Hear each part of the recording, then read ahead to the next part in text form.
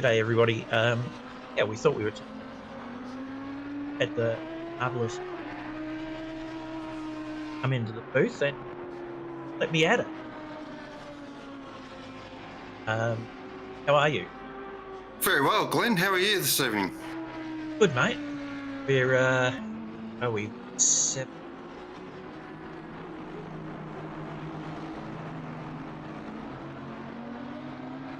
Cars 1, 7 up front.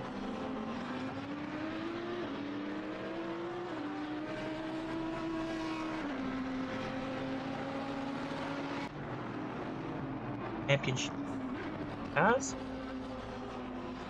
Much anything happen that far apart. There's a lot of on the pro-ams and everything. It's been a really, really good day. Our commentary.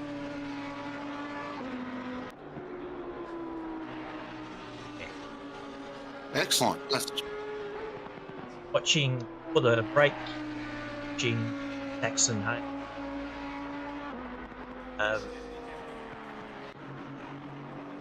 Probably Audi things got Saxon. Spat him off. Spat him off.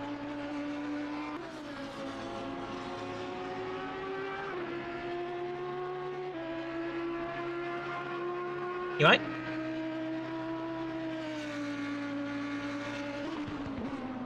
Picture.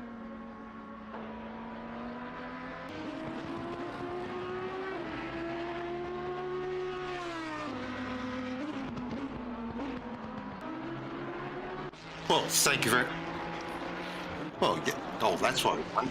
Oh, thank you. No, excellent. This is why we won. A bit of battling as well. So, big thank you to Glenn. That was a lovely introduction. I love that. So, of course, you are watching the Simrigs.com Endurance, the 12 hours of Silverstone from the beautiful part of England, around sort of, I don't know where it is. Let's be perfectly honest, but all I know is there's one road in and one road out, and it's a pain in the ass to get to, but it's a fantastic circuit. And we've got some real action here at the moment. As Glenn was saying, we've got the 124 and the 777 up front, and then we've got Babby and Hignett and Cook at the moment. This battle we're watching on screen at the moment. There's Brake Cook for the Thunderstack Racing team, and he's currently there in 5th position, and him and Hignett are throwing down at the moment, which is awesome to see as they come down Loop-de straight now. And a high pressure situation. We've still got 4 hours and 55 minutes to go. So, and we are at 12 o'clock midnight. So perfect time to jump in the box. I might actually switch across to a bit of smooth FM style, but lovely race and plenty of time to go as well. Heaps happening, but I hope everyone is well. How's chat? Come on, give me something. We can have a chat for about an hour or so. So you've got me. So looking at the timing screen at the moment, there's real Hollywood numbers at the moment. We normally get this time of the night, you sort of get a bit of quickness, but I think we need a little bit of sunlight on the track to bring that temperature up. Currently outside it is 13 degrees and track temps 13 degrees as well. And weather is looking pretty solid at the moment, bit of cloud cover. And of course the wind is picking up quite a bit, 16 kilometres an hour to sort of the north. So that might bring some weather in later in the day, but we will find out. Hello, Sean. Oh, hello. Oh, someone's George. How are you, my friend? Sorry, I had to try to work out when I could jump in, because obviously we were short a man this week, and one bloke just flew in from Japan, and he sort of jumped in at the last minute, 2 hours into the event. So I'm here to give you assistance. What's been happening? Oh, not a lot. I just jumped in myself, actually, so just been... George, sorry. George, you're flying international. You're flying international drivers in Japan. No. Was it? No. Is it Yuki? No. It's Kyle. He's from New Zealand. He's always been in our team. Ah. I thought you were getting some bring-ins. No, shit, no. I wish I could. Sorry, So go ahead. I knew there was a bit of a gap there, but I just wasn't sure when I could get in. That's why I didn't respond. But look, I'm here to give you guys a bit of assistance. Look, so far it's been pretty good and pretty enjoyable. Surprised that the rain has held off, actually, from the start. Yep. Yeah, surprised myself actually being Silverstone. I thought, oh, we're definitely going to get some weather, but from what I hear, it's been pretty sort of normal sort of cloud cover. It does have that feel of a Bathurst a couple of years ago where it's threatening to rain, but it doesn't really rain. So, yeah, I don't know. Look, I'll just make a call right now. I don't think we're going to get any rain, which is good for the race, I reckon, because we've got an actual proper cracker on at the moment. So 209 laps have been completed. It is average name Lee out in front in the 124 Ferrari from the kid Lucas Keys, then Babby, Hignett, Cook, Monks, Brooke, King, Hayes and Clark are your 10 at the moment. And Clark and Viney actually having a bit of a ding-dong there in Pro-Am as well, which is awesome to see. Pro-Am at the best class. And then David King is doing quite strong there in the 90 Lamborghini out in silver class with McNeil and Billett, though. They're throwing down for second place honours, or the podium, rest of the podium there in silver class. And then Rob Brickley is across there in AM class, and he's currently our leader there in 21st position overall. Well done, yeah. Cole's my driver, 277, that's my car, that's the one I'm in. So I've let them to do what they need to do over there. Yeah, look, it's very interesting what's happening. There's towards the end, it's going to be interesting. It is going to be a ding-dong fight for, obviously, second place overall. I don't think anyone's going to catch King in 8th spot there, but yeah, second place in silver is going to be interesting. There's at least 4 of us that can do that. And obviously at the top of the ladder, top of the leaderboard there, you got Neem and Keys duking it out there. It will be interesting how that plays out towards the end. But I think Keys has fallen back a little bit, hasn't he? He has. I've just, sort of jumped in the last hour, just keeping on the timing screens and that. And yeah, that gap was at 17 seconds there at one stage, but it has ballooned out to 34.2.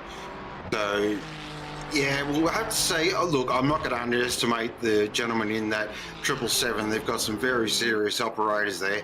Patrick Johnson before, I was watching this stint actually while the family were over and the friends were over, and yeah, that was a very impressive stint. So they might still have a bullet in the gun, but it's great to see, though, we actually got a proper race for first position, and actually really across all the classes.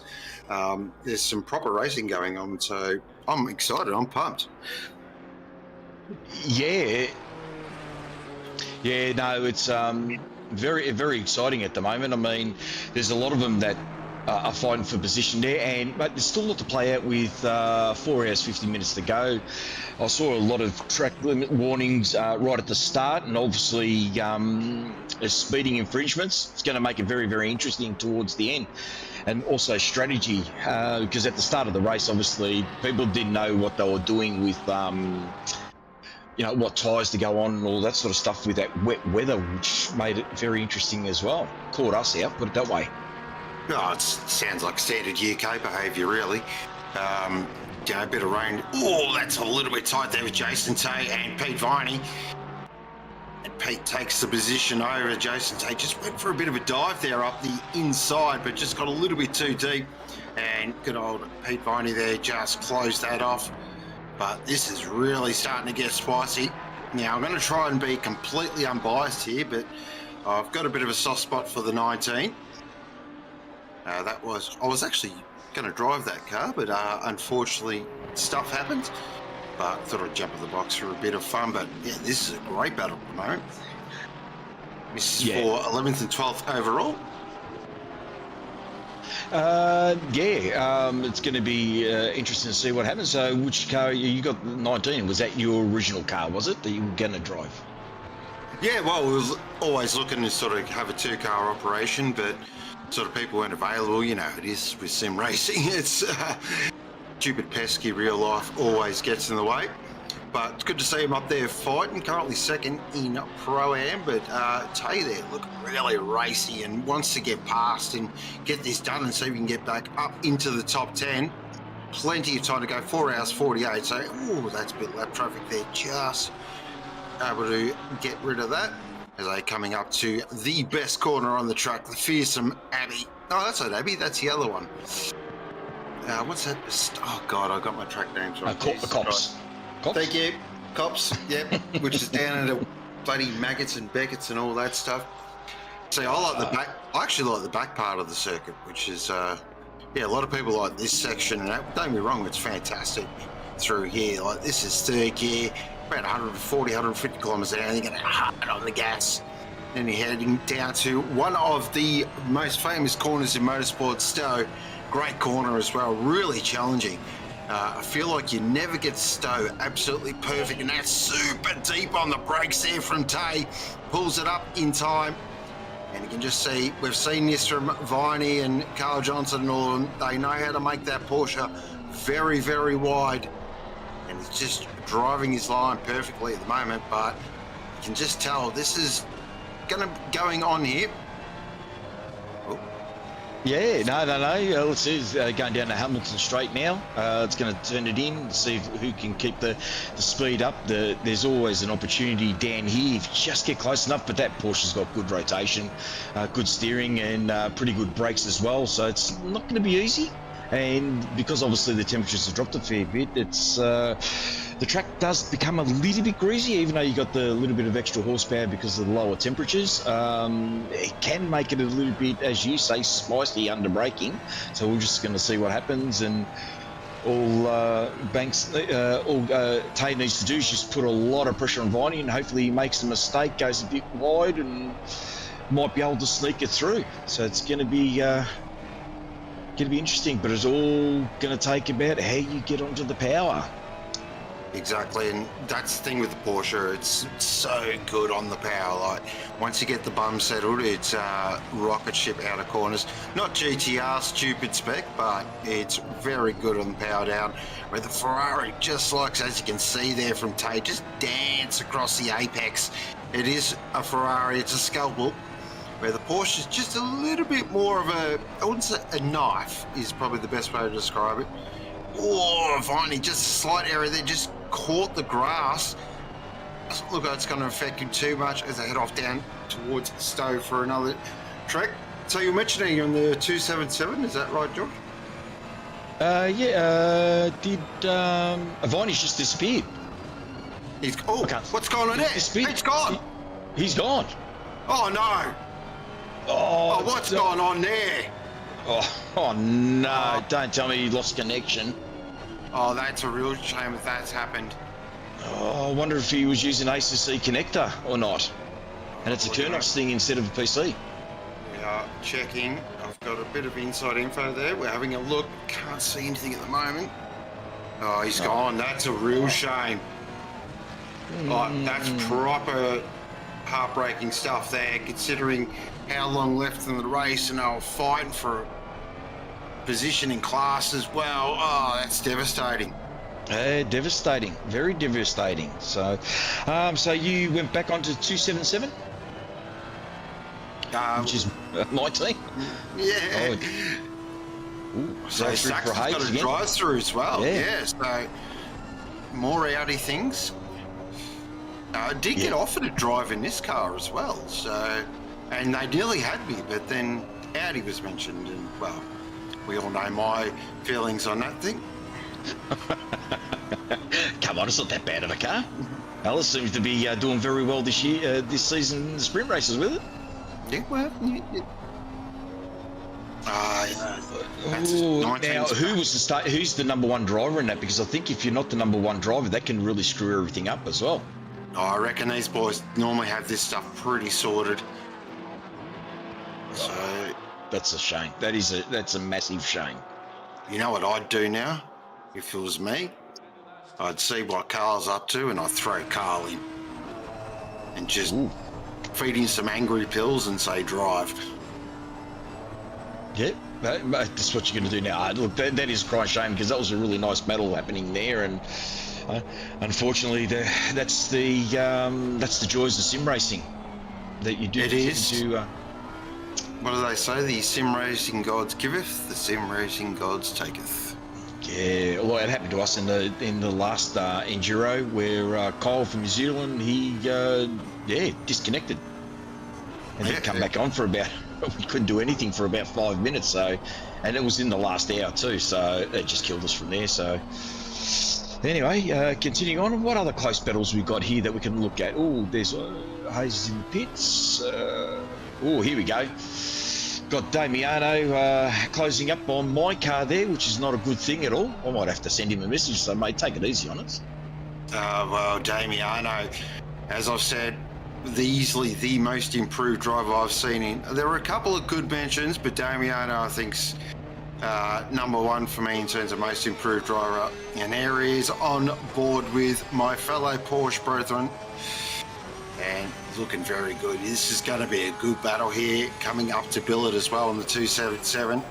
So probably my co-commentator here was going to get a little bit quiet, a little bit here we go, because Damiano looks on here.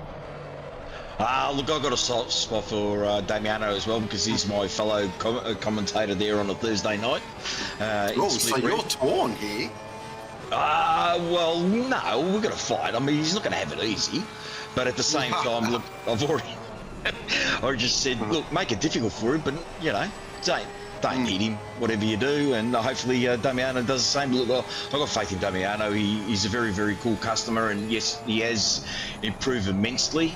He's had some cracking races this season as well, so it's going to be interesting. Just too bad that they had that, I think I spoke to him early on, he had, one of their guys had an issue with their force feedback or whatever, and they got that all sorted, so now he's just trying to get back into recovery mode, which he's done very nicely.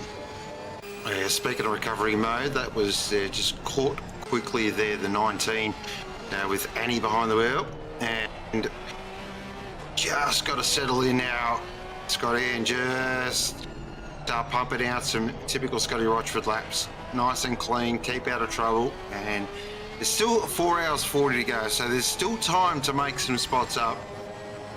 Yes, it's not ideal, but you can still make positions. There's still plenty to play for here in the Simrigs.com Silverstone 12 hour. Of course, you are watching on Octane Online Racing. Make sure you smash that old like button. Go on, I'm going to say it. There we go. Smash the like button.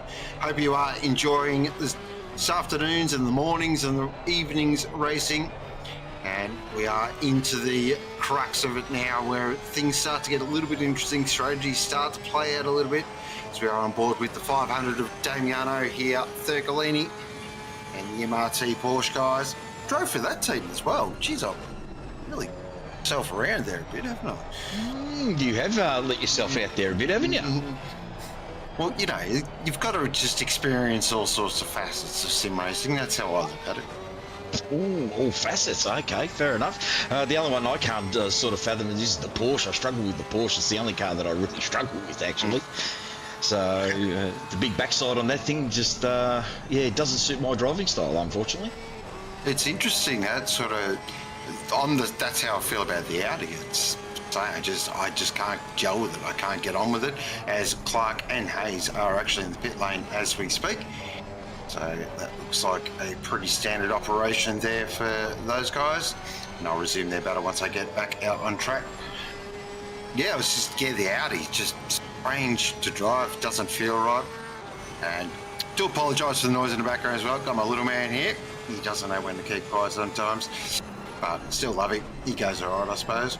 As we are on board with Damiano, as I was saying, driving very nicely, mate. Currently 15th overall, so maybe had a little bit of issues earlier in the day. I'm not too sure. I'm just trying to catch up with all the storylines, but I do know with this man behind the wheel, they are definitely going to make their way forward. And a bit of lap traffic there coming through. That was the Falcon Porsche, I believe. That's Brunel and Co. Yes. Currently he's watching SmackDown. That was on earlier today, so... No, the pay-per-view will be up soon. I tend to watch that as well. Yeah, no, that's coming up, War Games, so he's already booked me in for that. Good stuff. Yeah, no, with Damiano, he started off in 13th, had a very good So half of opening stint, and I think he got tagged and spun, and then unfortunately, because they had that DC with the force feedback where they had to get back to the pits, he pushed pretty hard, and I did see that he get a drive through, so it was for track limits as well early on. So he's recovering from that, and he's doing a stellar job. I mean, look, he did drop back a fair way, and he's back to 15th. He's done an absolutely outstanding job to get back to 15th, and fighting for 14th, and potentially with enough time, he's got enough time there to catch 13th as well if he can get past Kyle pretty quickly. Yeah, so it sounds like they've had a day, as we say. Oh, Damiano, that's very close. Porsche thinks, does he hold on to it? Oh, he does. He does. Oh, that could have ended so bad. Non-Porsche drivers, that is in the fence or way out in the weeds, but that is... My heart stopped. That's my car in front, no! Wow, that was incredibly close. But managed to hold on to it. Got to settle down now, get back into a rhythm. It's a long day. And currently, is that Mike Crick behind? Or, yeah, it is too. Now, I just want to check that gap. I'll just double check that gap because I've got live timing up. I've got everything up at the moment. I'm all over it. No, Crick's going into Cops. Oh, yeah. See, now, got to double check that. My live timing stopped. That's suboptimal.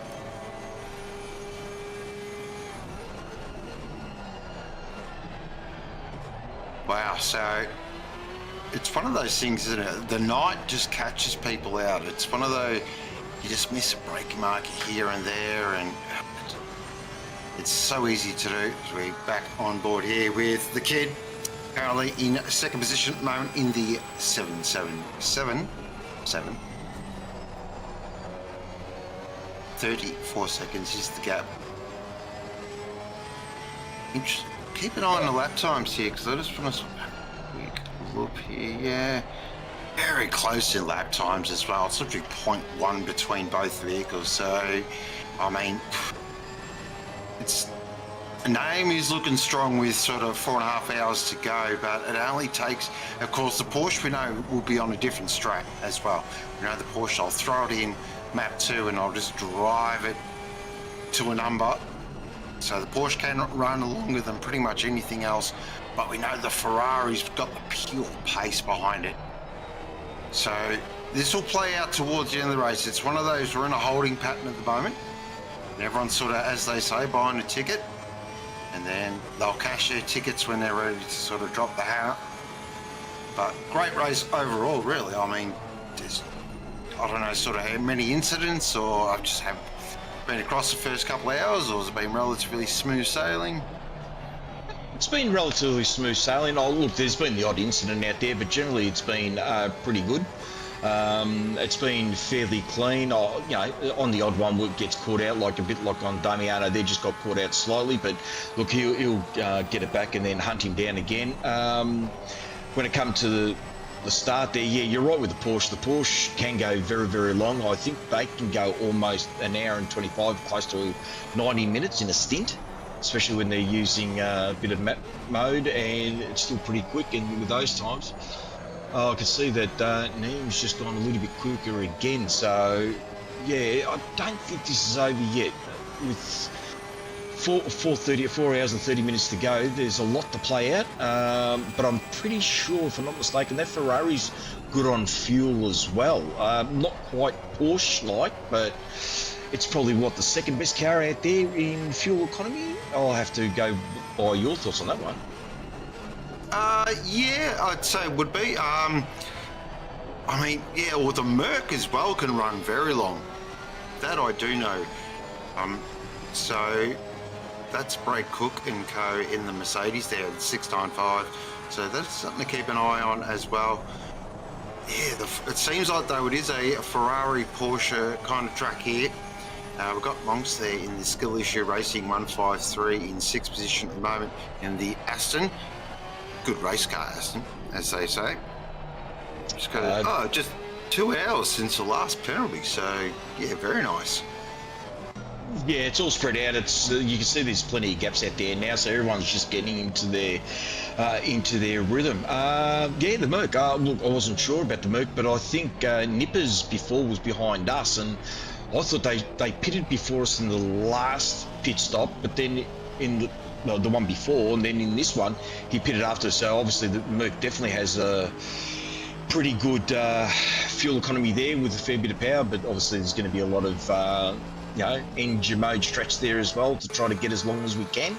No difference to us. We're not going hell for leather either. I'm more than happy to tell you that we're on map 2 to make sure that we can try to get in as long as we can in whatever stint, because the less amount of time spent in the pits is further up the chain there, I see. Yeah, exactly right. That's the art of endurance racing, as Brad Cook does pop into the pit lane in the big bad Merc for Thunderstruck Racing. Very nice looking car, by the way. Big fan. That's the thing, yeah.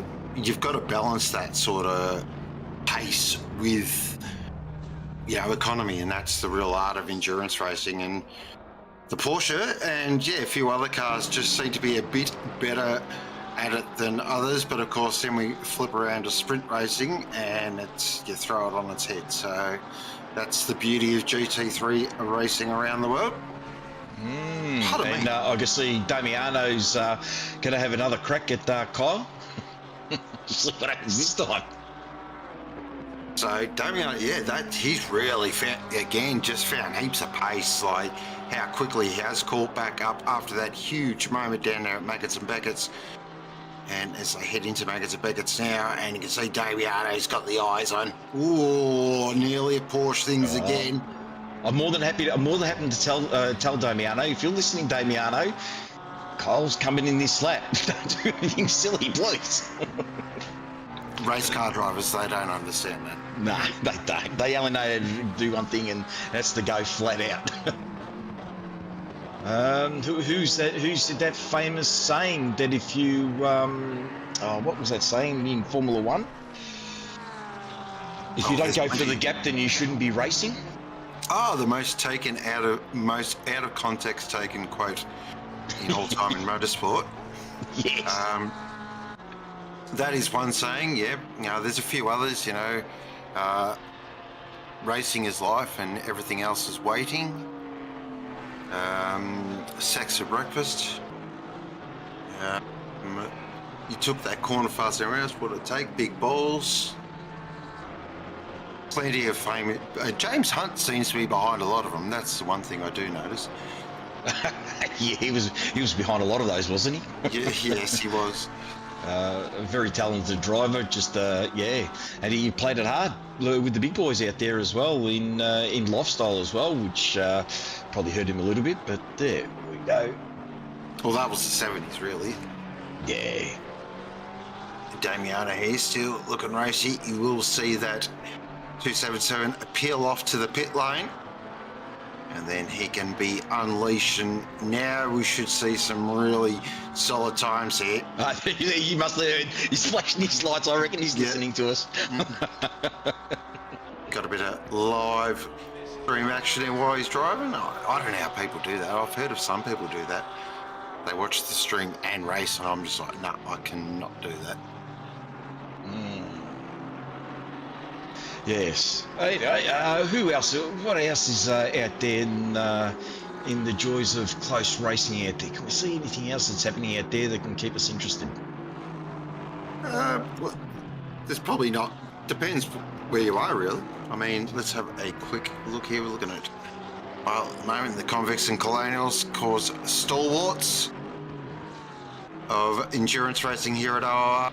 Currently running there in 9th position in the Aston. Good race car. And a big fan of that colour scheme as well. It's one of my favourite, actually, Convicts and Colonials scheme they've come up with. As Craig does say, James Hard, great for a quote. 100%, mate. Yeah, couldn't agree more. What's happening down here? Let's go down the back. Obviously, Brinkley in 19th. He's in front of the M class there. And obviously the Jay Parker Pro-Am doing very, very well too. in 10th spot. Very, very tied by those boys. Yeah, extremely leading Pro-Am, of course, in 10th spot. Anytime you get a top 10, you know, no Enduro, it is a proper day out, as we are looking at Brickley. Very strong AM driver, always up near the pointy end of the field when he jumps behind the wheel of his Ferrari. And doing a very solid job, and top 20 actually overall. That's a very solid day out, and they're doing a fantastic job. Just having a look at some of the names down below that, it looks like there's been some hard luck stories down that end of the field. We've got Gormley down there in 21st. Who else? We've got David Lloyd down there in 23rd, and Eaton's actually surprised in the Porsche in the 404. That looks like they've had a bit of a day. And there is the 404 at the moment. But as always with endurance racing, I've always said, yes, results are great, but finishing is just an effort in itself. What are we hearing? Audi was not the call today. Well, I mean, do you really want my opinion? I mean, I'm more than happy with it. Yeah. Look, there's... Rondellal seems to be doing all right in the Audi. I think the wet weather actually hurts it a fair bit. I heard a few of them practicing getting ready for this event. If it rained, they were going, oh my God, it's not that good in the wet. But yeah, I've got a soft spot for the Audi. I'm spewing that they didn't update that a little bit to sort of make it a little bit more competitive. But look, they're doing very good there, the 888 up there. There we go. We've got a bit of a drive through there from Bromley. Yep, so called it there, just mentioned his name and he gets the drive through. Nice work, John. Of course, Silverstone is it's not the easiest place to get track limits, but it's certainly not the hardest. There are a couple of little hot spots where you can definitely get track limits, and there is John at the moment in the Skill Issue Racing 21. Nice to see a bit of representation from Skill Issue Racing. Got 3 cars out there, which is fantastic, and of course, another team I have raced for as well. Still part of the organisation. We all just really share it, let's be honest. It's a bit of a sort of conglomerate, but nice to see there. Currently 21st overall, but that drive through to serve, and he'll nicely pop over into the pit lane as soon as he can, as he serves that right now. Okay, yeah, I've got the proper view going now, so I'll be more up to date with everything that's going on. Hey, got into Luffield for Bromley still there. Oh, well. Tidy up a few more bits and pieces here for me. There you go. Now I can see what's going on. Hey, looks like he's coming in. No. He's coming into the pits to serve that drive-through, depending on, you know. Look, I got a drive-through early in the day and it was pointless out there for another 3 laps. I said, you know, what the hell, just come in, serve it, get out. It was my bad. I accidentally flicked the pit limiter there and turned it off as I was after the pit stop. So, yeah, that was a no-no from me. The boys gave me a bit of stick for that, but look, I've learned from that and hopefully I don't do it again. Exactly. I mean, we've all been there before. We've all got up a pit stop or hit the limiter at the wrong time or sped in the pit lane. Very easy to do. So we are looking at the one and only Benjamin Higgin in the 69 Knights. Valkyrie Motorsports entry, currently in 4th position overall. Nice to see Mr. Higgin behind the wheel. He normally, of course, brings you some fantastic pictures. If it isn't, him and Glenn do an amazing job, and it does really add to the experience here at OOR, and good to see him do a nice 4th position. I did notice earlier before I was having a quick look, he did have the fastest lap there at one stage, so a bit of pace behind the wheel as well, which is always awesome. Always feels good at Silverstone when you've got proper pace. It's one of those tracks you get a bit of a, I don't know, fizz in the pants, as they say, when you really nail a lap around it. It's a proper racetrack. Yeah, look, it is a driver's track to get all the corners right. It is a fast and very flowing track and a lot of high-speed corners there. And mate, some of these boys, unfortunately, make it look a bit too easy when you got people like me that go, how do they do that? And I've been watching a few of their replays and go, okay, they've done that. I can't do that. Yeah, no, yeah, 100% agree with you there. You go, oh, they break there. All right, we'll try that. Yep, well. No, that's right. I think one of the last of the late breakers, isn't it? I'm fairly certain Keys is very, very good at being the last of the late breakers there as well. So, no, these, the guys and girls that run in OOR, they're very, very talented, and they know how to put the car exactly where it needs to be to get the maximum time. And yeah, it's very. I've learned a heap by watching their replays.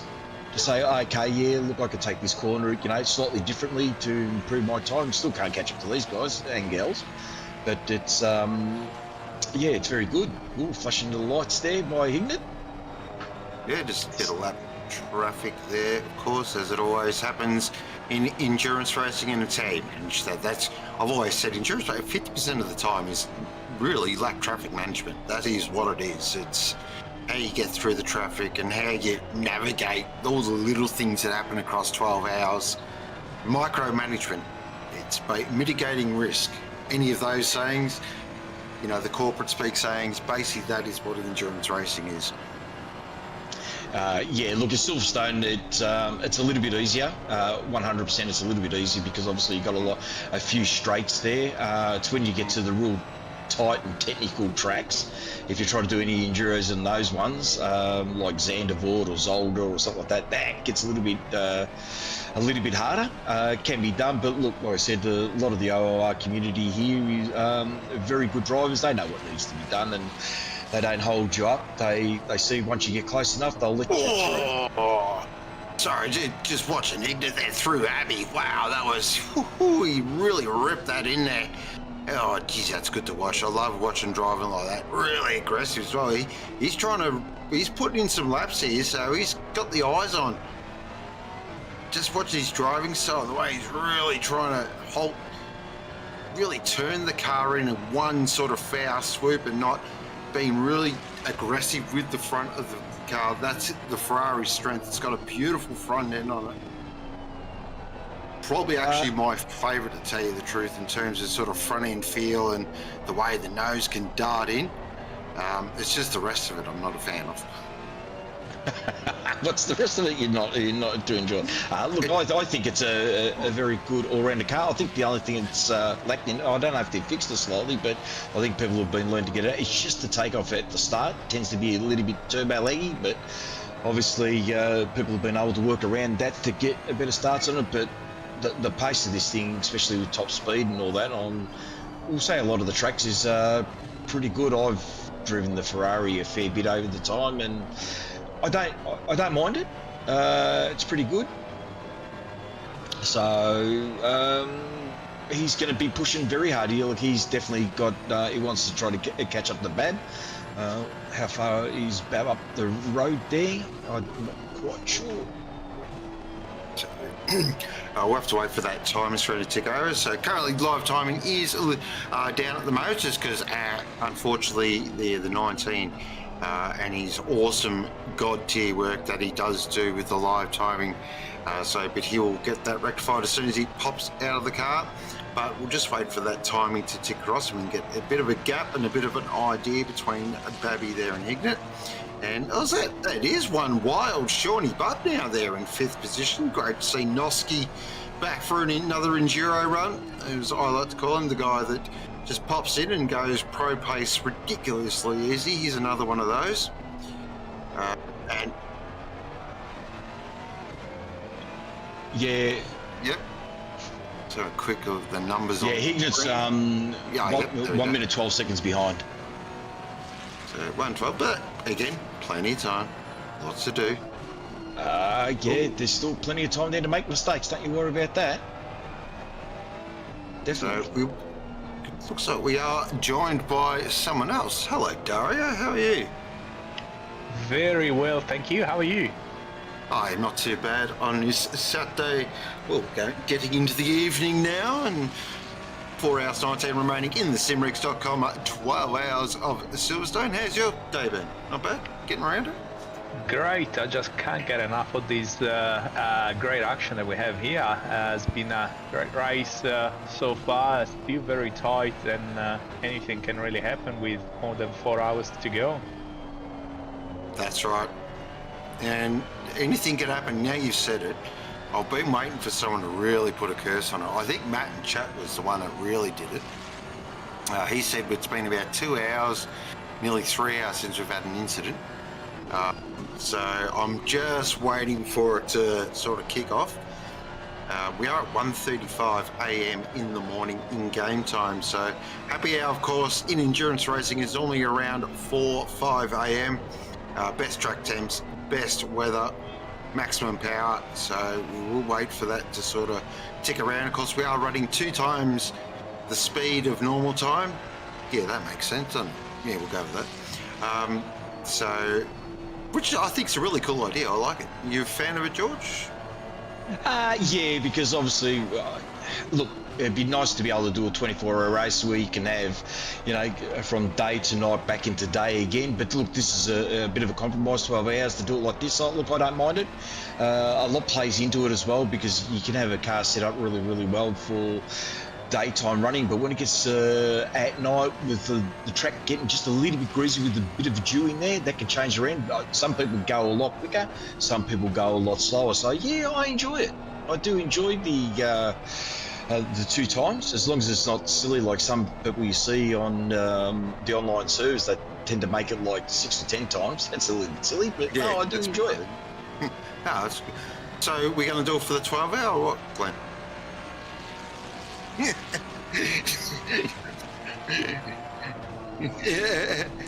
Oh, the 2 times for Bathurst 12 hour, yeah?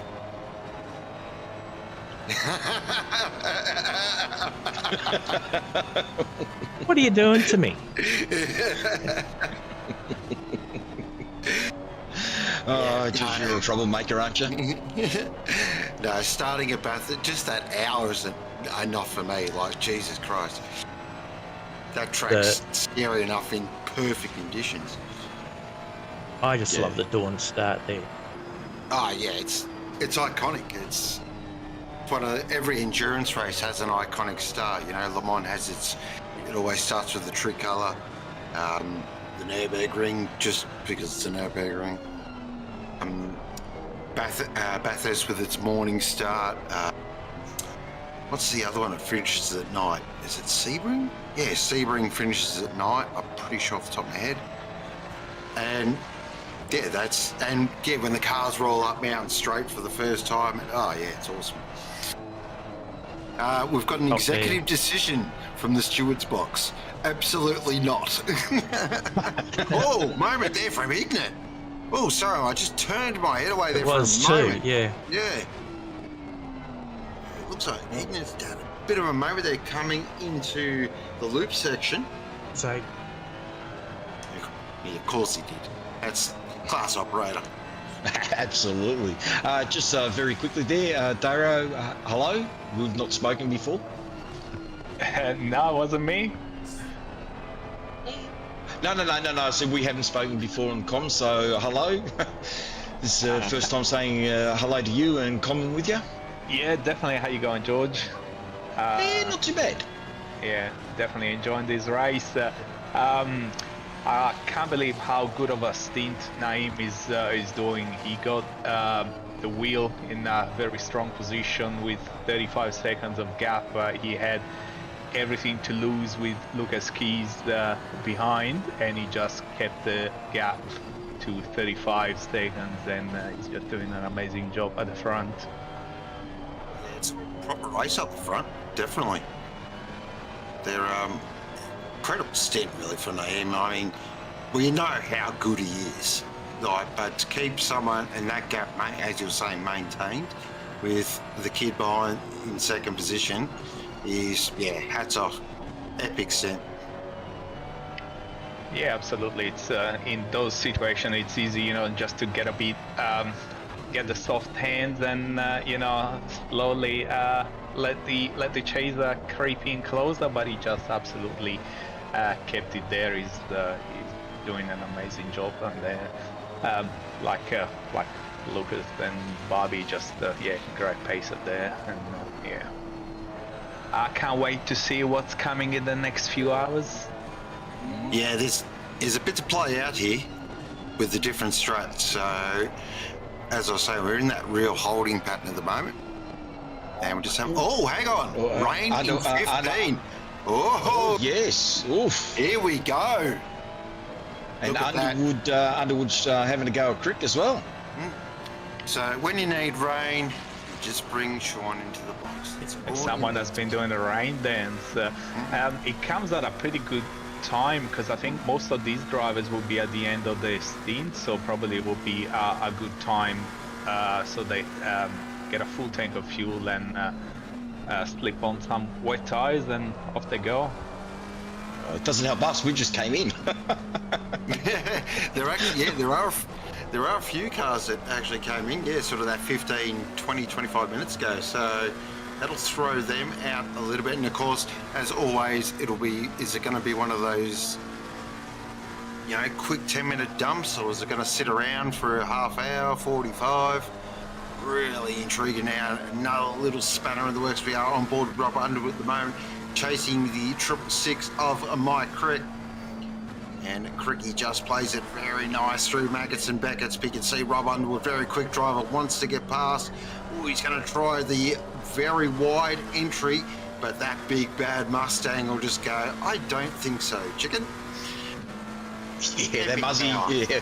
I've been stuck behind that car, and you've definitely... It's towards the end of the stint. Obviously the Muzzy suffers a little bit with tyres the only time you get past it. Other than that, it's once they get the power to the ground, mate, that is sayonara. You just don't have a chance. So if he plays the patient game, hopefully Crick doesn't make a mistake, keeps it nice and tight, and become very interesting. Oh wow! Talk about a Moz right there. Just got in early. No, Crick has got it. Of course, we did have commentary in the Duo series a couple of weeks ago, and he was like, I'm not a fan of the bad bike. What it actually comes from, just because he's in the car and he can't hear me, is there was a freestyle motocross rider called Mad Mike Jones back in the late 90s. And Cricky does Cricky does do all my liveries when I go sprint racing or endurance racing, and he's just mad for it, so I call him Mad Mike.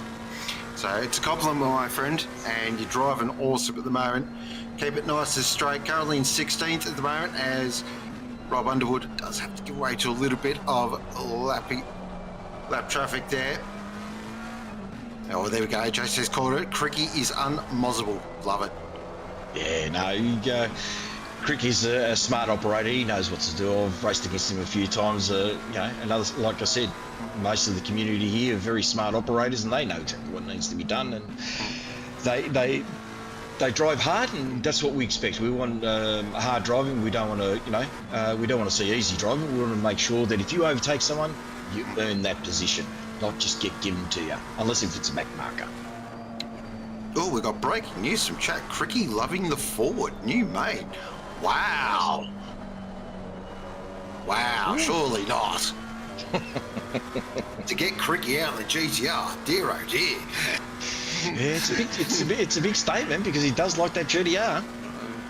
Likes, that's one word. I can think of quite a few others that would be a lot. I'm trying to keep it PG. I'm trying to keep it PG. I mean, we're talking stalker levels here. I mean, it'd be like me, saying something bad about the Porsche. I mean, come on. I mean, let's get a bit sensible. But wow, I'd actually pay to see that. Next sprint series, if Cricky's in a GTR, I've got to come up with something I can do. I mean, in a Mustang, I'll think of something. That would be a sight to behold. Oh, that's Robbie! McLaren looks tricky around here. I've been on board with a couple of them. Yeah, it looks a bit of a handful. Yeah, I mean, you've got experience. What's it like? Surprisingly, it's okay, but it does catch you sometimes. Well, you think, oh my God, why did you do that? So I think we are, unfortunately, I don't want to say this, but we are the leading McLaren driver at the moment, I think. Oh, God, I reckon I've just put the commentator's curse on the team. You're trying to boss everyone. What's going on here? Oh, mate, I'd like to, I like wielding the axe. I don't wish any harm on anybody, put it that way. Just having a bit of a look here to see if there's anything else. Yeah, we got McNeil very close to bank, I think. Yes. Oh yeah, 0.3. Whoa, that looked spicy there through Maggots and Beckett's. Yeah. That was. Whoa, wowee, that was a bit closer than you really like through that section of the circuit. And that has given Rob a bit of a run there on Cricky, but then the nuclear weapon is unleashed. But it's just given him a bit of a sniff. Yeah, that was very dicey through there. Probably not the spot where you want to attempt a bit of a blue flag operation. But lucky, all is well and play on. Yeah, I'm just watching the other one here at the moment. Neil, what did you see in there? Let me get the other stream up and see who we're watching. So, yes. What else have you been up to, Dario? Besides enjoying the race, it's sort of played out the way you wanted it? This is basically my first kind of serious season in ACC and online team racing, so it has been a massive learning curve for me, especially in these big boys leagues like Octane Racing League. I absolutely loved it. I love having stewards and such a quality grid every time. I had some pretty decent races and some of them weren't as good, but even if it wasn't a good race, I just took something home and learned some racecraft as something to improve myself, and I look forward at the next league coming up. Oh, look at that. Well said. Someone clip that. There you go. That's it. That's how you do an endorsement. Brilliant stuff. Love it. It is a good day out. Definitely it's the best. It's my favourite part of being an OOR endurance day. It's whether it's in the box or behind the wheel or absolutely there is so much to learn. Yes. The strategy and there is a lot of things to be accounted for, and definitely you have to put all of them into place if you want to be in a good position. Yeah, 100% agree there. I'm just having a look here because Rob Underwood's definitely got a run this time as they head off down towards Stowe. Just want to have a bit of a sniff. He's going to throw it. No, he thinks better of it. As you can see, two very different lines there through Stowe as well. And that's the thing with the Mustang. You just, as you were saying, just got to get in a straight line and off she goes. A bit of lap traffic coming up ahead as well. That's the Aston. I'm not too sure who that is. Can't see that number at the moment, but as they pull it right out of the way, great to see. That is probably the best spot actually for blue flags for mine. Yeah, you can really just bring it to. It was a quick obliging and get out of the way quick, and no one lost any time.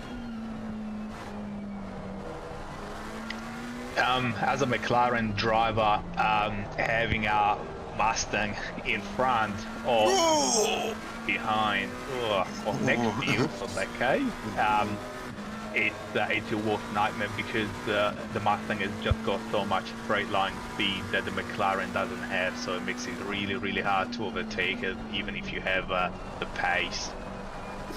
Yeah, that's the thing, you just got to drive the Mustang straight basically, and very difficult car to pass. You got to be either get a little bit lucky, maybe gets a little bit taily on the exit, or maybe just misses a braking marker. But other than that, yeah, very difficult car to pass once it gets into a rhythm, as Mad Mike is doing at the moment, doing it beautifully.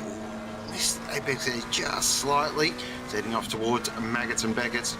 This will be really interesting to watch. Love watching different cars go through here.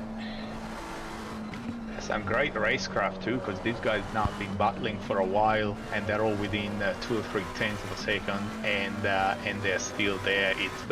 It's very hard to keep the focus in this situation at night with some highlights and high beams in your mirror. makes it pretty tricky situation to be. So just having a quick look at the weather there as well. So that shower's coming in 5 minutes, and it's look like it's going to extend out for at least a 10-minute period. So that will be definitely wet tyres. So this is another little curveball just being thrown into the race, and really difficult time as well. Sort of 2 o'clock in the morning with rain. Now, I love endurance racing, and look, I'm not going to lie, I've got a fizz in the pants because mixed conditions at night, that is absolutely my jam. As Rob Underwood makes a bit of a big error there through Abbey. Caught it, but definitely has cost him time on the Mustang. Now, what else has been noticing here, Rob's really almost overdriving the car. You can see it's sliding around and it's backing it in motocross style, where Cricky's just driving nice and straight, just keeping the rear under control. And that's the real art right there. It's knowing how to drive the car nice and straight, use the tyre, but don't overuse the tyre, and just be very smooth with your inputs. But of course, definitely. Race car driver. Yeah, definitely. You're just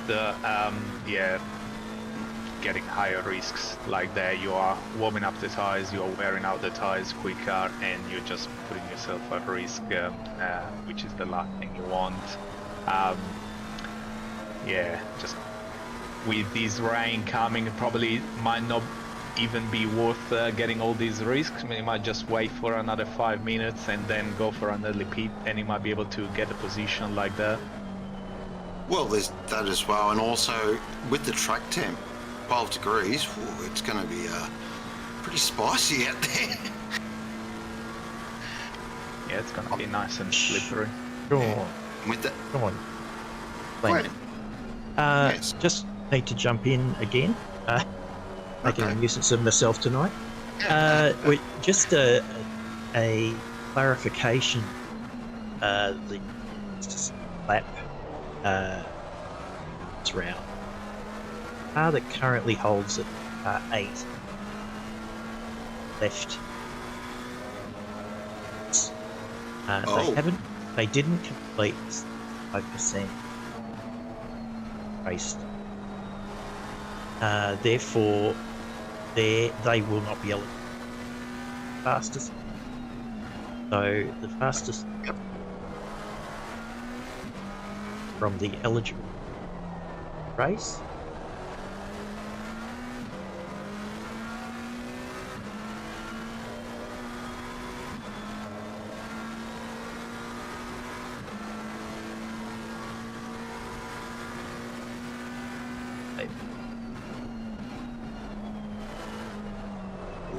Which I think it could be.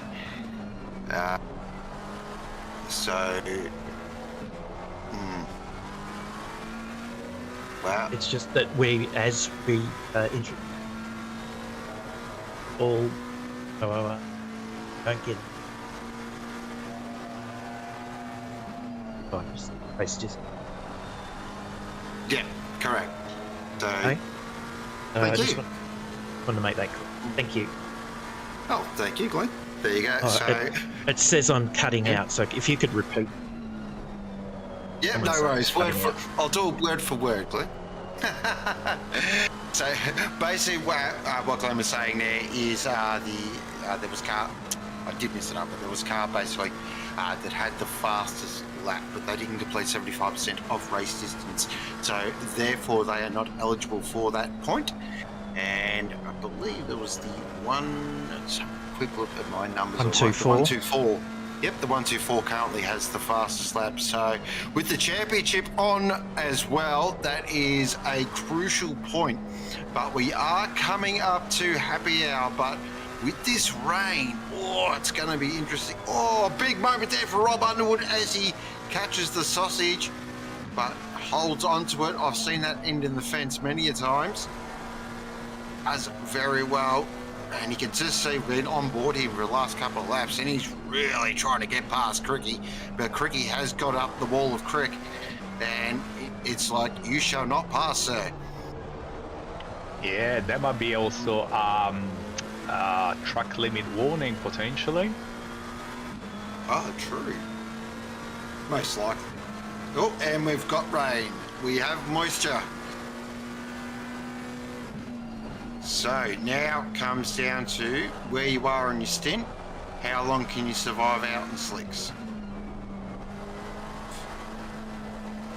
Yeah, there's now really, it's going to be a very tricky situation. How long are you going to push it in this situation? Can you do 1-2 laps? Try to do an undercut or possible overcut? What do you do? Yeah, that's the other. I mean, it's one of those situations, isn't it? So just to repeat it as well, the fast lap point is up for grabs for all those that finish the race, despite the fact a non-finishing car currently having the fast lap. There you go. That's the technical way of saying it. So it's sort of that point where you are in your stint, you know, if say you've got 4 laps of fuel left and you're like, oh, can you hold out that long? Which will just be nice, and we've gone to greasy already, so typical Silverstone things. Now that'll be track temp as well, playing a part, cause 12 degrees at the moment, so it's bloody cold.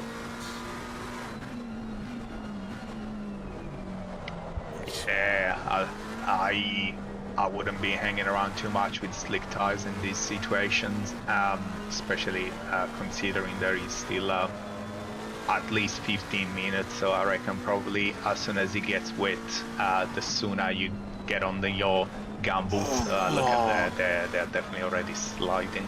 The sooner you jump on your gum boots, the better.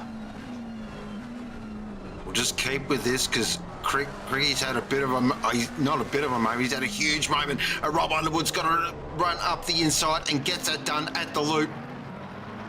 So, nice. Very nicely done, but Cricky had a massive moment coming through, Abby. Just kicked the rear out. Very well done to hold on to it. Yeah, now, this is, you'd almost come in now, I reckon, or maybe go one more lap. Because you just don't want to overheat those wets, especially with it raining.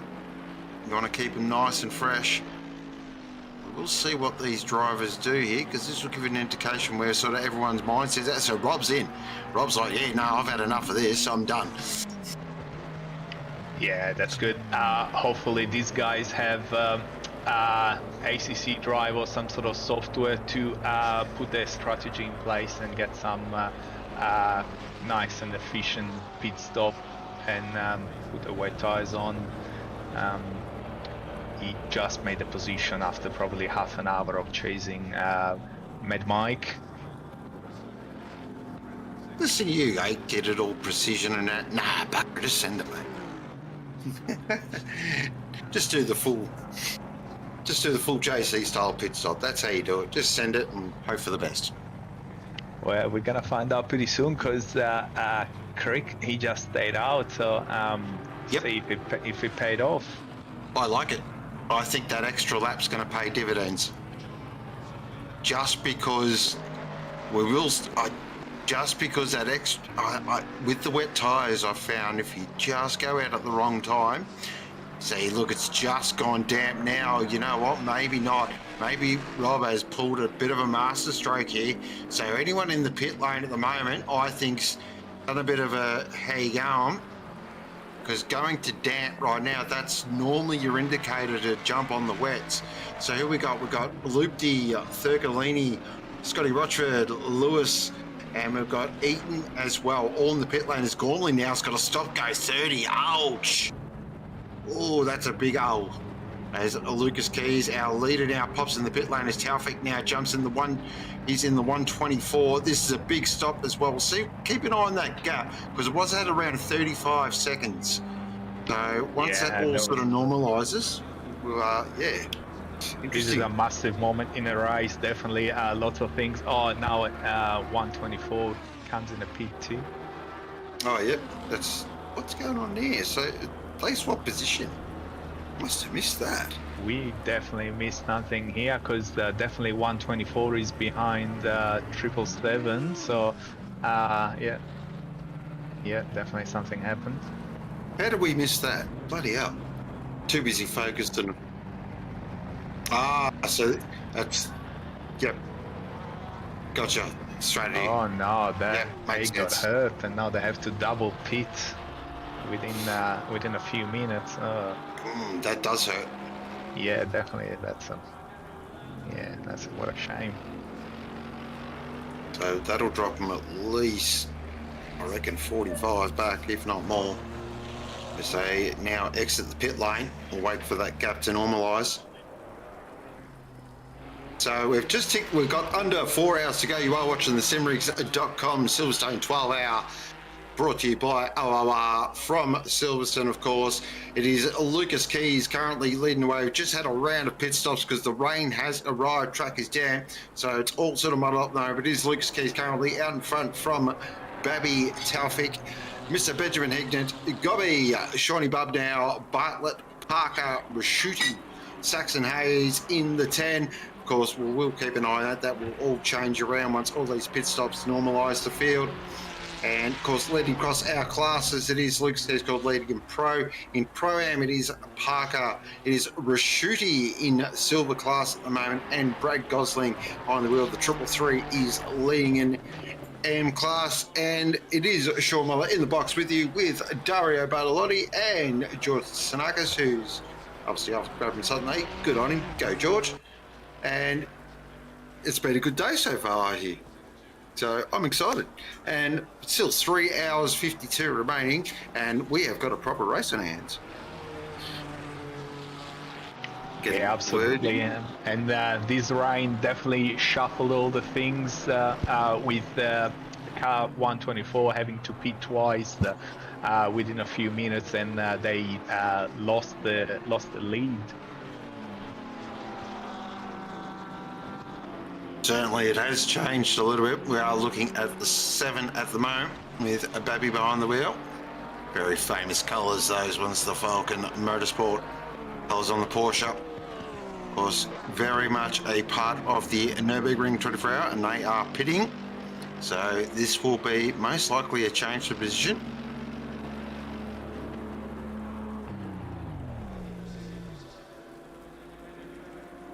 Is it the best looking Porsche livery? Oh, it's up there, but I'm not sure it is. Taufik, he'll take that second position now.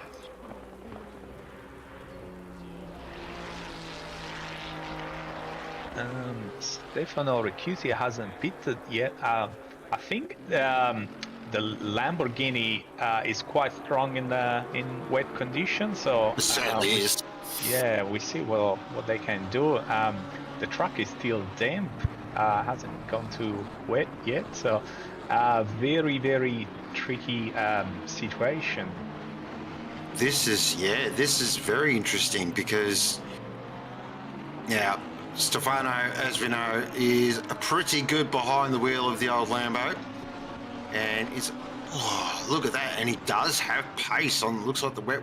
We'll have to keep an eye on which cars are on wets here, but as you can see, it's saying he's on wets, but he is flying at the moment.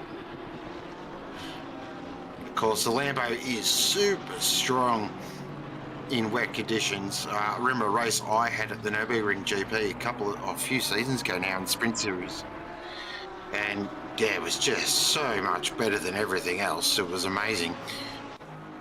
It's just everywhere else it's a bit, yeah, as soon as the rain comes down, the Lambo turns into an absolute rocket ship. And currently in 8th position, Stefano is. Of course, part of the Surfer King Slow organisation. Another stalwart of OOR Enduros. And of course, coming up, it is our blue ribbon event. It is the Bathurst 12 hour from the mountain. Very much looking forward to that. Registrations are open, so get your entry in and make sure you get your laps in, because it is easily the most competitive enduro all year. It will be most likely my last one in ACC. Going to try and get on the grid and send out ACC with a bang. This would have been my last one, but no, I've got to do a 12 hour. I've got unfinished business at that bloody place. You've had a good race at Bathurst, Dario? Yeah, I've done enduro a while ago. That was my very first enduro race. It was a 6-hour race. and it was great. I done some pretty good stints. Unfortunately, we had a couple of accidents that weren't due from some very unfortunate rejoins from other races. Then we had to retire the car, but it was heaps of fun, and I was pretty happy with my performance. Sometimes you can control yourself, you can control your driving, but you can't control other people. So yeah, that is racing. So it's unfortunate, but it is what it is. I like Bathurst. I like how unforgiving it is. One mistake on a mountain, and the walls are very close, and yeah, it's easy to make a mistake in a 12-hour race. Certainly, and that's in the dry, perfect conditions. You throw in a bit of rain and Bathurst turns into an absolute nightmare. It is pure survival out there.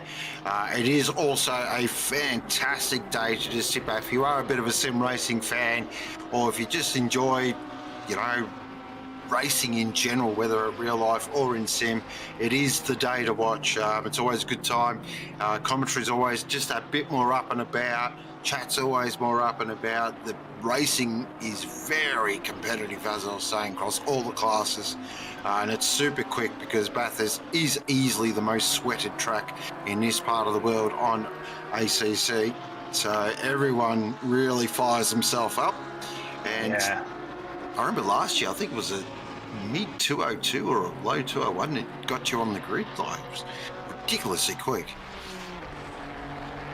Yeah, I think everyone loves Bathurst. The drivers, the spectators, commentators, you know, people from overseas. They say this is the most insane track, and within rides, because it's just amazing. The insane slope and the descent down the mountain is just unique.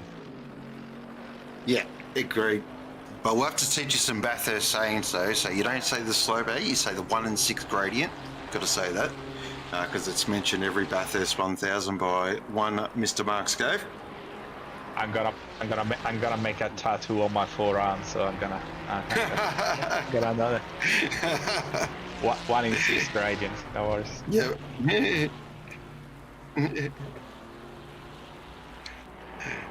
Fantastic. And what's it? Oh, there's a couple of others as well. There's fastest corner Australian motorsport. What's the other one? Oh, the Dirty Grey. Just things that, yeah, if you know your motorsport, especially if you're an Australian, you know exactly what you're talking about. If you said it to someone from overseas, well, what do you know about? But definitely looking forward to it. Going to be a lot of fun, of course. That is, of course, coming up in, when's the date again? If you could remind me, please. Thank you, 31st of January. Good part, a bit earlier than normal, which is nice, actually. I like it. So to sort of get a bit of a month off, enjoy Christmas, and I hope everyone does have a safe Christmas, by the way. I may not speak to you before then, so big Merry Christmas to everyone, and hope you stay safe out there, look after yourselves, and just, if you are driving as well, just be, that extra little bit careful. Actually, this time of the year, really, we still are getting into holiday season, so just be safe out there and just be a bit smart, and if you do have a beer or two, catch a bloody Uber or sit around for a few more hours and just make good, smart decisions. And that's the last time I'll sound like some sort of road safety public service announcer. Looking at Breno Ellis at the moment, currently in 3rd position. And another strong showing here from the Velocity Sim Sports team. There's some very wise words. Sean, if you really want to drink and drive, just join a public lobby on ACC on a Friday night, and keep it safe from everyone else on the road. That's fantastic. Yeah, true. Some of the driving standards in public lobbies, of course, it's not something that I've done, but you know, a friend of mine told me, you know. Yeah, what's that say? So I've heard. Yeah, from books and documentaries. Is Josh Hayes at the moment, currently in 4th position in the 69. Nice entry. Doing very... Whoa! Oh, nearly put the moz on him. He's held onto it. Whoa! Jeez. Mr. Holmes there. What? Jeez, that is not the line, sir. As you can see, the weather's really starting to come down, but it's still damp, which is surprising. Whoa, wow, he's right out sideways. No. So it's just that annoying rain, really. That's what it is. It's enough to make you notice it, but not enough to make you full panic station. So, again, yeah, that's good. Is he on slicks? He is. He is. That explains everything. So they're obviously not in their window. So I think he's just hanging out there to try and get into some sort of window so it doesn't hurt them too much. As you can see, 2:45 a.m. in the morning. We've got 3 hours 40, so I reckon they're out of their window. And Holmesy is just holding on for dear life. Look, he's a fellow 24 operator. He'll be fine out there. It's sort of how we roll. He's driving nicely, considering he's bred and fired a couple of times, but anyone of less talent's probably in the fence. So that actually might be a pretty good strategy. Still lapping in 2:06.9, which is not too bad considering slicks and wet conditions. I don't know. I don't have a comparison with some wet tires time, but it's pretty decent.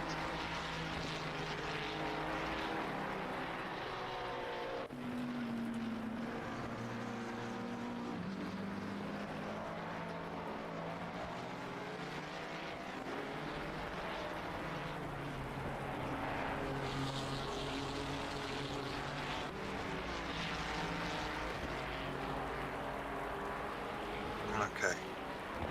So yeah, I like it. Yeah, definitely good driving. He just need to keep it on the road. Then he must save himself a pit stop. Well, yeah. Exactly. I mean, it depends. Sort of, does this rain stay this sort of?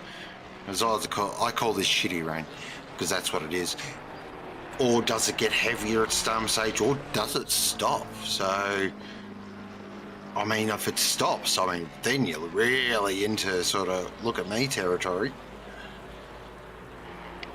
Yeah, I like it definitely. though. It's different.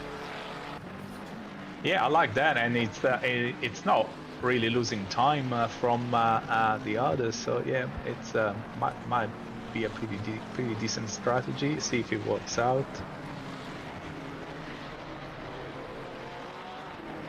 So it is Lucas Keys leading the way from the moment, completed 244 laps from Taufik, Ellis, Holmes, Gubby. And then Shorty Bub now, Brooke and Stefano Raschuti are your 8 at the moment. And Stefano is leading the way across there in silver class, doing a nice job in his beloved Lamborghini.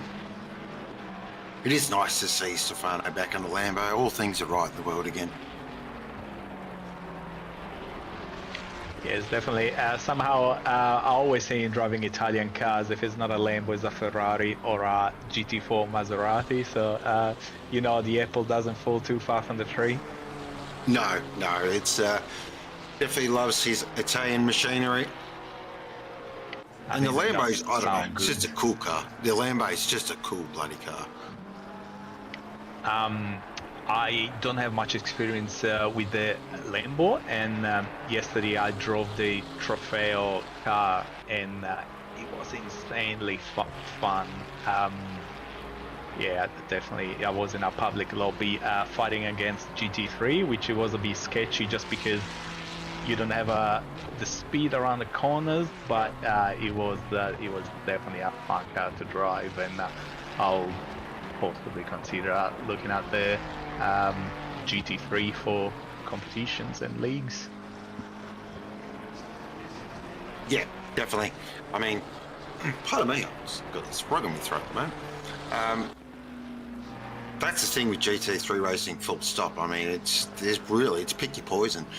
As looking at our full leaderboard there at the moment, oh, yeah, I reckon I'll leave that up for a bit, I reckon. There we go, so we can run through our leaderboard.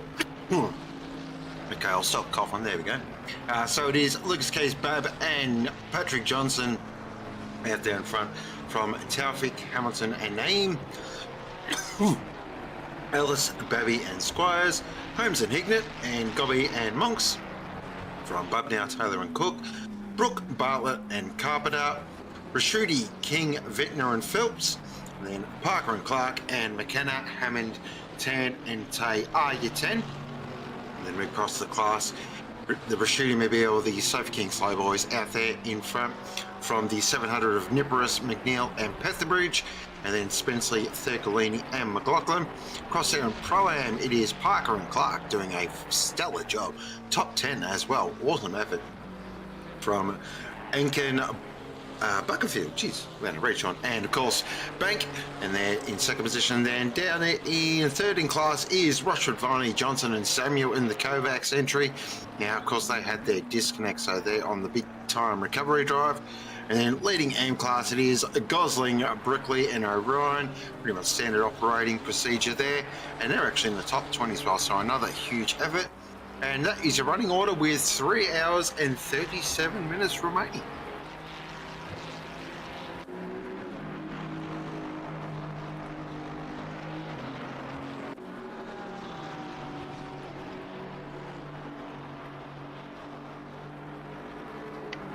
Doesn't look like there is any fight for position at the moment. All the cars seems to have some gap, and we have JC catching up on George in for position 16. Oh, there we go. Hang on. Oh, I saw George in the... So George is still in the commentary box, and then I saw him in the car. I'm like, how's he doing that? That's some quality operating right there. Talking about multitasking. That's some of that, yeah. That's a little bit of that showing off material, really. I mean, what is this? What kind of organisation are we running here? I thought he was a bit quiet in there. Yeah. I was about to sort of ask him a question, and then I noticed it. I'm like, oh, no, I better not. Come on, George, say something. Yeah. So, hope everyone is enjoying their evening. And of course, you are watching the Simrigs.com Silverstone 12 hour. And if you're in a bit of the market there for a bit of that old sim racing equipment, go check out Simrigs.com. They've got all the gear and all the experience and also all the expertise, knowledge. And they have some fantastic stuff, and it is coming to Christmas time, so do yourselves a favour and go and buy yourselves a Christmas present. Tell them Sean sent you and you'll be good to go. And of course, big thank you to Thermal Take as well for their continued support across the season as well. It's been an epic season here at OOR. Tick some big boxes with racing on different platforms. Of course, Le Mans Ultimate, we have moved across sort of there on the Thursday night out, which has been getting popular all the time, and hopefully they can get continued improvement on that. And of course, ACC, and I know there's been a bit of iRacing as well, which is awesome, and of course, which is exciting. And you right there, I'm trying to, you might, thank you. So here we are looking at the one and only JC, currently in 17th position at the moment, and running in the 666, and we know he loves these conditions. He'd be having the time of his life out there. I definitely second what you said about our sponsor Simrigs. I bought most of my gear from them, and I recently I lost all my beautiful stickers to put on my wheel, and I just sent an email to Simrigs and I say, hey guys, do you have any replacement stickers? And Andrew and the team, they probably responded within half an hour, and they say, we're gonna send you some straight away. I say, you guys rock. So yeah, awesome customer service from Simrigs. Yeah, I ordered my wheel, ages ago it was so quick and arrived, Basically, I waited, felt like only a couple of days, so it was awesome. So, have a look at, this is a battle for position here between the 666 and the 277. George there behind the wheel, and JC is closing up quite quickly. See what JC can do here. I reckon once he gets sort of the eyes on, he'll make this pretty quick, but George, we know, will not make it easy here. It's our only battle on the track at the moment. So just a bit of a catch up. We have had a rain shower come across. The clouds have come in, and now Silverstone is proper UK weather. But it hasn't been heavy rain, so the track stayed damp, I reckon, for the last 10 minutes or so. It hasn't gone across to wet. So now there is a couple of drivers there out on slick tyres. Josh Holmes there in the 69 nice entry is out on slicks, which I like. It's a bit of a different play, and I think it could be they're not in the window, but also it could be they're trying to see what this weather's going to do as well. So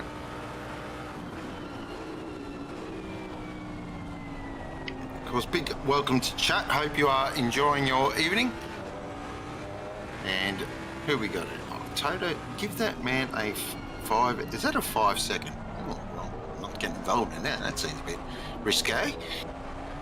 That's above your pay rate. Yeah, exactly. Moment for JC. That's fine. He drives the GTR. He's used to that stuff.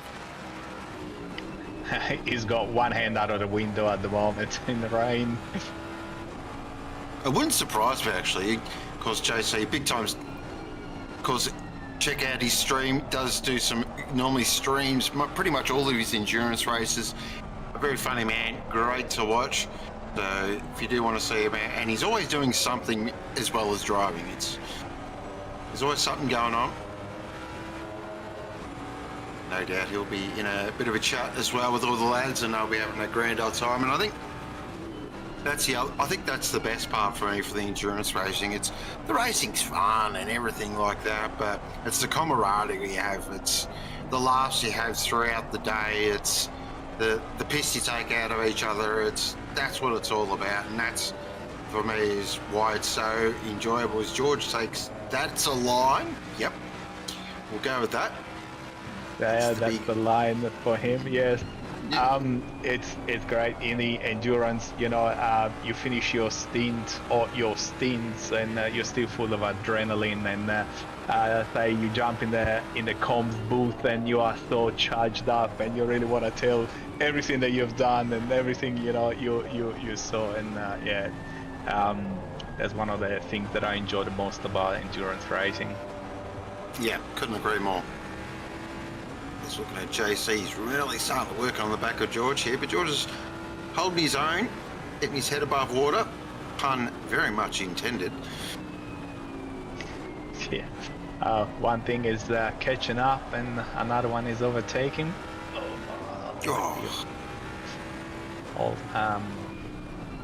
Murray used to say. Yes. Actually, that's probably the most famous bit of commentary in motorsport. I grew up in Italy, so basically, obviously we had Italian commentators on Formula One, so I only found out Murray Walker thanks to YouTube, and say this guy is awesome, like he's absolutely amazing, Yeah. Yeah, look, back in the day, I was a massive Formula One fan. Look, don't get me wrong, I still watch pretty much every race, but that 80s, 90s, I just loved that era, and sort of the early 2000s. And Murray, of course, a legend, and the Brazilian commentators when Senna was racing, just the stuff of legend. And they played the music when he'd win the race, and the Italian commentators, pure passion, especially at Monza, and especially if a Ferrari's in front. And then you got the German commentators, which are about as exciting as watching paint dry. Yeah, you kind of sum it up very, very well. I just comes to mind is James Hunt and Murray Walker talking about the I think that was one of the 80s drivers that after the turbo era, he had this natural aspirated car, and they say, oh, I'm not fast because I'm not used to aspirated car. And this awkward 3-second silence, and then James had to say, and I say that's bullshit. Exactly, yeah. Most famous bit of commentary. He's in the fence, they're both in the fence, they're all in the fence. It's up there for supercars. Nah, for mine, for supercars, there's probably 3. Number 1 would be, check out Split, it's awesome, on Greg Murphy's Lap of the Gods. The other one would have to be, the race has gone off. That was 2007 with Croppo. And then probably, it's not a famous bit of commentary, but let's be honest, Pack of Arseholes is simply iconic. I mean, that whole thing leading up to that, the commentary at the end when he's calling Jim Ridge in the fence, yeah, that stuff's proper Bathurst legend stuff. Definitely up there. I would probably put that 4th, but I just feel Bathurst, it's got to be commentary at Bathurst to really be put in the top echelon, especially in Australia. Worldwide, there's so many. I mean, where do you start? I mean, one of my personal favourites was Spa 98, when Schumacher crashed in the back of Coulthard and you just hear Murray, oh God! I think everyone crashed at the start of the race, and yes, Murray said, "Oh, it's a good start. There is no accident." Yeah. And 5 seconds after, there is basically half a grid piled up. And it's, what a struggle! Yeah, absolutely. This is the worst I've ever seen. Fantastic stuff, and that's what really, for me, is sort of the other thing as well, is the commentary side of things. You can watch. I've watched a bit of sim racing in my time, and I've watched sim races that are televised or broadcast, but there's no commentary, and it's just not the same. You've got to have commentary, and it just adds to it. Same with any sporting event, really. Watching sport without commentary is pretty hard. Even at the footy, when I go to the footy, I still have one ear plug in with the commentary on Triple M. Of course, Triple M rocks footy. No, I don't work for them. I just like Triple M. Of course, promoting. Yeah, exactly. Yeah. No, I agree. The commentators definitely they make a lot of the atmosphere, and they definitely enhance the experience. Exactly, and they're all so different. I think that's the great thing as well. I mean, especially in motorsport, you've got Murray Walker, who's passionate and loud and sort of boisterous, and then you've got sort of some, as George goes around, Sadaka said, we just saw a moment, just lost the back end of the McLaren, and did he keep it out of the fence? We hope so, but that was a huge moment. So unfortunately, that is shame. I think he's still it driving. looks damaged too. Yeah, it looks pretty damaged though. That's bucking and weaving. I blinked and I missed it. I literally grabbed down to, got myself some rice crackers I'm eating while I'm muting my mic, and yeah, I just went to grab one, looked up and I saw, George ran the other way, and that is unfortunate. He was having a great battle there with JC, and that has dropped him way down the order. He's only lost a position, I would say. It's not the end of the world, but we just got spoiled there because that was some proper racing there, unfortunately, but George has had a bit of a whoopsie. Yeah, bad luck for George. Hopefully didn't get much damage, and he can just keep racing and keep fight back. Yeah, exactly. There we go. Le Mans 23, if you can't have cake, yes, of course. Fantastic. All of the final lap in Bathurst 2014. Chaz, yeah, true. He's got to win this thing. They bumped, they touched. Great. Easily the best Bathurst, though. Couldn't agree with you more there, Matt. 100% the best Bathurst ever, 2014. 3 hours and 24 minutes remaining. It is 3:23 a.m. in the morning. It is currently light drizzle here in Silverstone. We've got ourselves a replay. This will be what has happened to George. As we jump on board in the McLaren now. So it's just coming through my field. Yeah. Oh no, that's coming towards. Oh, it just got on the curb and around she went. Spin, spin, spin, around, and no damage though. So that is a good thing.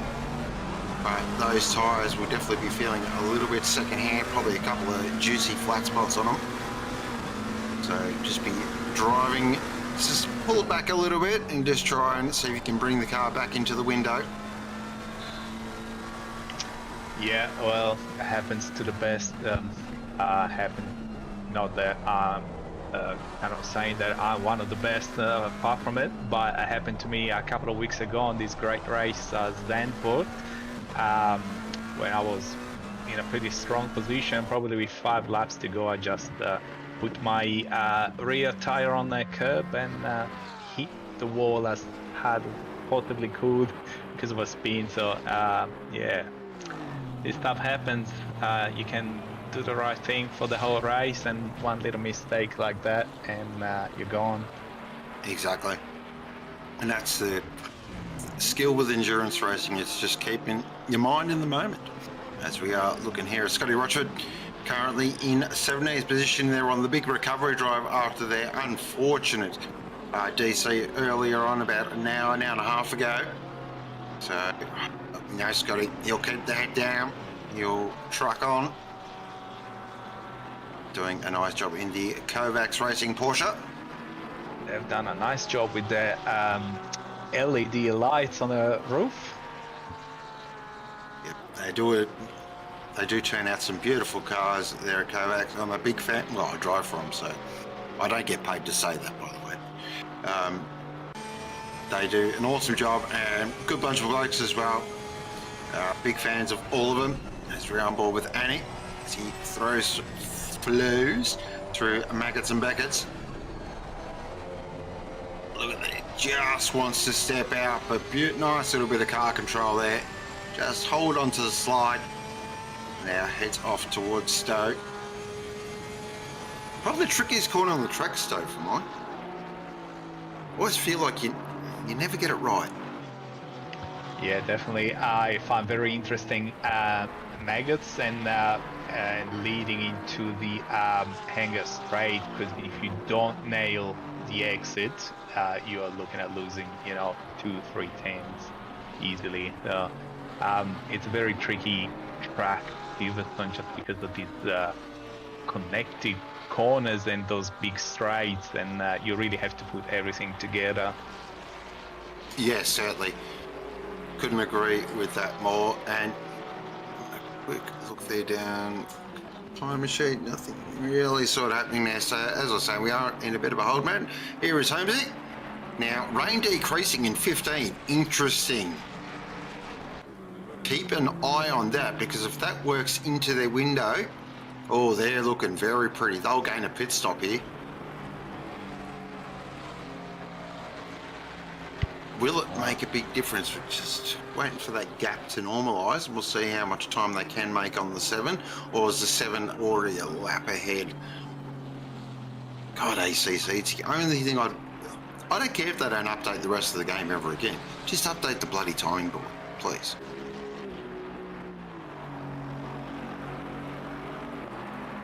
Ooh, okay. Yep, copy that. So it could have had a bit of a moment. Whoa. Certainly driving like it. Yeah, Lucas Keys has 42 seconds of gap to Tafik, which is a nice little gap.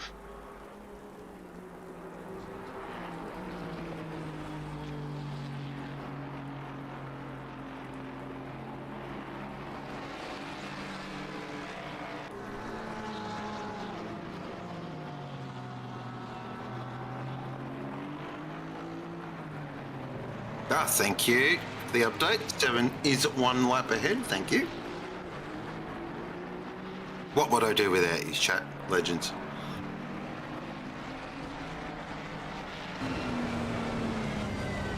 Oh, got a replay. Here we go. What's going on here?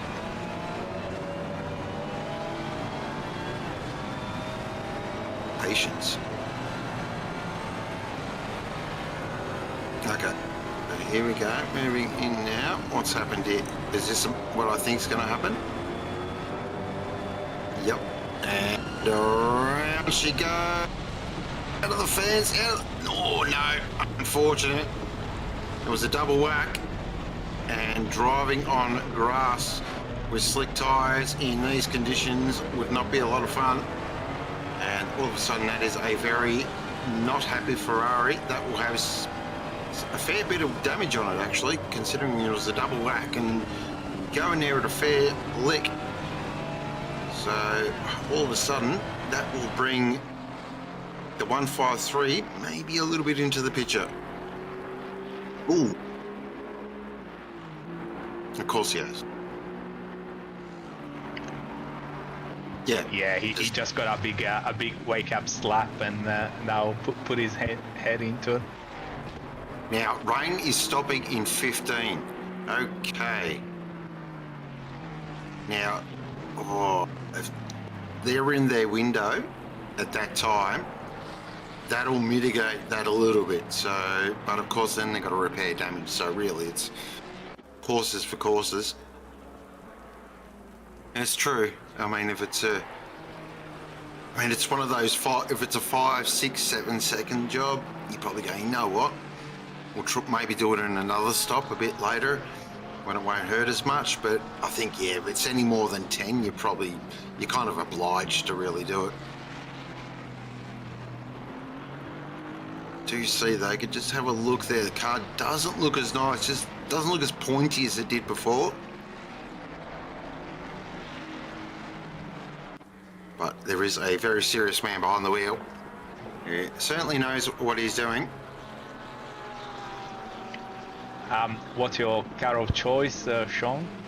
My friend, this must be your first time here.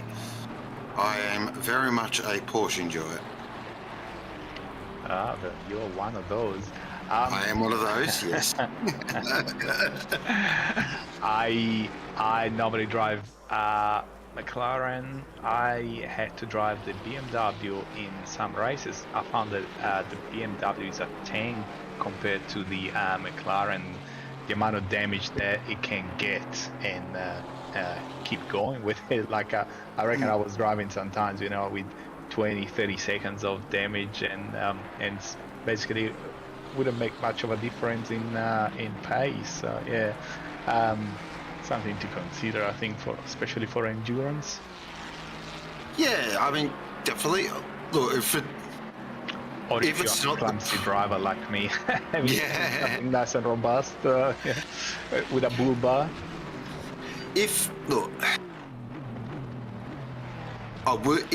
I get pushed, I will drive the Aston. I do like the Aston, especially in enduro mode. It's just a bloody nice car to drive. But yeah, pretty much anything else. I've driven the old Ferrari, not the new one, in an enduro at Silverstone, actually, in the Silverstone 6 hour a couple of years ago. Enjoyed that. That was a lot of fun. I do enjoy the old Ferrari, the 296, not the 488. Is it 488? Yeah. That was over the 296. It was, and it sounds like a bloody Ferrari. Where the 296, I don't know why, it just left me a little cold. I thought it was going to be super exciting in it, and I remember when it first came out and I drove it, it's like, drive the, the Audi I don't go near. Let's just establish that very quickly.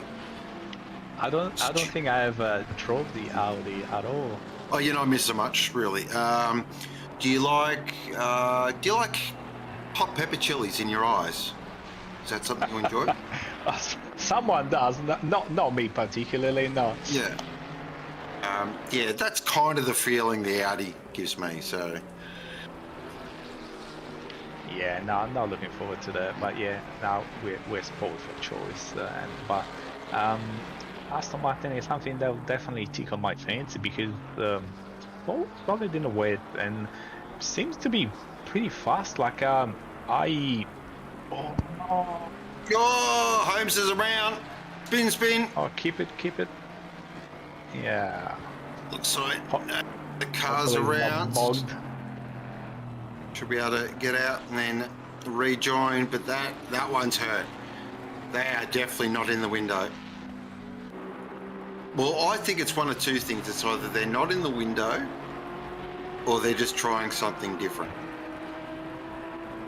But I'm leaning towards not in the window. Now, knowing the Ferrari normally does around, I think 65, 70 minute stints. I could be wrong. So they're probably trying to get to that sort of point where they've only got 2 stops to go. That's unfortunate. So he's had a couple of moments here, Holmes, and that one I think will hurt. And that will start to get the 153. Will just start to get a bit of a sniff here. Of course, with 3 hours 30 remaining, still plenty of time to catch up as well. I imagine his tire pressure will be so low and the tires will be cold. Yeah, I reckon he'll be struggling with tire pressure on 21, 22. I think also, not just tire pressure, I think that little bit of damage will just be compounding that as well. Yeah, definitely. Yeah, not in an easy situation, and yeah, hopefully. I'll just call it now. I'm happy to be sitting in here. Yes, yeah. Looks pretty. We don't know the gap to grow in 50. Oh, geez! Look at the wheel work here. Holmes is putting in. He's putting in a proper shift here. He is definitely going to earn his chocolates after this. That was a huge moment. That nearly was out in the weeds. Look at just balancing it on the slide. Through Cops, now up towards Maggots and Beckett's. Now, this will be interesting. Oh, wow. Just see the wheel work. Little micro corrections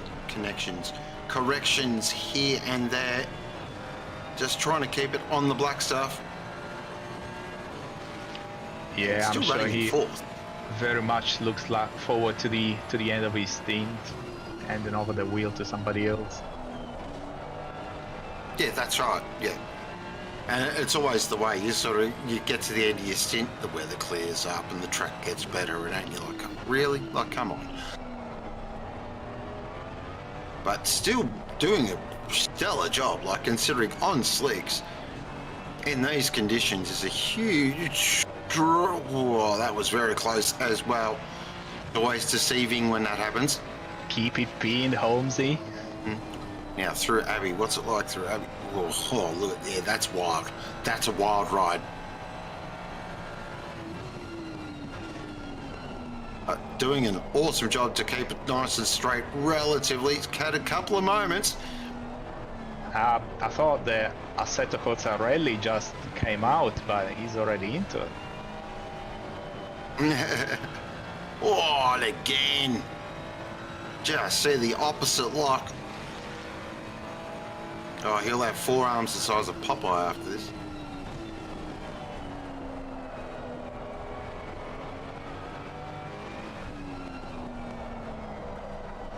Just good car control here.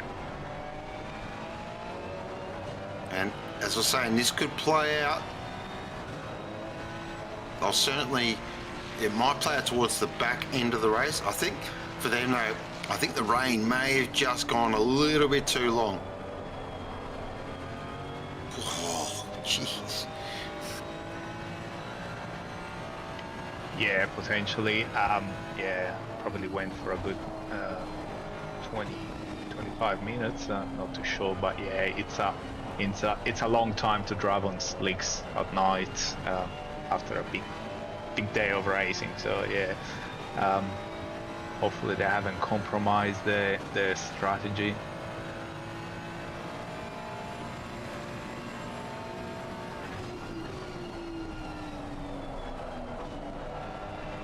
I like it. I like someone doing different. I've always said that. It's always best to have someone trying something new and just seeing how it all plays out. Yeah. Have you raced the last sprint series by any chance? Unfortunately, I was planning on it. I did the first two races actually. First race I had a disconnect, like my first ever disconnect in a race. Like, yeah, thanks ACC. Good game. And then the second one did okay. I thought I was feeling pretty good, and then that pesky thing called bloody life got in the way. Yeah, unfortunately. Yeah.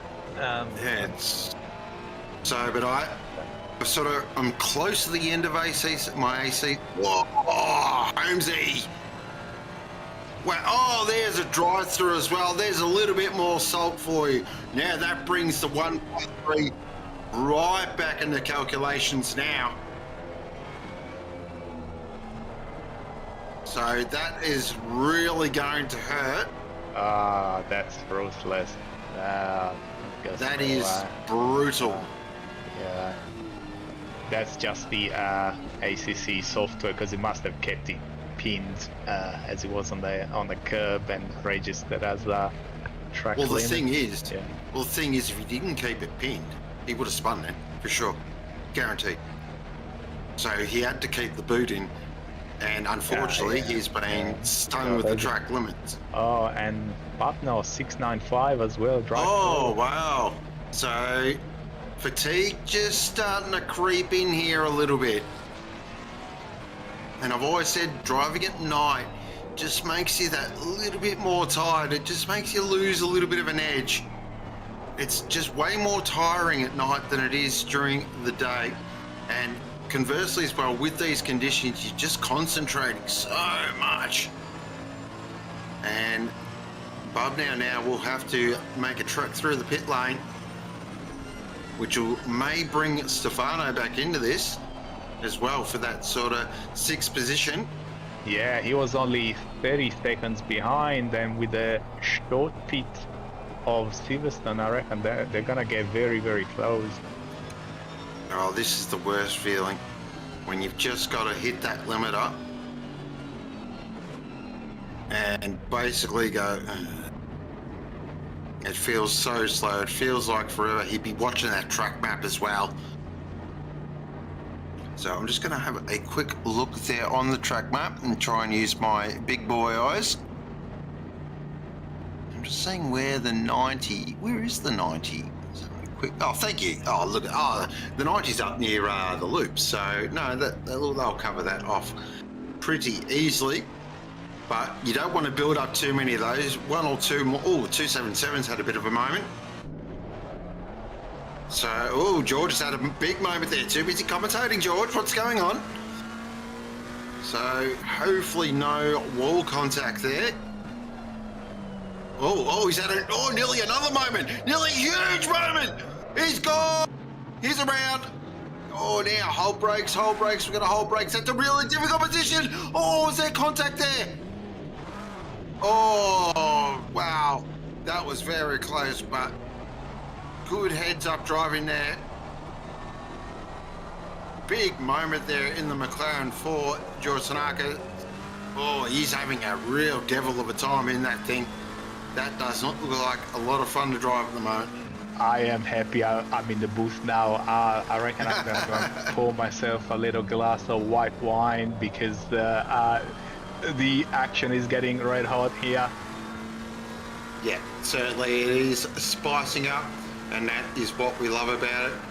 And, well, look who's decided to pop in. Hello, Lexi, how are you? Hello, Sean. It's great to be back into the comments booth. Of course, was in this morning. Seems to be a bit that has changed throughout the past few hours, but great to be in here. How are you two doing, Sean and Dario? We're well. We're enjoying our evening and just calling a bit of action. It's been a lot of fun, as you were saying. Yeah, a little bit of drama there. We've had a few drive-through penalties. We've had a couple of guys just go off. We had this rain shower come in, so it's sort of thrown a bit of spanner in the works. But other than that, it's been a relatively good stint so far. Enjoyed it. From what I was watching before, it did seem like there was a little bit of drama going on. Of course, I saw the drive-through penalty. I believe that was Holmes that picked up that penalty there. It certainly was, and really unlucky for Holmes as well. You're sort of out there, out on the ripple strip, and it was one of those slides where you've got to keep the foot down. Especially in these damp conditions, because they were still on the dries as well, so that would have made it a lot harder to actually handle that. So, speaking of drive-throughs, Gormley's picked up a drive-through as well there in P22. Wow, they've had a day. They got an SG30 as well, I believe. So they've had those moments. Yeah, it's been pretty spicy out there. Well, I'll leave you in the capable hands of Lexi and Dario. I will pop off for an hour, and we'll be back to bring it home. Enjoy. All right, Sean, thank you. Enjoy your quick break, and we'll see you at the 2 hour to go mark. With 3 hours to go, it's 4:05 a.m. The rain has just stopped here at Silverstone, and track conditions will still be damp for a little bit, especially with the fact that there is no sunlight to really dissipate any water. But either way, we are in for what should be a solid hour. Expect there to be a couple stops coming up soon. In fact, there is one from P9 with McKenna in the number 23.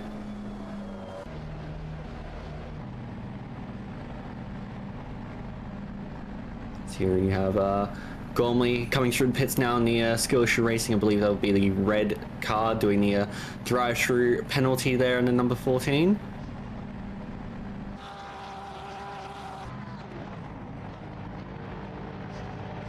Always a bit tricky having to go through and do these drive-throughs like this this point in time. So yeah, always tricky, but Gormley comes out and stays in P22 for the moment. So I think that goes to show what the field spread is like currently, which is to be expected with a long endurance race. We've already had 9 of the 12 hours allotted for this race. G'day, Lexi. Hello, Dario. How are you? Very well, thanks. Thanks for having me in the booth. First time for me, so yes. Tell me if I'm doing anything wrong. You're pressing the wrong buttons. No worries, Dario. It's great to have you in here. Oh dear, McKenna has just come into the pit lane. Has picked up a stop go 30. They have been very common today with the trickiness of the pit entry. Wow, what a shame. It's crazy how you don't gain anything by being half a second late on the brakes, but there's a lot to lose if you overshoot it and get a stop and go. Yeah, exactly. And it's very, very tricky to spot your markers in these sorts of conditions. Like pitch black, you've really only got your headlights to rely on, and it's already a very tricky pit entry here at Silverstone. So it is unfortunate, but as we said, not uncommon. And yeah, you don't really gain any time from being a bit of a hero on pit entry. So McKenna will have to take that on the chin, and he will need to serve that stop go 30 within the next couple of laps. What a shame. They are in a strong 10th position, and they look pretty strong in there. So yeah, they have to work hard to get it back. Yeah, exactly. And hopefully it doesn't affect them too much. I mean, there is a few cars behind Ancan in the number 10 and Hayes in the Triple 8, who are only about 30 seconds back. So we'll lose positions to them, but shouldn't be too bad overall. I think at this point in time, the stop go 30s may, at least in terms of your position, not be as costly as earlier in the race, but you have less time to actually gain back the time you lost from serving that stop go 30. Yeah, definitely. So we see McKenna come into the pit lane just as we hit the 3 hour to go mark. So 3 hours to go in this race, and he does slow down, I think just enough, but we shall see. Of course, Hobby Culture Racing entry. Now will stop in the box for 30 seconds, carry on as usual, and pray that he hasn't done the exact same thing again. But yeah, I did see the stat earlier that there'd been more pit lane speeding penalties handed out than actual driver penalties handed out by the stewards, which is pretty astounding, as it looks like the number 500 may have gone around a little bit earlier on the track round so, but seems to have recovered now.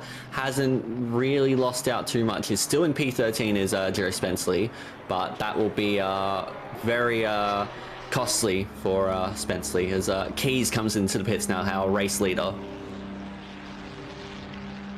It wasn't a chat just before that. Lucas Keys had a bit of a moment. Megos curves, I think, didn't lose too much time, but had a bit of a wake-up call.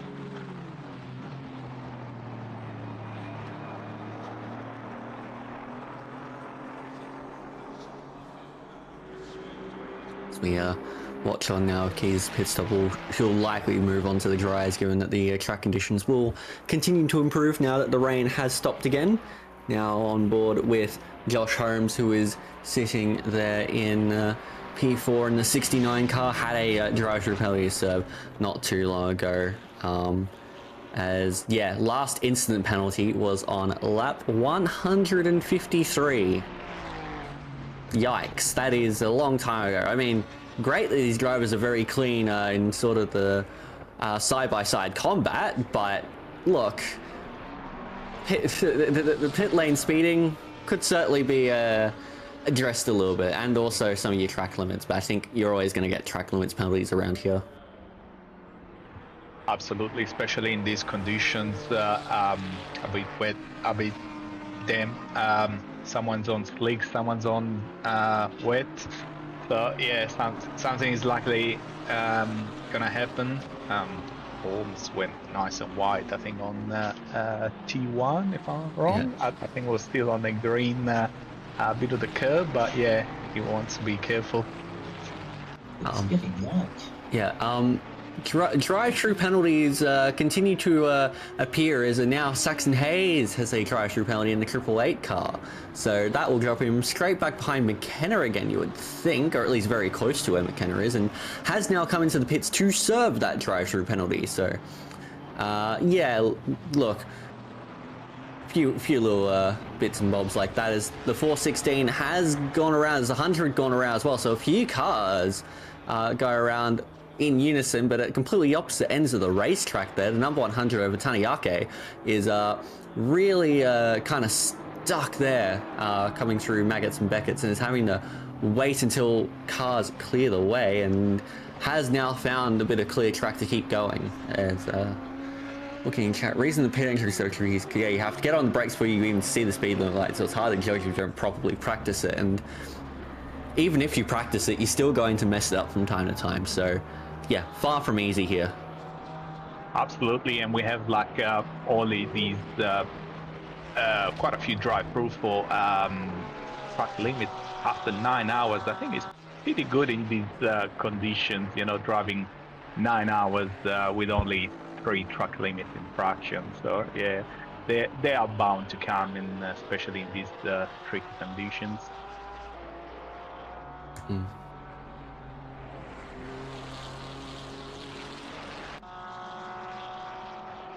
Watching now with Taufik there sitting in a P1 now, only for the moment, with the 777 having come into the pits not too long ago. Johnston's jumped into the Porsche there for the time being, as that is very deep from Taufik. He's likely still on or potentially just on some tyres that are starting to get a little bit worse for wear, but yeah, he is definitely crawling around the track at the moment. Yeah, it's probably even coming towards the end of his stint. He has been in the car for a while, so probably looking at having pit stop and then driver change soon. Yeah, definitely. No, hasn't been easy for a lot of these teams out here, and you would say the 124 car has done a pretty solid job out there, but yeah, that 777 car has just been far too quick today, and even with 3 hours to go, looks pretty well set currently. Of course, there is still 3 hours to go, so anything can happen, but we are starting to see the first glimpses of light off into the distance as the sun starts to peek over the horizon here at Silverstone at 4:23 a.m. So should start to see things improve a little bit. In fact, track has just gone to greasy, so it is slowly getting back to the slick conditions, but yeah, currently Taufik is just having to continue onwards with what they've got. Yeah, I think it was great race management by the car 777, just keeping the fuel consumption low on map 4, and I'm pretty sure they did one pit stop less than car 124. So, and that's how they got the position back. So great driving, but also great managing of the race. Yeah, definitely, and I think it was mentioned earlier in the first commentary stint is that running the Porsche in a more conservative engine mode, because it's already not that quick in a straight line, you don't really lose a whole lot of speed like you would if you're running a slightly more conservative mode in, say, the Ferrari or the Mercedes or the Aston Martin. So that is definitely a benefit of being in the Porsche, is that because your straight line speed is already so poor, you don't lose a whole lot when you're running at a slower engine mode. Instead, can just save fuel, and that is how you're able to get that additional pit stop over the likes of, yeah, the 124. Yeah, definitely, and you can afford when you have quality drivers like they are. Oh yeah, absolutely. The drivers that they have in that team are unbelievable. Of course, we've seen Keys do very, very well throughout this race, but of course the other drivers in there as well. Johnston in there right now, and I've seen him a couple times in the sprint series, and he's always been a very, very quick operator. So no doubt they have a stellar lineup there. But yeah, it's just seeing how they can manage it as we start to move towards the early morning phase. The bright sunlight in the morning can be of a bit of a hindrance to the drivers, but they've got enough experience at this point that they should be well used to it. Yeah, definitely. I think if nothing happens with the weather, things should only improve from now. Once they put our new set of tires, yeah, things can only improve. I saw McKenna is getting pretty close to car 888 Hayes. Overtook it. Yes, no, Hayes had the drive-through penalty before and seemed to come out pretty well in proximity to McKenna, who had that stop-go 30 for speed in the pit lane before. McKenna should theoretically be on fresher rubber and have a bit more pace at this point in time, but both teams are of course in the pro class, so you would expect them to both have some very, very solid pace. And I think that 23 car has been quite quick throughout the day. It's just been a little bit unfortunate with a couple things not going their way, or the strategy calls not quite being on the right side of proceedings, but still showing very solid pace and well on for a top 10 here. Yeah, and great to see that they're fighting back after the penalty, so they're working their way back in the top 10. Yeah, definitely. And yeah, I mean, with the way that the conditions have changed like constantly throughout the day, like you'd have half an hour of dry running, and half an hour of wet running, and half an hour of dry running, and half an hour of wet running. It's very hard to really predict exactly what your strategy should be. And I know particularly at the start there are a few drivers in the damp conditions that we had right at the beginning of this 12-hour race who weren't really sure where they should be on the dries or the wets, and that caused a few issues. As looks like Hayes has come into the pits there, so looks like he was towards the end of his stint anyways. Yeah, he'll be happy about that. I'm not sure if it's gonna do a driver's change, but yeah, I haven't seen Jaden for a while, so that we might be looking at having a driver swap and definitely Hayes will be happy to hand over the wheel to somebody else. We'll see what happens. Seems like Ankan and Gobby have also come into the pits, so a few drivers are making the change now, which is about expected. We've got 2 hours and 50 minutes to go. They may need to do a bit of saving, of course. No maximum stint timer in this race, so allows the teams to play around a little bit more with the fuel loads, a bit more with the strategy and how they proceed with things. It looks like for most of these drivers, it's about changing off from the wets and onto the slicks. Yes, getting the tire pressure right now will be critical, especially with the time multiplier. So we're gonna go from 434 in the game now to 634 in the next stint. So temperatures are likely to change in the next stint. So really having the right pressure will be quite critical. Yeah, and I'd say right now the 777 car has it pretty well under wraps. They are doing 205.7 compared to the 209s, 210s, 211s of the cars around them in the wet. So, yeah, seems that the 777 car on the slicks have the right idea currently. Even if the track conditions are only greasy, they are still finding a significant chunk of time compared to their rivals, and really, they're kind of in a race of their own at this point. Yeah, they caught up with 124 within a few laps, and now with the tires warming up, things are only gonna get better for 777.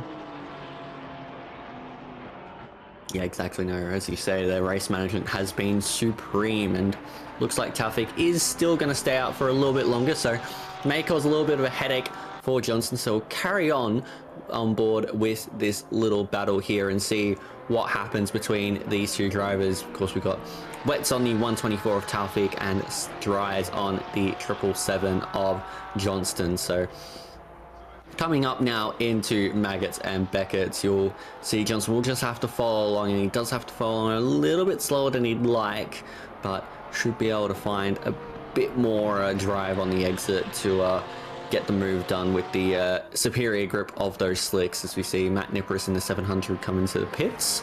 Here we go, down the straight. The Ferrari does have a little bit more gusto in the straight line speed department, but Johnston should get it done up the inside, and Taufik makes it fairly easy for him. So back up in the P1, business as usual for the 7777 car, as their team name says. Meanwhile, Ellis in the 7 car has come into the pits. Yeah, great driving by Taufik. There is not much point of being overly defensive in this situation. He knows that Johnston is way faster than him, and being overly defensive is just gonna cause him more trouble and possibly cause a collision.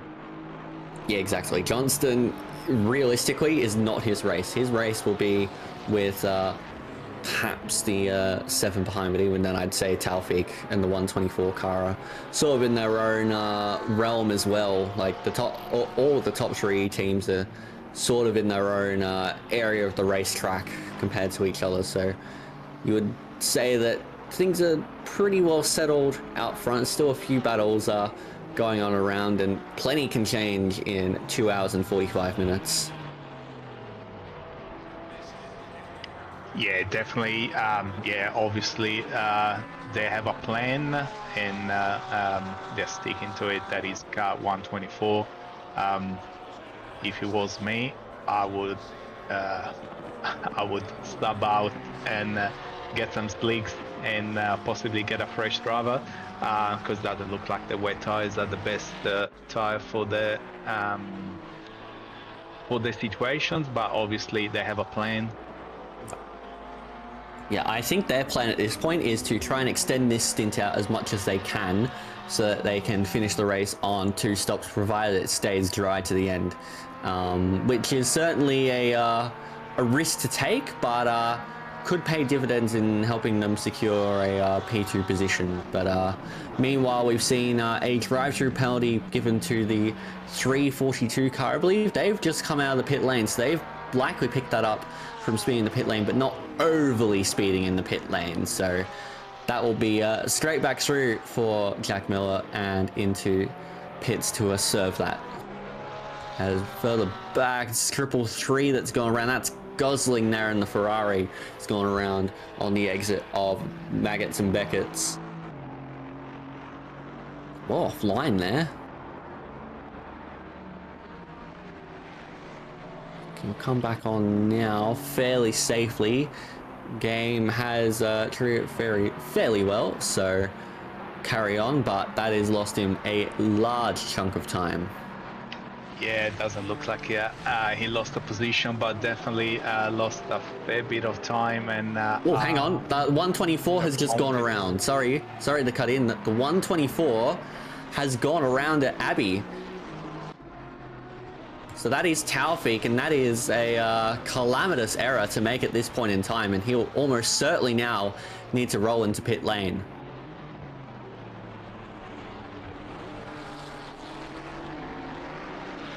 So not too sure what happened, but if I had to guess, he may have just gone a touch too deep, pushing those wets beyond their limit, going into Abbey, and around it went as he definitely saw the yellow flag there, and there's a yellow flag again here for the 342. They need to serve their drive-through penalty, and yet they've gone around.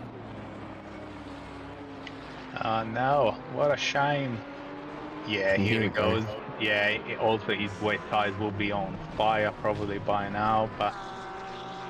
Yep. Does slow it down well enough, so that won't be a penalty to be served. But, you know, that 342 is still yellow flagged. I am curious as to what has actually happened to that 342 car.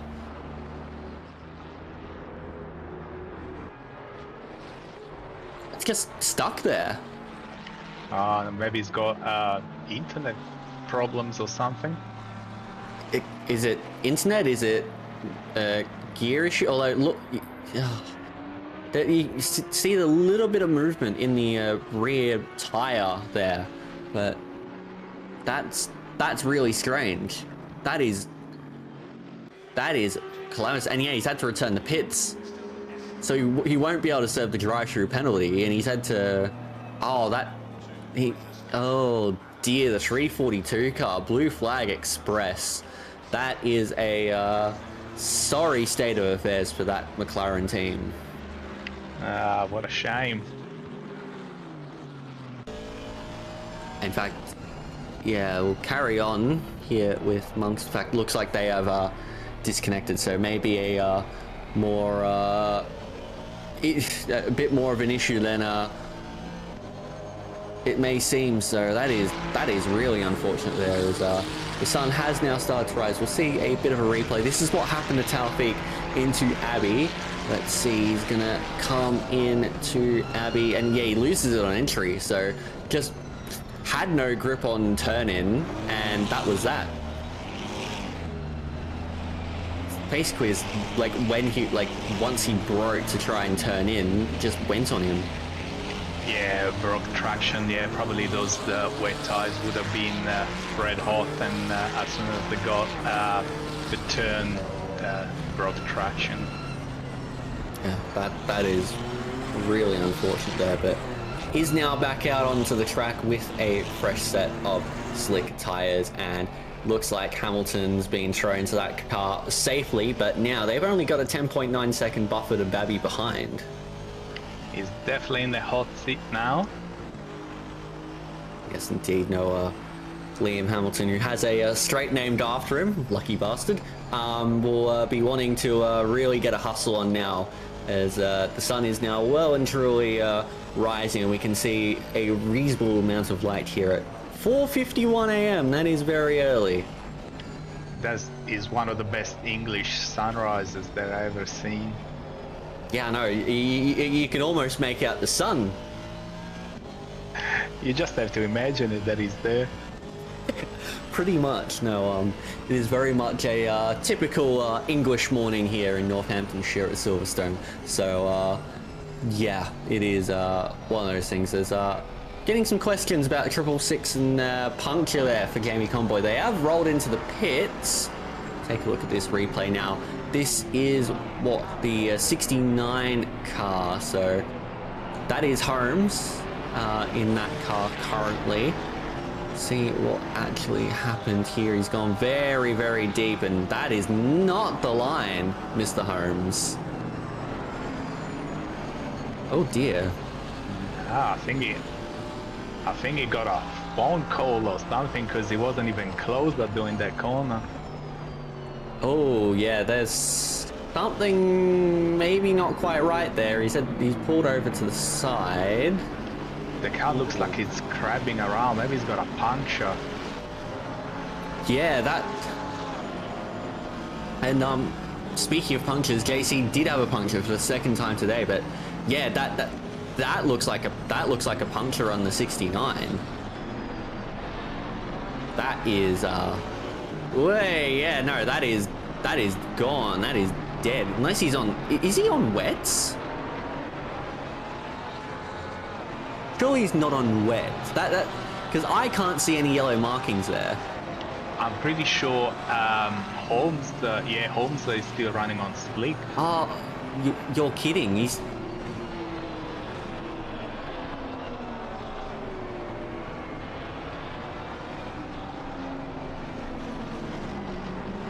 Yeah, that is a.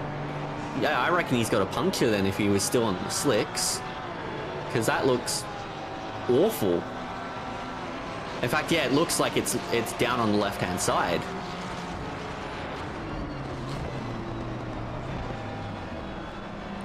Oh, Yeah. He got in really hot in that pit lane. Far out. That is rough.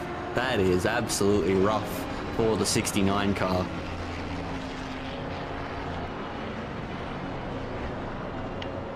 Yeah, it's been a really tough stint for Holmes, having to drive on slicks and now the possible puncture. I'm not sure if Glory Bobby pitted because he's only 9 seconds behind. Yes, he did pit because the number 7 car was being driven by someone else just earlier, I believe. I think. Oh yeah, that's yeah, it was right. Breno Ellis in the car. So they're going for position there.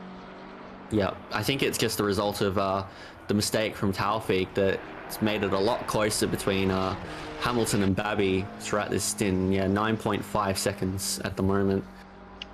This is getting very interesting for the last 2.5 hours and a couple of laps. Yeah, certainly. It's looking in chat. JC never had a puncture in his sim racing career, and now he's had 2 in a day. That is rotten luck. I nearly swore that's how bad that is. That is, yeah, really, really unfortunate there. Unfortunately, it's like that. When it rains, it pours, and yeah, sometimes things just happen out of your control, and there's lots of things that can go wrong in a 12-hour race for sure, and yeah, unfortunately, punctures and accidents are always on the card. Yep. Getting a bit of a friendly banter, which I'm assuming Chris Crusher's ACC perhaps could be on the 695 car, on the 695 team or the 153 team, one of the two. Look at that line. Benny's taking the piss at this stage. Yeah, yeah, I'd say there's a little bit of a banter in the chat at this point. Yeah, as you expect, of course, it's a pretty good group, and you know, it's friendly, and they love to have a laugh. So this is all part of it. Yeah, that's it. No, it's probably what makes these sim racing communities even more better. You can just throw that friendly banter to the side and just have a bit of fun with it. But the good news for JC in chat is that he hasn't had a pit lane drive through, but yeah, it's just that he's had a couple that have been on 3 tyres only, which is less than ideal. That's pretty remarkable. I was gonna say, if there's no friendly banter, it will be an Australian. So yeah, bring it on. Correct. Very correct there. But you know, I mean, we've seen some punctures around Silverstone before, both in games and in real life. Of course, some pretty memorable moments from the dark times of the early 2020s around here. We had some punctures influence the Mercedes Formula One team, of course, but yeah, it seems they're rearing their ugly head in the world of ACC for our Simrigs Silverstone 12-hour too, which is really unfortunate. So, And those punctures still weren't enough to get the Ferrari to win anything. So yes. Well, speaking of punctures, number 16 is a puncture. What in the heck? Yeah, that is left hand down. That is, oh, that is, yep. yeah, and it still has half lap to go before the pit lane. It's gonna be a slow hike back. Did the track marshals just throw down some glass like throughout the night or something?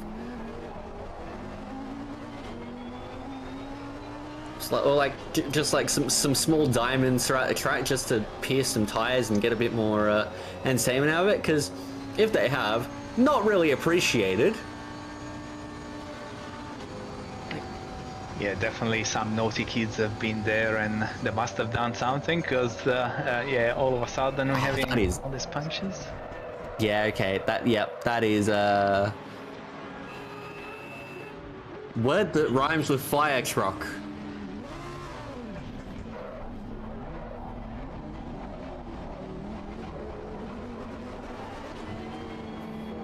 Oh yeah, there we go.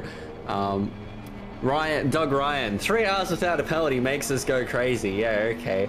I see where we're at, our steward, with the stewards here. Although Matt being a little bit more reasonable and saying Pirelli have a lot to answer for, but I'm sure it's just Pirelli and nothing to do with the trackside personnel whatsoever. I don't know, but I see 15 seconds coming now for Ryan. Yes. 15-second penalty for leaving for leaving the track and gaining an advantage in some regard. And for being smart. Yes. Oh, we'll carry onwards. Here we are on board with Cookie in the 695 car. This team was on pole position, and they certainly haven't the best of races in terms of pace, but the Mercedes, they've had to run map 2, and map 2 is definitely making it a fair bit slower, so perhaps racing with one hand tied behind their back, but still their top 6 there are in a reasonable position. There we go. Pirelli, legit expensive rubbish. I would be fully agreeing with you there.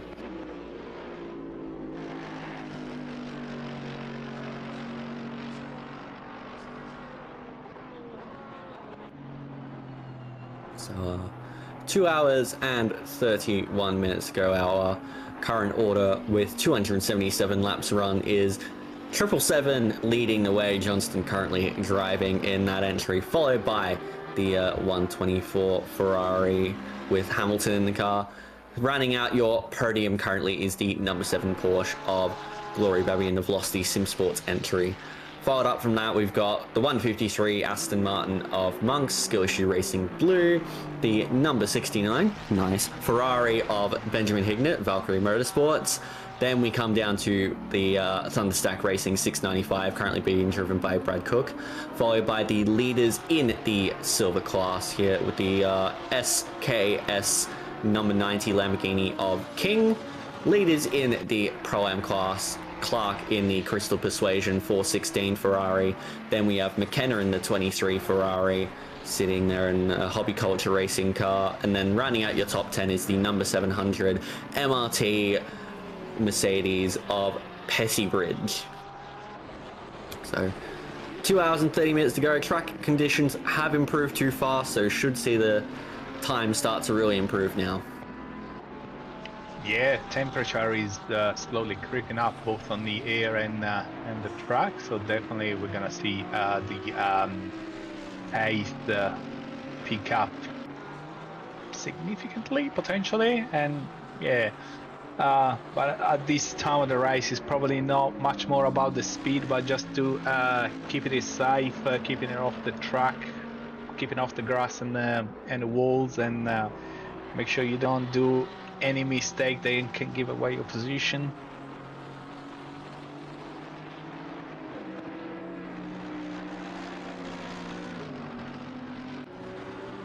As we look down now into P13 with McLaughlin, a little bit of traffic around this point with the number 500 car. Seems to be a little bit of blue flags going on, but it's also got 13 seconds back to Zach Jensen.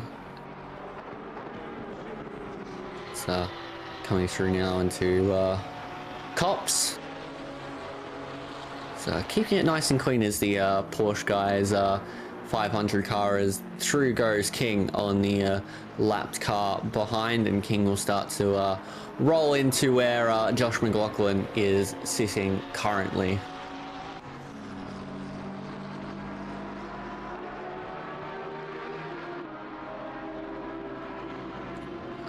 Right on through.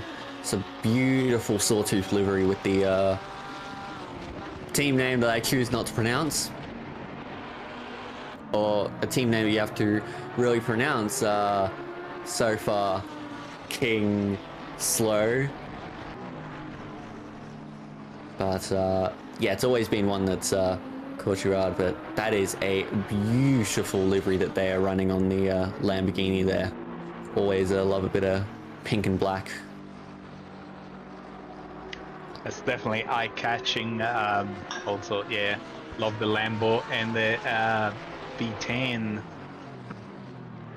Yeah, the Lamborghini is just a very, very cool car. It's what I started out in ACC back in season 2. Oh no, I did the Mercedes first. So it was, yeah, probably season 3, but it was a car I remember driving the most in the early days of ACC. Of course, it was the older Lamborghini, not the current one. The current one I've driven a little bit, but yeah, pretty cool car to have out there on the track, and it's nice to see a few of them out there, the number 90 car and the 16 car as well. I was thrilled seeing the Lambo winning the Spark 24 Hours last May with the Granarolo team. I don't remember the name of the team, but it was an Italian driver.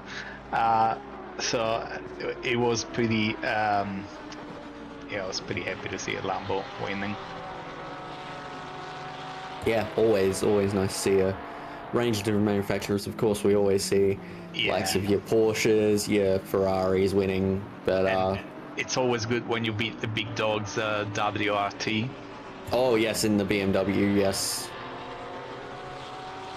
WRT, very well known in the realm of GT racing. Of course, they are a staple of the fastest 12-hour in most races. We've seen Valentino Rossi down here multiple times. Of course, we've seen a few times where the WRT cars have decided to try and climb over the wall, which is certainly a choice.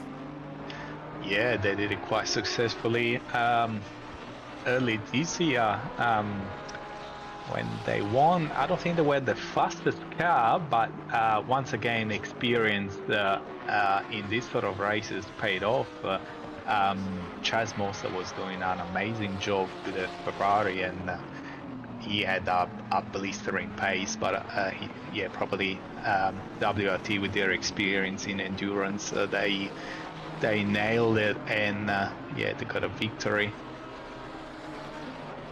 Yep, they are very much the one of the top teams in the world of GT endurance racing. So, perhaps almost see that with the way that the 777 car is running out front. Very much a the sim racing equivalent in this Silverstone 12-hour, you would say. Absolutely. You know, you do the kilometers in real life and in sim racing, you're gonna get the experience and then know how to be successful in these long, challenging races. Yeah, indeed.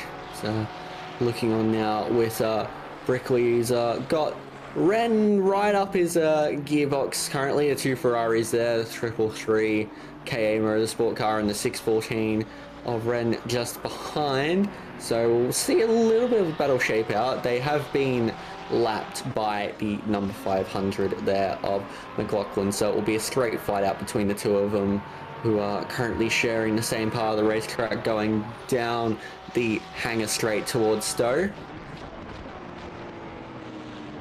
Yeah, this is definitely a tricky situation with the both Ferraris being one lap down and fighting for position.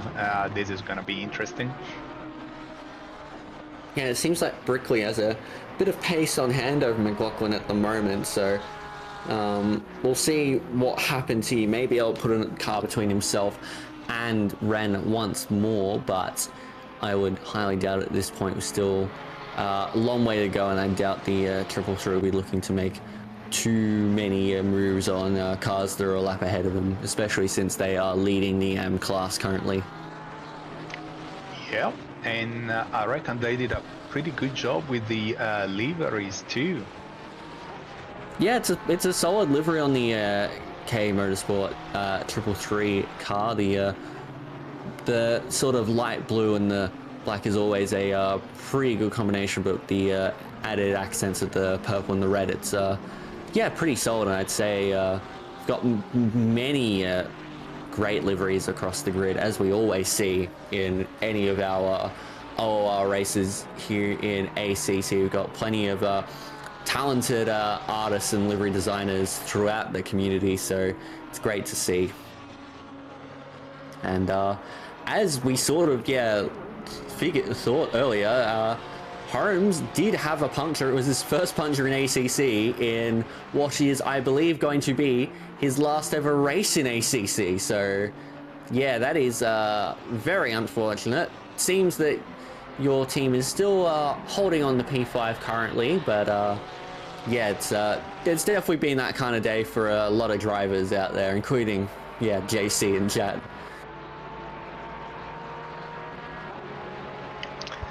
Yeah, definitely a terrible situations. I had punctures before, and yeah, it's that very long limp back to the pits, and you really don't know how much grip you have. Sometimes you think, oh, maybe I'm alright, and then you just end up spinning, so you lose another 30 seconds on top of that.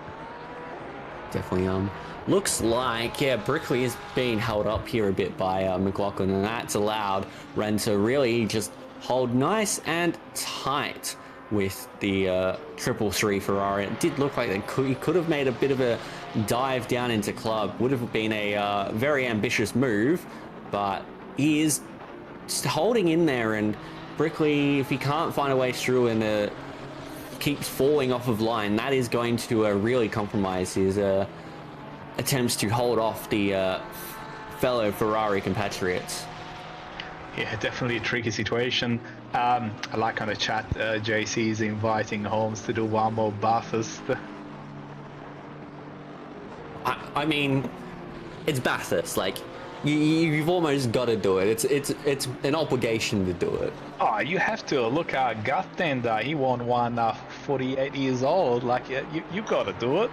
If it's on, you got to do it. You got the possibility. You just don't question it. Just do it. Yeah, I mean, he just announced his retirement from supercars racing altogether today, did Gattender. So there, and I don't believe it. I reckon. Yeah. Yeah.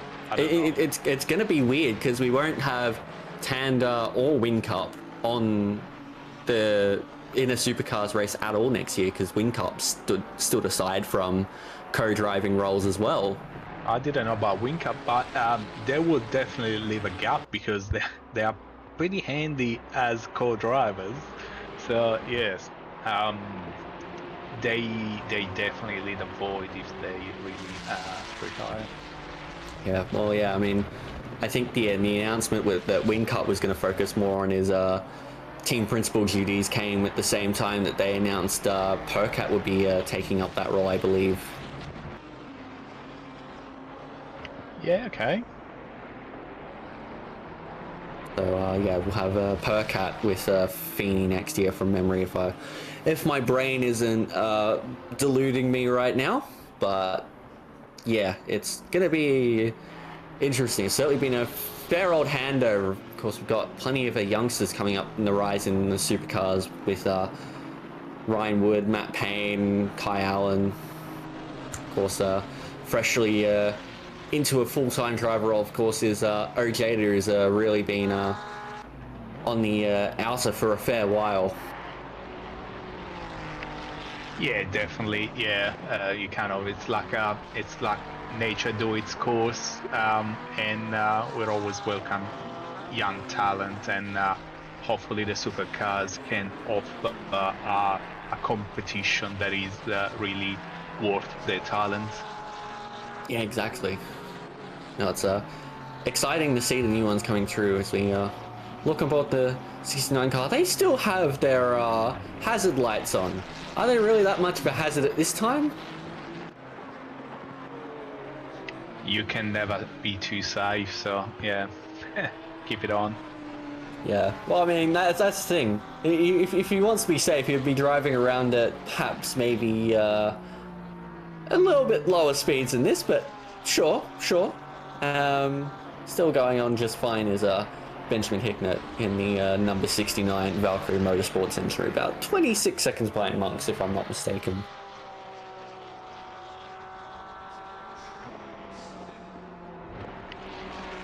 Yeah, as Sean mentioned before, the ACC time board is a thing of of mystery, and Yeah.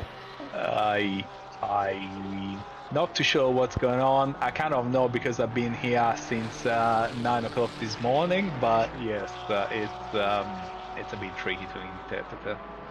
Yeah, interpreting is a little bit strange. Fortunately, there is a bit of live timing around here and there being streamed elsewhere, but oh my lord, the race leader is a drive-through penalty that's not going to cause them any grief at all, because they are way ahead of Hamilton in the 124. Perhaps just a slight inconvenience for the 777 more than anything. Yeah, that's probably, at least now you have a fresh start and you have 3 more infringements up your sleeves. So yeah, bring it on. Wait, you know what would be funny if he decided to just speed in the pit lane on the entry, just to make it a little bit more, just to make it a little bit more exciting. But seems that Johnston handled that very well, and will come back out with a solid gap to Hamilton behind of about 50 seconds.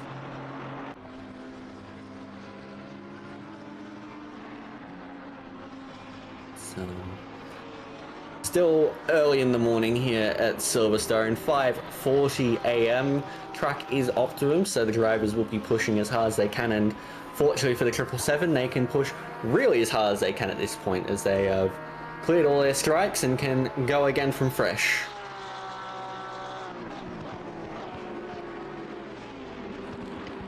Yeah, and the gap between Hamilton and Bobby's hasn't changed much, still within 8.6 seconds, which is fairly safe. They're kind of matching each other's pace, so not expecting too many surprises. If I don't want to call it, I don't want to finish this race, so yes, it's up to you, Lexi. So we see Billets coming into the pits there, the 277. We'll just move on from that, I reckon. Yeah, I reckon. How's the weather? Weather is looking sublime. We do have some sunlight, which is a rare sight at Silverstone, I must say, especially in this enduro. Sort of but typically the pattern is we get a bit of sunlight and then it disappears again. We get more rain. That's perfect English weather. Yeah, I mean, yeah, it is. It's one of those things that you just expect when you're in the British Isles. That's it. So that you can go and have some blood pudding for breakfast. Yes. Yep. Yeah. Yep. Yep. Yep. Still not sure what I think about that. Haven't tried it yet, so I cannot comment.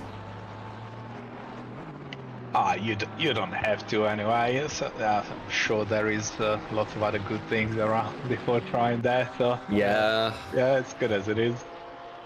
Yeah, I mean, it is certainly a big greasy mess for breakfast, but sometimes that's just what you need.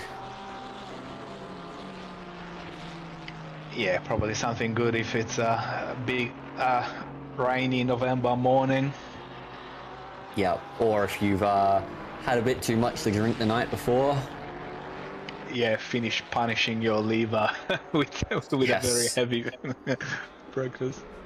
Yep, that's typically the way it goes from what I know. I guess it's a little bit like you get with your HSPs out here, where had a bit too much to drink and you just go, all right, HSP it is. So. What's the HSP?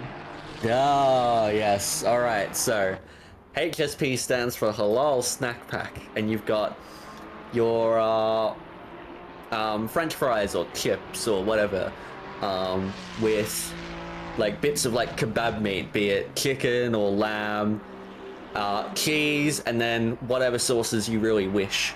Like you could have. I think my go-to is garlic and chili, but you can have like garlic, chili, barbecue, tomato, mustard, whatever you want on it, and it just forms a basically this massive like box, like this massive takeaway box, as a bit of a comfort meal or just something to get yourself over a bit of a hangover. I can't think of anything better than that. Exactly. It is sublime.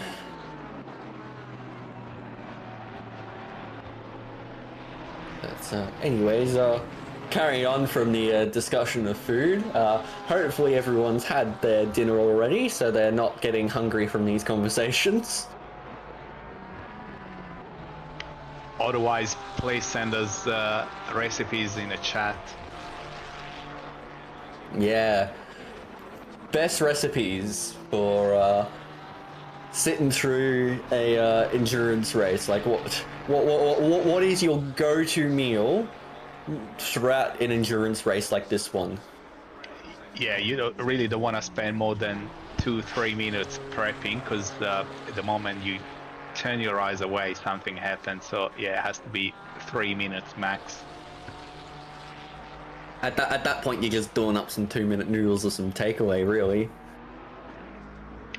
Yeah, takeaway would do it then. Man, I know there's a few that like their burgers, but you want something that's not going to be too messy, because you never know when you're going to be called upon to quickly jump into the rig. Exactly. You also don't want to have too many liquids. Having gone to the bathroom when you might be going to race, or they might need some information regarding weather, tires, accidents.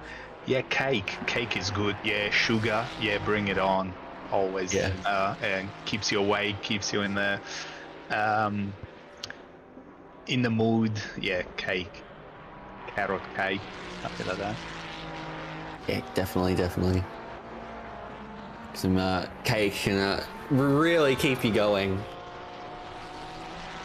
especially when you've got some nice frosting on it, just to indulge in as a bit of a treat. When I first started sim racing, I had problem concentrating for probably more than 15-20 minutes. So I remember my first 45-minute race, then I smashed this half-a-liter can of Red Bull, and I was so wild, you know, like yeah, it's funny, you know, you're not used to it, and big Red Bull was my go-to meal, if you call it. Yeah, well, here's a very interesting meal. Steak, potatoes, and salad delivered straight to the rig. Well, he has a good wife, obviously. That is living the good life. Far out. That is one hell of a meal. And oh, Craig, letting the Minister of War and Finance decide. Yeah, look, fair enough. I don't think Jamie Winkup has steak and salad for dinner served at his rig.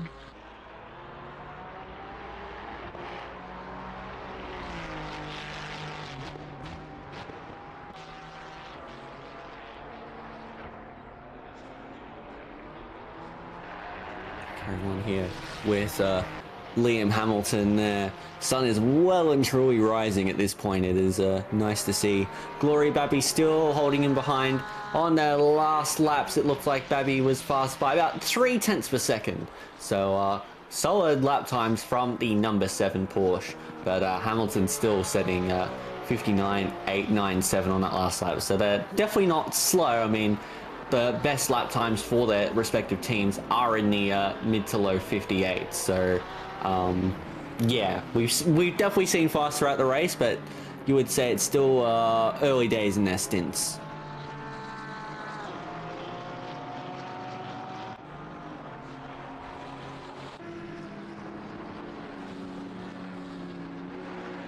Now with Nathan Monk sitting there in P4. He's a little bit further back from the top 3, about 1 minute and 17 seconds off, but he showed he's had a solid amount of pace. 59.6 on the last lap.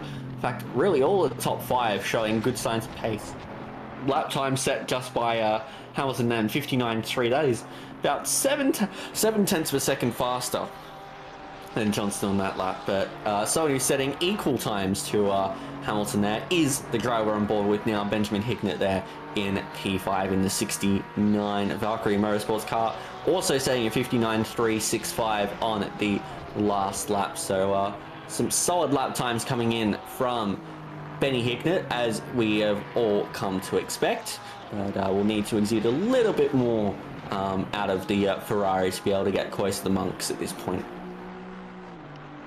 It's a great race by Monks and Machine 153. I'm not sure if they had a bit of a little incident at the start, but they've been very solid, very consistent in 4th position throughout the race. Looks like Monks may have made a bit of an error going through the loop, and Aintree was on the gravel bit. We'll see where that reflects into the race time, but we'll have a look. So we've come across the line in about 5 to 10 seconds time, and we'll see where the Skill Issue Racing car has indeed had a bit of a skill issue, and they have a 201.2, so that is a monumental skill issue from Skill Issue Racing.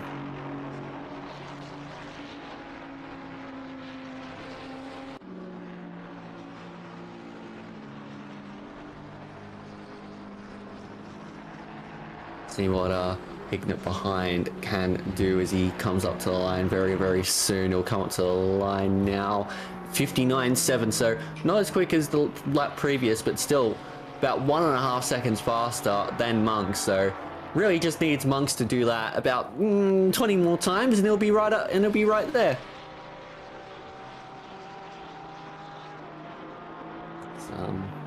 How are we all going? Welcome back, Sean. It's good to see. Yes, we're going all right. It's been a bit of a quiet hour, but we've seen the sun rise nicely. That was maybe a little bit less quiet there. Yeah, that looked like a bit of a moment there with Stevenson. I was Watson. Oh, the, Watson, sorry, other my Kid mistake. Racing team. Yep. Yeah, one of them. It's all good. But definitely a bit of a mower there, running off on the grass. I was involved in the Kovacs entry there. I can't see who's in front there. Looks like a Lamborghini. Well, it could be anything really, let's be honest. As the sun is rising. It is one of the cars of all time. Yeah, well and truly right. Oh, there we go. There's Mr. Hignett. Doing a nice job, currently running in 5th position at the moment in the beautiful 69 Nuts Valkyrie Motorsports entry. Great car, great number. Look, it just ticks all the boxes, really.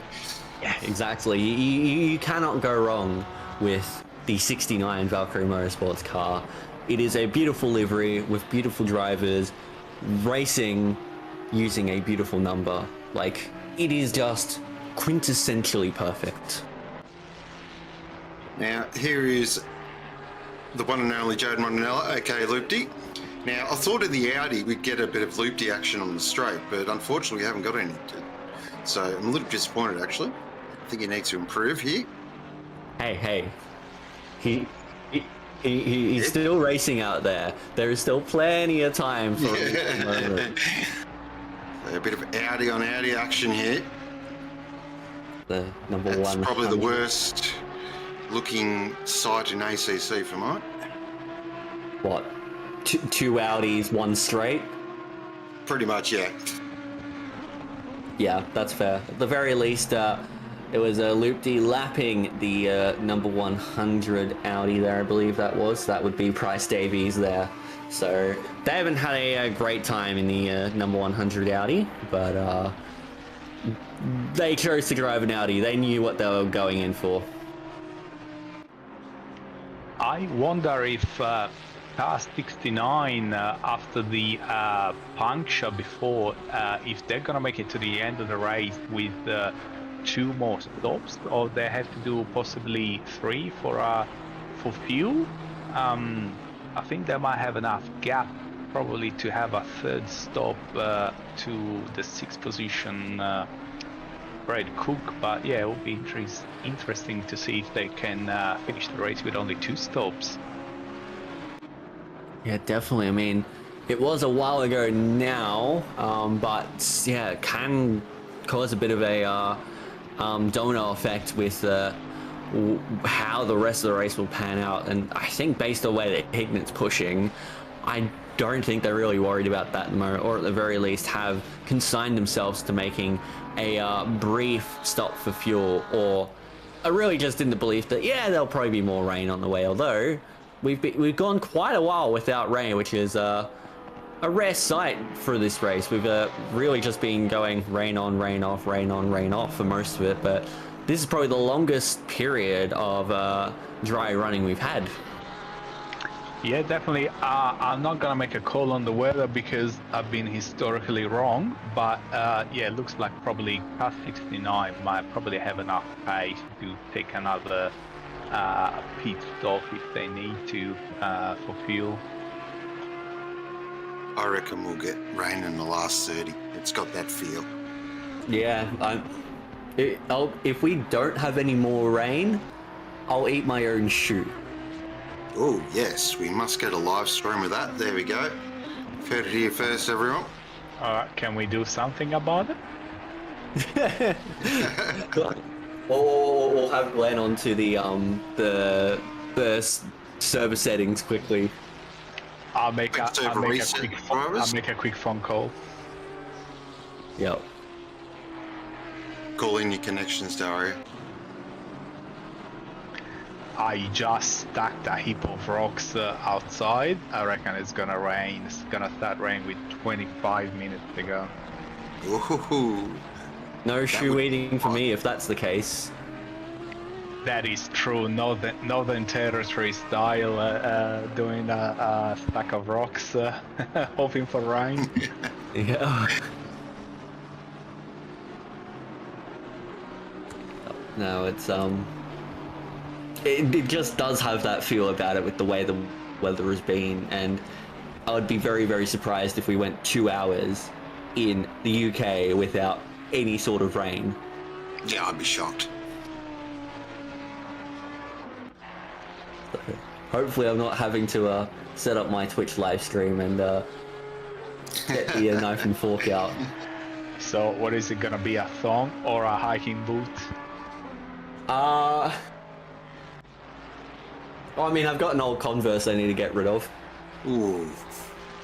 Yeah, you might as well, kill two birds with one stone then. Yeah, exactly. An old Converse though, like you're talking about Chuck Taylor. Yep. Oh, ooh, nasty. They're probably worth some money too. I'll probably do something else. Yeah, I mean, that's the thing, that the soul's well and truly gone on it, so probably not worth using for the most part as an actual shoe. Yeah, one of those. I know the feeling. They become fishing shoes or something like that.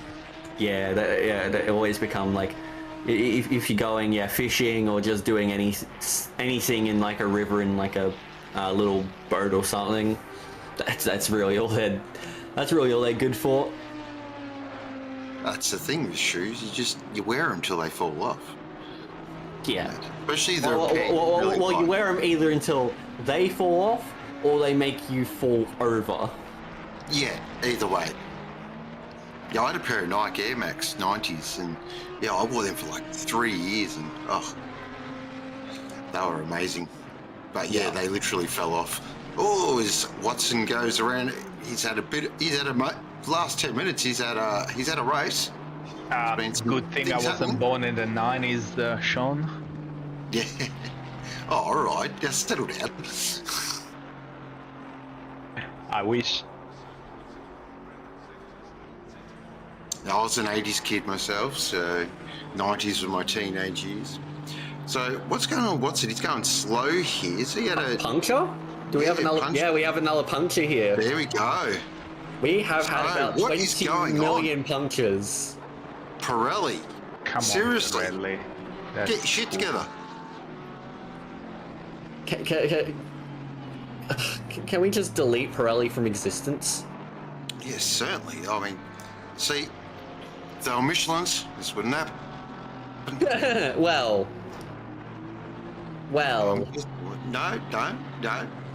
I stand by it. Michelins are a better race tire than Pirellis. Well, I mean, that's true, but also I think back to a certain event in 2005. Look, yes, there is that little moment. I agree. But yes, even then, still, the Michelins are better than the Pirellis. They're a better enduro tire. There we go. Definitely. Yes. A better enduro tire, provided you're not turning in a banking. Yeah, exactly. Is that Indianapolis in Formula One? Yes, the Indianapolis Grand Prix in 2005, where you had Thiago Montero hit the podium only because there were 6 cars that actually raced. I wasn't born then, but I've been told, that was Bridgestone. Hang on. Are you saying that you're younger than me? Nah. Remember very well. I think is that the one that they boycotted, and there were only like 6 cars that in the race or something like that. Yeah, because the Michelin tires wouldn't hold up because the load's going through the banking. Nah, I probably already had that full motorbike license by then. Okay. Then I am still by far and away the youngest one in the box here. Yeah, I think you're pretty safe. Just having a look there, what happened to Watson? Look, that was the front left that went. So it has been on the it has been going more left-hand side down. I've noticed. It's just a matter of whether it's the front left or the rear left that goes. So it's definitely something to keep an eye on towards the back end of the race. It's definitely not optimal. You got tyres blowing, especially at a circuit like Silverstone. Yes, Craig, it does. Yes. Yeah, I was about to say, I agree with Craig as well. It definitely felt, longer than 20 years ago. the good thing is I haven't matured. I'm still just a silly, so I just still look. Still a child at Have you heart. ever really mature? Yeah, Like, that's nah, never. Seriously. No fun maturing. I feel like, yeah, you get to about 25 and then you just stop. It's just like, yep, I've reached my peak. I'll just stay at this maturity level for the rest. Yeah, I it's love just it. like it's all downhill from here. Exactly. So embrace it. Yeah, We're looking at pretty Mr. Monks much. at the moment. So got under 2 hours to go in the Simrigs.com Silverstone 12-hour. You're watching, of course, on OOR. We are looking at Mr. Monks here in the 153 Skill Issue Racing Aston. It is Patrick Johnson leading the way in the 7777, and then Hamilton in the 124, followed by Babby in the number 7 Porsche, and then Monks in the 153 who we're just looking at. Then Mr. Hignett in the 69, nice, Ferrari there, followed by Brad Cook in the Mercedes. Geez, that's weird saying that. And David King there in the 90 Lambo. Super impressed with the 90 Lambo. Soap King Slow Boys have really come to the party. And then former Australian cricket captain Michael Clark there in the 416. And then Chad Bretherbridge in the second of the Mercedes and the 700 MRT car. Death taxes and an MRT car being in the top 10. And then Hammond there in the 23 Ferrari. They are your 10 at the moment. And then just quickly running through the classes, it is Johnson leading Pro, King leading Silver, Clark leading Pro-Am, and Brickley bringing home in Am. And still in the top 20. Brickley doing an awesome job. Yeah, indeed. That 333 car has looked very, very good throughout this race. They are setting, low 2-minute flats, high 59s. That's very, very respectable pace, especially for the amateur class. So very, very good job in the 333. They've kept it nice and clean. But yeah, you mentioned the former Australian Test cricket captain Michael Clark there. Does that mean we also have current MotoGP rider and MotoGP race winner Jack Miller in the Yes, race? we certainly do. Of course. Excellent. Here he is. Here he is. It is all his glory. Weird that he's traded 2 wheels before, but he might actually be better on 4 wheels. A man of many talents, a man of many talents. Yes. And in that very striking Vodafone McLaren as well. That just works on a McLaren. Absolutely. It is very, very iconic, that's for sure. Well, guys, I think I done my 2 hours of overtime on a Sunday, so I might just leave you in the booth. And thank you very much for having me. Thank you very much to the streamer and to the stewards and the racers and everyone watching the stream. Yeah, thank you, Daria. It's been great to have you in the box. Thank you very much. It was heaps of fun, and I must see you next time. Yeah, definitely. No, you've done a very, very good job, and we look forward to hearing from you more in the near future. But as we carry on then, Aaron, 51 minutes to go. Watching on with Miller, who's we've actually joined at a pretty opportune time. As do we have another issue? Oh no, it's just letting a blue flag go, I think. Yeah, Although that is certainly a bit of an issue. That was an issue. Yeah, but I know it's just letting the leaders go through. Oh, yep. Clarkey stepped out for lunch, and James Parker's jumped in. The Crystal Persuasion Ferrari. Yep. Yeah, unfortunately, Clark got out for a duck there. Oh, wow. Gone early. Speaking of cricket, of course, the Ashes are coming up on Friday. I hope everyone is. Oh, yes. Sad news today, unfortunately, with Joshy Hazelwood pulling a hammy. So he is out for the first test. So that's without Hazelwood and Cummings. That's going to hurt. At the very least, we have built the man a statue, Scotty Bowen, but also a couple bolters in the background with Brendan Doggett and Michael Neese, who I believe has been very much overlooked by the Aussie selectors over the past few years. It's fine. Just give Mitch Stark the ball. He'll take 7. It's all job done. Yeah, exactly. No, I think it's going to make the first Ashes test interesting, but based on the way that the Poms were batting against the B team, look. It's the B team. Craig Dale, does everyone need to pit again? Well, yeah, there'll definitely be some that definitely need to pit. So you're probably looking at that hour 30, hour 20 mark to go, and that's when you start watching the Porsches, because then they'll be buying their ticket to the back end. But of course, the other cars, the Aston, that'll do its standard sort of 65 operation. That's pretty much what the Aston can do. Can't do any more. The Ferraris, they can sort of to and fro. Keep an eye on them. I've been watching the Mercedes. They've been the ones I'm really keeping a close eye on, because they'll come strong towards the back end of the race as well. And as we can see, the 700 and the 695 are both in the 10. And 695, just having a look at the timing there at the moment, doing solid laps at the moment, actually quicker there than Hignett that last lap. So a 59.9 there from Cook and a 2-minute flat. Well, okay, so I say quicker, it's just 3.1, but we'll go with that.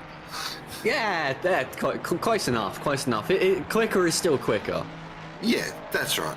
Something to hang on the wall and show your mum. Yes, exactly. No, yeah, the Mercedes should come good towards the end, because throughout this race they've had to do a lot of fuel saving in engine map 2, and there is only 3 engine maps in the Mercedes, so you're changing engine map to a slightly more conservative one, and you're going to lose a lot of straight line speed. And I think that is why we've seen that pole sitting 695 car lose so much time. But as you say, once they get to the end of the race and they'll be able to start really pushing the fuel consumption of that car, their pace will really pick up again, and they may still be able to challenge for P5, but they are, 48 seconds away from the 69 car at the moment. Yep. So that is not a very nice gap to close. No, definitely not. Just looking at sort of some of the gaps out. So it's about 50 seconds of lead at the moment, based on my numbers, what I am looking at, from Johnson to Hamilton. Yep, that is correct. Yep. And then we've got 9.4 from Babby to Hamilton. So that's one to keep a little eye on, just towards the back of the race. Porsche versus Ferrari there, so something to look into. And then sort of we've got amongst the skill issue racing, they're sort of running their own race, really. They're in a little bit of no man's land, which still fourth. You'll take no man's land fourth any day of the week. Yes. And fifth and sixth, of course, that's sort of still got a little bit to play out, I reckon, towards the back end. And then a couple of gaps. Got a bit of a battle here, but it looks like between 11th and 12th, between Rondinella and Buckerfield. So that looks like it's sort of cracking on there. And looking here at Zach Jensen, currently in 13th position. He's got big bad Carl Johnson right. Oh, that will definitely be a token or a bit of a slap on the wrist. Can't be doing that there, Zach. Yeah, look, that is not really the line you want to be taking there, Mr. Zach Jensen. And, well, I mean, you can see why he's taking it, because he's got a very rapid Johnson all over his rear end in the Kovacs Racing blue car. So that is a great drive back from the couple unfortunate instance with the Kovacs blue car earlier, and they are looking really, really solid. In fact, you can see Jensen's having to try and defend against the speed of Johnson right now, and could be well and truly under threat as they run through the Wellington Straight and into Brooklands. But yeah, you can see just how close that Porsche's having to get to the rear end through the loop and Aintree. Now down to Wellington Straight, we have Johnson moving to the inside, coming down towards Brooklands corner, and we'll see as they dive in, that is going to be job done for Johnson. Very nice move there from Carl. And that just shows the strength of both and weaknesses of both cars right there. As Carl comes, well, no, yeah, he does come into the pit lane. Oh wow! Excellent. So we got a Johnson in the rear end and then dipped completely. Yep, completely. Well, talking about that's getting stood up. Seriously, being stood up there. Come on, Carl, what's going on there? You need to fix that behaviour. Unbelievable. So looking here at Buckerfield. Oh, I like that name, Buckerfield. Yeah, that's a good one. And Rondinella. Oh, they're two cracking names right here. Oh, yeah. So Buckerfield Brilliant and names. Rondinella, or aka Loopty, as he is known around the traps. Of course, he's got a straight named after him here. And we are actually coming up to it right now. Oh, no, we're not. We've got to go around the back end. Sorry. We are heading into the best corner on the track, which is Abbey. Yeah, of course. This straight we're just on, named after very famous ACC sim racer Liam Hamilton. And then we'll have the straight formerly known as the Wellington Straight, now known as the Loopty Straight, coming up. Correct. One of the funniest moments I've ever called in a commentary box. Absolutely hilarious. Right about here. And if you haven't seen it, just ask someone. They'll find it. It's, good viewing.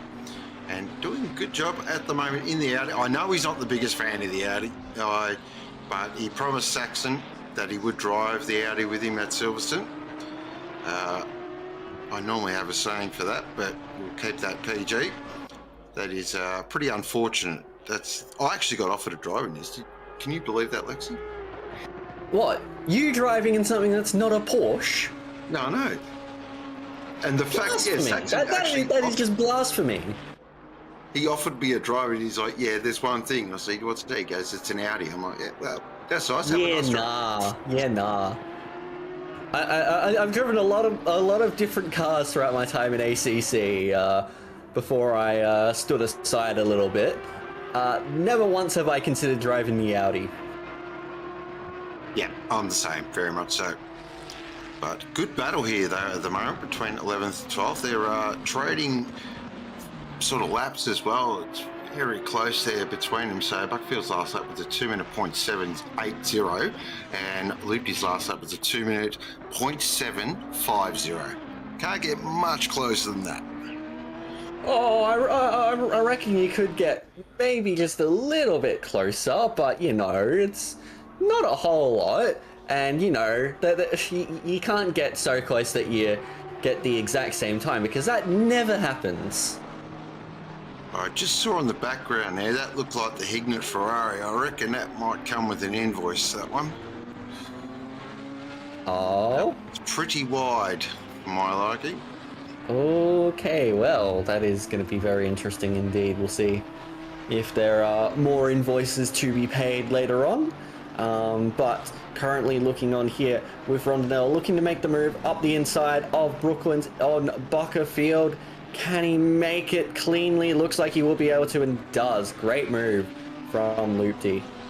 Great racing all around. That was really well done there by Buckerfield as well. Just left enough room. Good hard he's going to come into the pits too. What is going on here? Like, seriously, what is happening? Been stood up twice in the space of 5 minutes. This is getting ridiculous. All right. Yep. Okay. I see what's happening here.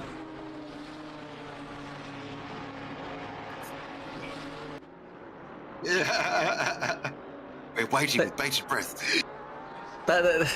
There is nothing to say, because if I say something, then you won't be as disappointed. Yeah. And disappointment is exactly what we're witnessing. Yes.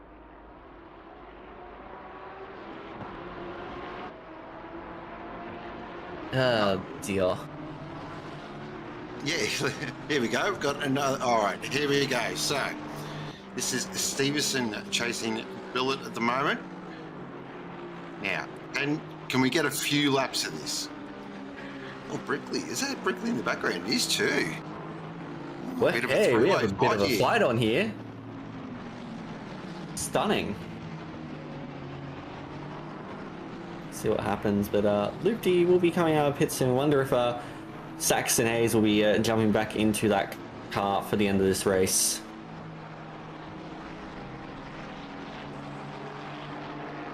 You would, yeah. I was just about. You definitely put Saxon in for the back end. He's a super quick operator and that thing. I don't know how he does it. I've watched a couple of laps and I'm just sitting there shaking my head. I'm like, how do you drive that? Like, seriously, hats off to him.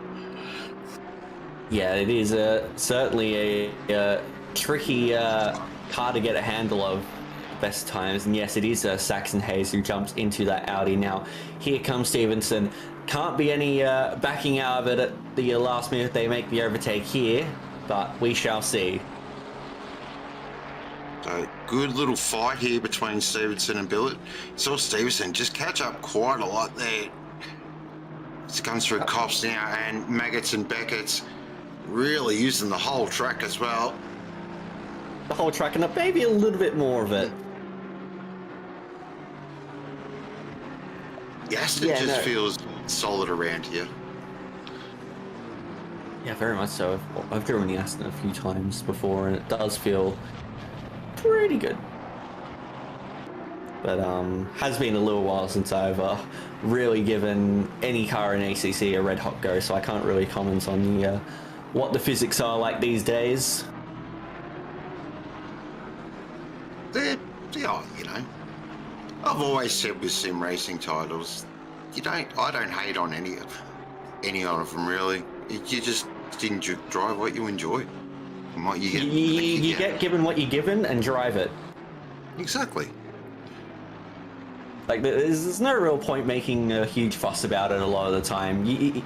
If you can find enjoyment out of the racing, then that's good enough for me. Exactly. The other thing I'm really bang on about is ACC simply just give us a goddamn bloody timing tree, like proper one, please. Thank you. Like, yeah, the sector intervals are, to put it bluntly, shit. Yep. I couldn't have said it better myself. But, of course, though, yeah, but it's still good racing. Yeah, but that's all right. We don't let the facts get in the way of a good story, Glenn.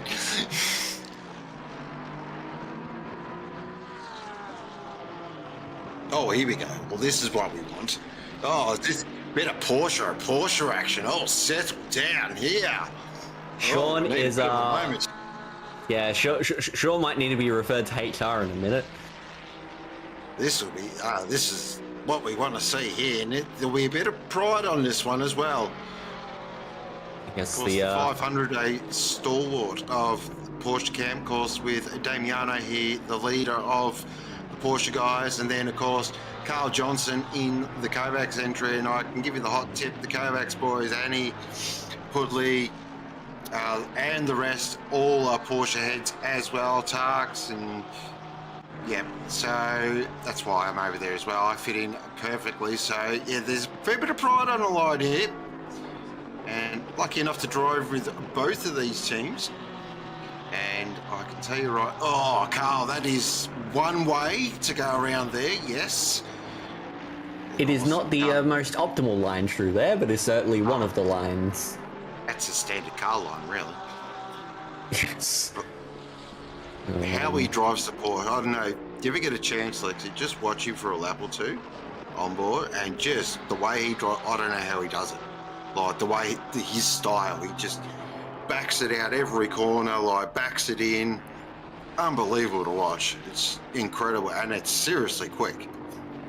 It's really just a lot of confidence, because the Porsche can do some very sneaky things on you when you're not really expecting it to. And Johnson just has full trust in it to do what he wants it to do. Yep, exactly. And he's doing a great job at the moment, but he's got McLaughlin right behind him. And oh, look at that. See, two different lines there into Stowe. I love that. That is why Stowe is one of the greatest corners in the world as well. There's multiple ways you can take it. There's multiple quick lines. And it really does open up opportunities. But, very good here through the chicane now up towards Abbey. Yeah, it did look like that McLaughlin was trying to almost spook Johnson into a little bit of an error, but you're going to have a hard time scaring a Carl Johnson. He's very much a solid, strong driver at the wheel. What's that saying? Seen it all and some? Yes. That's pretty much yeah. Yeah. I would have to agree on that one, that's for sure. But carrying on, it seems like, yeah, these two are very closely matched in terms of pace. This could be a very, very good battle, provided McLaughlin doesn't no. overtake Johnson and come into the pits. Not again. Oh, you've got to be kidding. What is going on here? Number This is 100 becoming puncher, and that is very- front left. Yep. So left-hand tyres are not working at all here. And another puncher. So I've got a feeling that would be curbs and a little bit on the grass, but simply not up to standard, Pirelli. What is going on? Yeah, it is simply not good enough. I mean, now I can probably say this, the Italians don't know how to make tyres. Look, that's fair. That's 100% fair. I'll take that. Yep. Now Dario is in here, I can say it truthfully, the French are better than the Italians at least one thing. That's true. Look, yep. Geez, that opens up a can of worms. I reckon we'll leave that one there. Look, getting into geopolitical discussions probably not the smartest move here. So just a Silverstone thing? Yeah, look, it seems to be. But still not good enough. I'll tell you what, McLaughlin's getting real racy here. That's the international sign of I kind of want to get past now. But Carl will make that Porsche ridiculously wide. Yeah, I've tried overtaking Carl Johnson a few times in the past before, and he's not an easy customer, that's for sure. It's because he slides it as well. So it puts you off. I've followed him a couple of times, and you just like, you can sort of make a move, but then you just like, no, because he's got the back end. It really does put you off. Yeah, you go like, oh, I can make a move here, then it's like, no! So, yeah, it makes it quite tricky, but we'll see what McLaughlin can do in the number 500 car. You can just tell by the way they're driving the car, two very different operators. McLaughlin's very much that beautiful, clean sort of Porsche style that it's just point and shoot, and then you've got the, well, let's just say the SVG enthusiastic style to borrow escapism. Ragged but quick, I would say, Johnson. Yeah. Hearing another, the 16 had a punch about 10 laps Yes, ago. yeah, we did see that, the 16 had a puncher a little while ago. Wow, that's just happening everywhere. Yep, pretty much it's a pretty safe bet. We'll probably see another one. Yep. Not going to put your shoe on the line for that one? Nah, look, I reckon, I'm not confident with the shoe. Got a bit of lap traffic here. Should be able to... That is the number 100 that just had their puncture. Gets right out of the way in the best blue flag spot on the track by far. Yep, easily. If excluding probably the other straights, but no, the Hamilton straight, very, very good opportunity because it's just so wide. So it looks like that has actually allowed the number 500 to get a lot closer, and Johnson there was a little bit slow on the apex, but has gotten a much better drive than McLaughlin on the exit of the loop, so that should keep him ahead for now. Meanwhile, further ahead, we've had pit stop from Nathan Monks up ahead, so he's come in and is going to be straight out as meanwhile, was there a yellow flag somewhere along the lines? And well, no, never mind. I think Johnson may have just come into the pits as well as the 777 has dropped down a little bit, so we're starting to see final few pit stops start to be made. In fact, I reckon that 777 could probably go to the end from here. With a hour 31 to go, yep, I reckon it can. So that is them locked and loaded for the back end of the race. They'll be very quick and very strong. The Porsche, it's got one of those weird things that sort of about 20 minutes into a stint, it does a weird thing for about 10 minutes. and then it comes really good again. And then when it's got about sort of 30 litres in the tank, it feels amazing.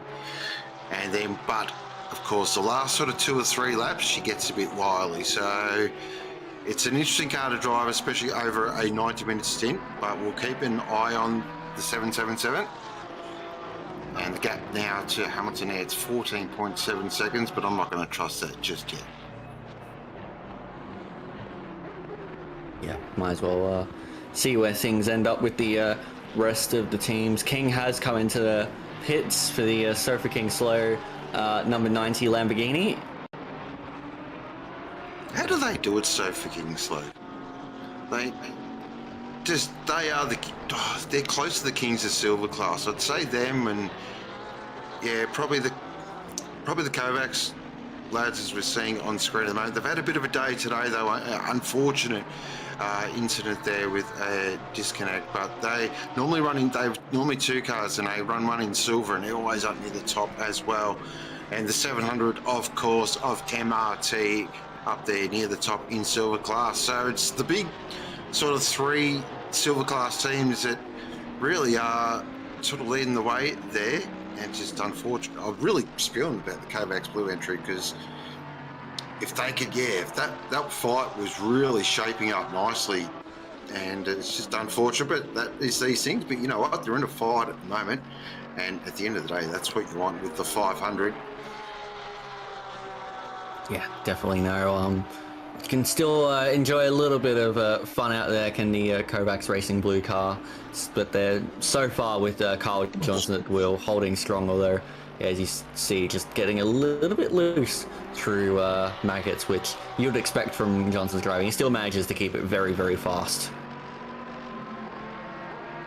So fantastic battle at the moment we are watching on screen. So it is Hamilton leading the way in the 1-2-4, 14 seconds to the good currently from the 777. Of course, the 777 has popped into the lane and filled up, put a set of boots on, and they are good to go to the end.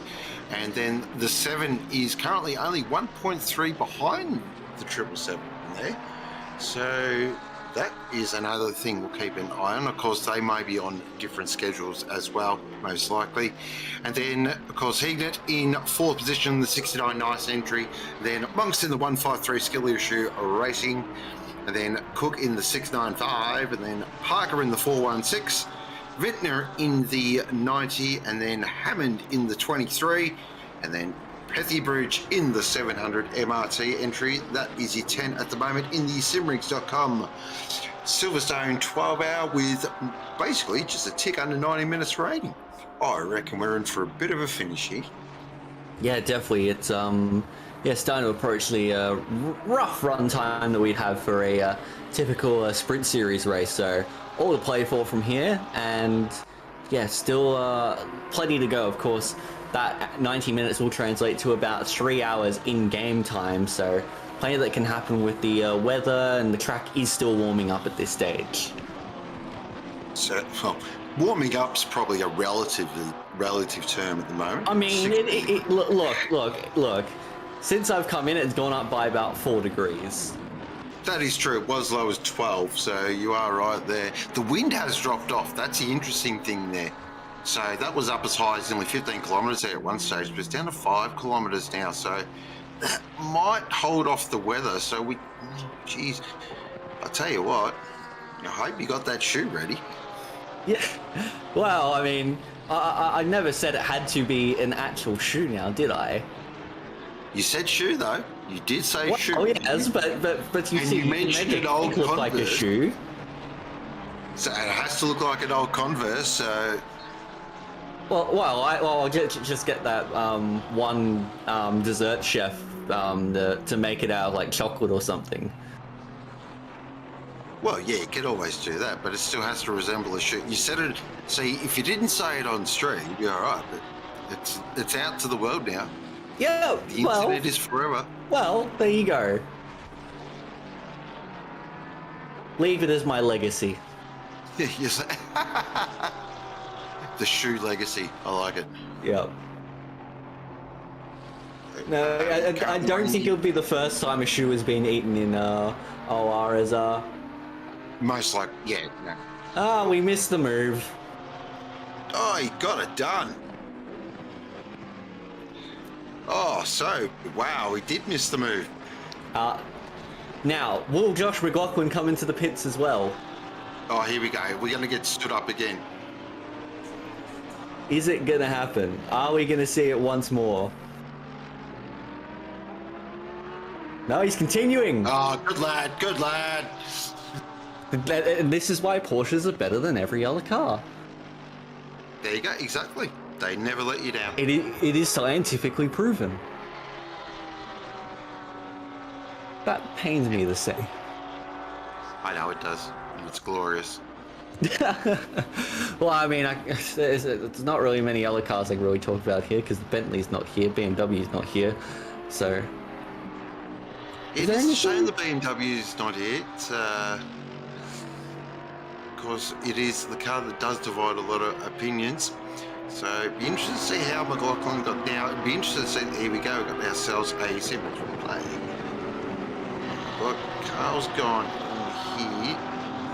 Come out here, heading towards down into the chicane here at Vaughan Club, and gone Yeah, very it's too deep on the inside. Yep. Oh, and there's enough room there to get it done around the outside, and that's a nice, well executed move there from McLaughlin.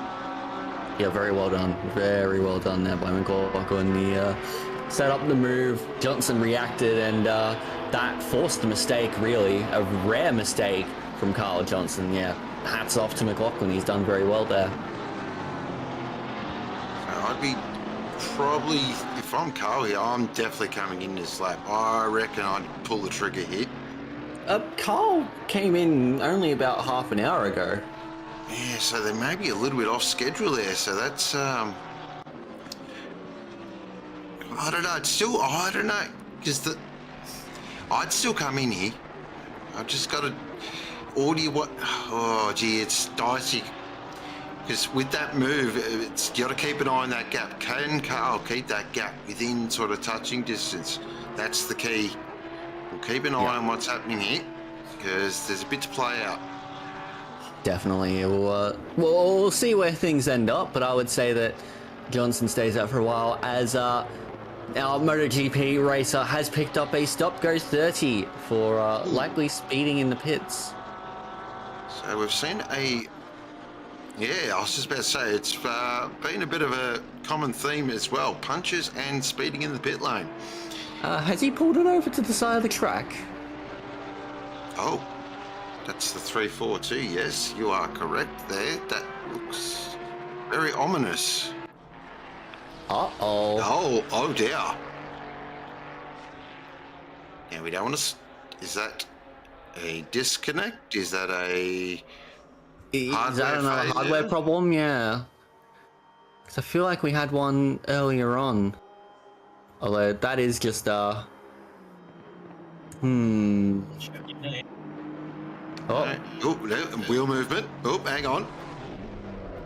Oh, no, we've got power again. Turn off your pit speed limiter. There we go. No idea what happened there. That was straight up weird. Well, lot to answer there from the voter for McLaren, but either way, they will need to take their stop goes 30. Perhaps they're trying to take the stop goes 30 while on the racetrack, which, look, interesting strategy, but I don't think it's going to pay off in the eyes of the stewards. Yeah, exactly. There's your stop goes 30, easy. But look, it could be, and also he just stopped for a vent. I've been known to do Or a that. puff. I've just been known to, when, yeah, you get a penalty like that, just pull over the side of the road. Have a good old swear to yourself. Yeah, just give your wheel a little bit of a punch, perhaps a little bit of a face palm, and you'll be all good to go. Exactly. Not that I'm condoning violence against your racing apparatus. No, definitely not. I mean, but if you do damage it, you know where you can go get some. Exactly, yes, of course. Our wonderful friends over at Simrigs, sponsors of the Simrigs Endurance Cup here in the Simrigs Silverstone 12-hour. Yeah, how good was that? That is top tier segue right there. Here's the 333 of Aurora Brickley coming leading AM class at the moment, doing a sterling job in 18th position. Really have been the class of AM. Well, I've caught a couple of these now, and yeah, they've just been the class of the field in AM class. I reckon they might get a little tap on the shoulder for maybe the 12 hour, and that red number might turn into a black number, I reckon. Yeah, I would 100% agree. They probably deserve it with the pace they've shown in this race. Particularly Brickley has been excellent. Is that the 416 Prime 7th at the moment? Good golly. Oh my lord! That is a fair drive. That is the crystal. Wow. And their best lap time of the race, a 58.6. Well. Hang on, what? Collision and pit entry took 124 and 342. Oh dear. Oh boy. Oh no. Oh no. Oh. That's. Oh. This is going. Oh. So of course the 342 has had a stop go 30, and that's the. Oh, what is going on here? Second position as well. Oh, what has happened? Oh. I can hear the hamsters absolutely going ballistic now. We are looking, we are checking. I guess the question is, who is where? That is not. Who went into who? Either way, that 124 is currently still ahead of the number 7. But what has that damage? What does that damage look like? Here we go. Alright. Oh no, based on where that 124 is. Oh no. Oh no. Oh dear. Oh. Wow. What is. Oh my lord. That is so the 342 was making sure that they didn't speed again, and as a result the 124 couldn't see them, straight into the back of them. That 69 car probably shit its pants. Well, yes, that's. Yeah, I couldn't agree with that. Yeah, that was not good, unfortunately. That is not going to do any good at all. That is bad. Very bad. Mr. Hamilton, what have you done? Running in second as well. Oh, what has happened there? That is extremely unfortunate. Oh it god, the 342 still has their stop go 30. Oh, there's a bit of salt. So they've come you're in. kidding. They've been hit from the rear. They've come in to serve their stop go 30. For some reason it hasn't served, and they've got to now circulate around again and then serve it. That is cruel. What they say, Sim gods taketh, Sim God giveth, Sim gods taketh again. That is. Yeah, I'm quite a gobsmacked with that, actually, to be perfectly honest. I'm sort of. It doesn't happen often, sort of, with stuff that happens. So they swapped drivers in the stop, which is why it didn't count, huh?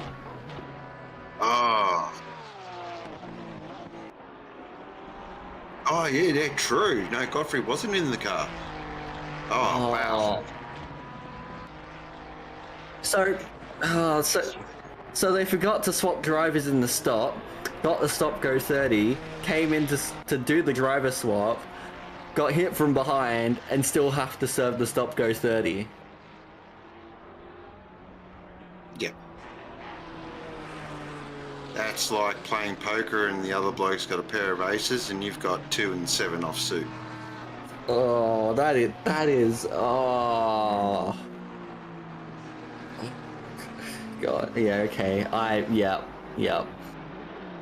The Blue Flag Express, yeah.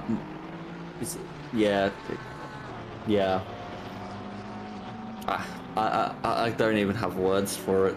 Yeah, I'm the same. I'm just what played out there in the last sort of 3-4 minutes. I'm just, yeah, like, well, okay, that happened. What else could possibly go wrong for this team apart from a puncture? Yeah. Oh, wow. Nice work, Lexi. Good work.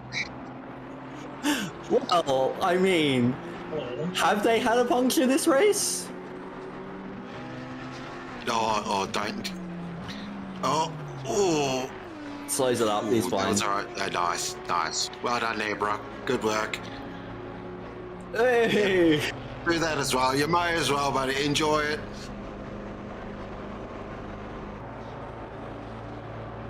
Keep the load in the tyres.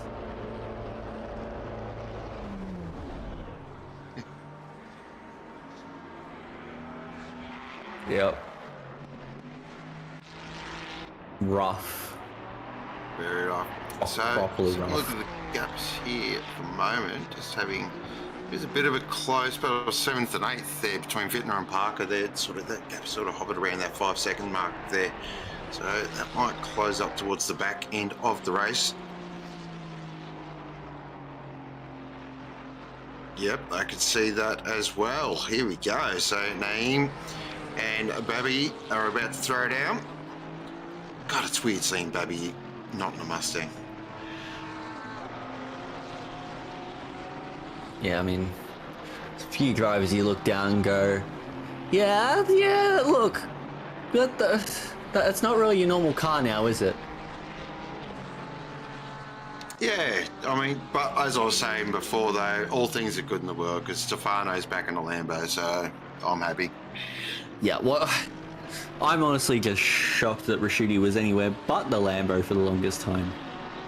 Yeah, he drove a few other cars, and I was like, what's going on here? This ain't right here.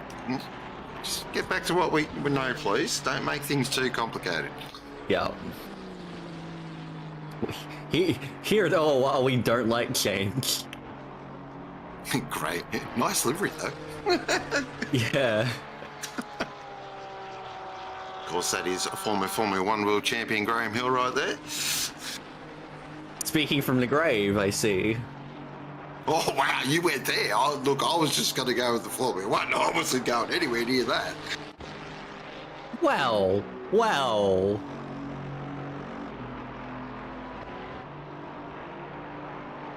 So we've got an hour 12 remaining. We are getting to that time where it's all about to sort of spice up.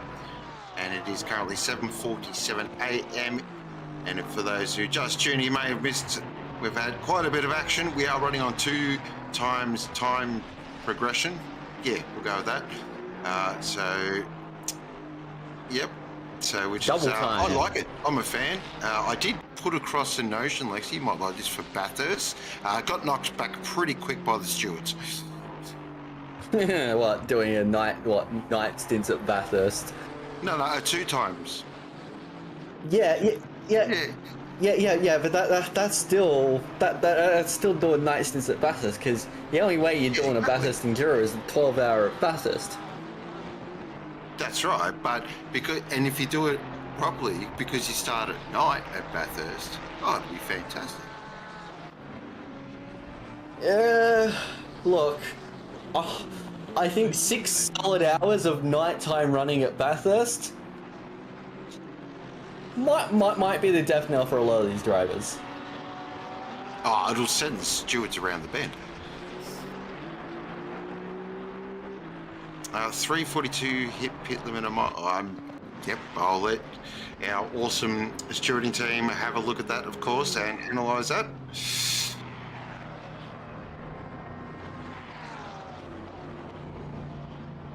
Oh, they are still in the pit lane. So, Not too sure. They're serving their stop go 30. No. Oh, there they go. No, off they go. So they've changed drivers again.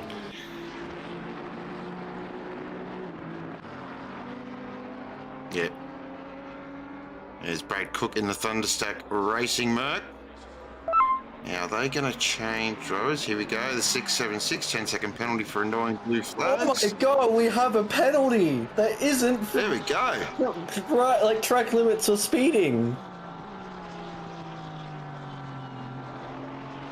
The stewards had to do that job! Must have probably woke them up, really, let's be honest. Yep. No, ignored blue flags, yeah, fair enough. That is typically slam dunk. Yeah, it's a pretty black and white rule, you know, the blue flag rule. A black and white rule, the blue flag rule. Yeah, of course. Never ever gets talked about after enduros. It's never discussed at all. Jesus. First penalty in 5.5 hours. What have the stewards been doing for 5.5 hours? Yep, a lot. As we Well, do. that's the thing. They almost wouldn't have to drink. If they were drinking, they'd be doing it in celebration rather than what they usually do, which is drinking in depression. They'll be all happy drunks today. That'd be great.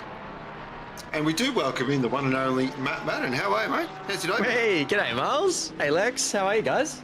Good? Yeah, good. Good to see you in. Yes, hello. Sorry, I was planning on jumping in a little bit earlier, but I just watched the greatest fuel-saving stint in an Aston Martin in my entire life. They said it couldn't be done, but Dave Stevenson has found a way. He's just stretched one stint fully dry to about 1 hour and 16 minutes after I managed to get 2 punctures on very, very overdriven wet tyres. And he's now cruising to the end. So now that I've stopped biting my fingernail that I can actually breathe again, I thought I'd come in and say g'day. Do you have any fingernails left, is my question. I tell you what, if my hands hadn't have been on the wheel when I got those punctures, I probably wouldn't have had any left. Turns out, just for anyone that didn't know, you can take your wets to about 39 PSI for about 6 to 7 laps before they blow. That was an experience. I was driving down with my hazards on, looking like a parked vehicle. It was just, and it happened as I went over the start-finish line too, so I had to nurse it the entire way around the lap. But it was still just enough to get Dave to go to the end, so happy bloody days. But cheers to the stewards though, first penalty in ages, this is good. Yeah, well, 39 PSI, that is utterly ridiculous. Of course they'd be blowing up. Yeah, it was my own fault. But we were looking at the situation. I had wets on. I was also, I think, the only car out there, or stupid enough to be out there, for a full hour and 15 minutes actually it ended up being 1 hour and 19 minutes on wet tyres in the Aston. So, yeah, that, you know, maybe not so smart, but kind of smart. We made up a heap of positions and managed to just keep the damn thing on the road just long enough. But that's what it's all about, right? Exactly. As long as you keep on the black stuff, life's good. Yeah, barely. But let me tell you, it's absolutely barely.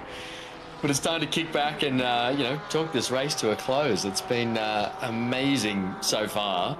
I've loved the variable weather. There's just been like just the right amount, so the chef's kiss amounts of rain, and it's just been perfect.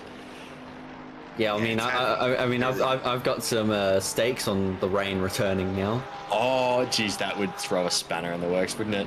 We are down to 4 k/h wind from, I think, when I was last in the box, it got up to about 16 k/h.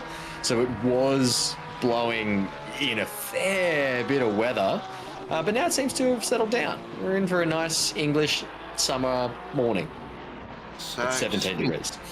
Just quickly doing a bit of housekeeping. The fastest lap has actually gone to the 153 now with a 1:58.402. So Mr. Monks, aka Toto, is absolutely cooking out there. So he's got that Aston flying, and there's no skill issue there at all. So that is a cracking lap. Well and truly past the rains here at Silverstone. Well played, Lexi. Yeah, this has been so good so far. I think we had Nick Henderson with the fastest lap for a little while there. Hang on, yeah. I know.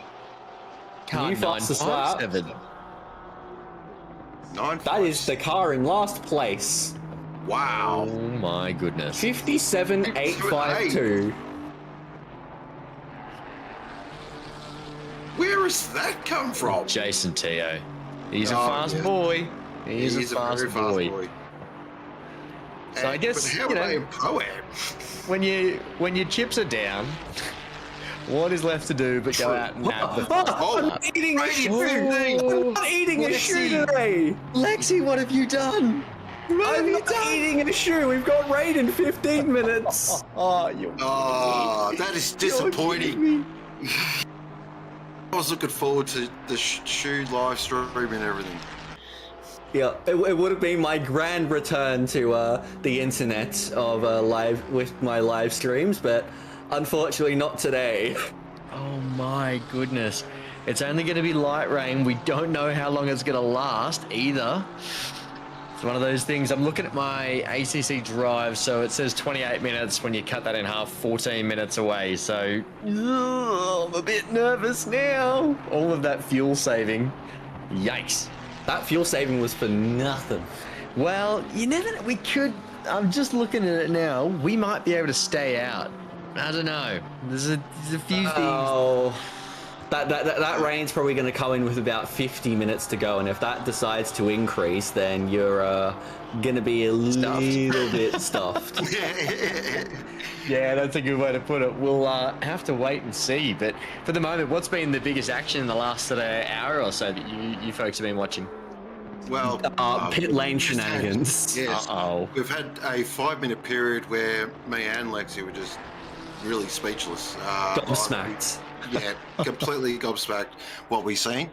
So basically we had an incident where car in front was slowing right down. They got a speeding penalty beforehand, so they were already a bit nervous. And then second place position there, Liam Hamilton came racing into the pits, and of course a blind entry, and you can know what happened next. Really unfortunate. But yeah, so very much a shame. And we just got back because it was like, well, what's going on there? And yeah, crazy stuff. And then the 342 just had a 5 minutes I'd rather forget, to be perfectly honest. Yeah, okay. So they were sitting in the box for about 20 million years, and they changed from was it Miller to Godfrey to Underwood in all that time. When the stop go 30s and the incidents were happening. Can you swap drivers while you're in the pits? As in, like, can you swap again and again and again? How do you do that? Multiple pit stops. Oh, so they just kept going round and round and round. I was about to say, you're just like, I reckon they had about five consecutive laps where they pit. They had the first lap where Miller came in, changed tyres, but forgot to change driver, came back around, got contact from behind, changed driver, but couldn't serve the stop go 30 because he changed driver. Then went around again with Godfrey serving the stop go 30. Then went around again and came in and changed to Underwood. Actually, in my head, I was thinking about like imagining backing up and then just driving forward into the pit box again. I wasn't even sure if you could do that, but it was in my head. It looked like the Austin Powers moment when he's in the hallway. Oh, yes, the 600-point turn. Yes, correct. Exactly. But either way, Jason Teo currently holding the fastest lap, perhaps. So is it? It's not showing up purple though. No, it's not. Because it's car 8. That technically, but they are no longer in the server. Okay, tricky. But them's the brakes. So rain. I'll call it now. No one's beating that 57.8, especially not now. No, zero chance, I reckon. So that's that point gone. So rain due in 10.5 minutes. 10. Woohoo!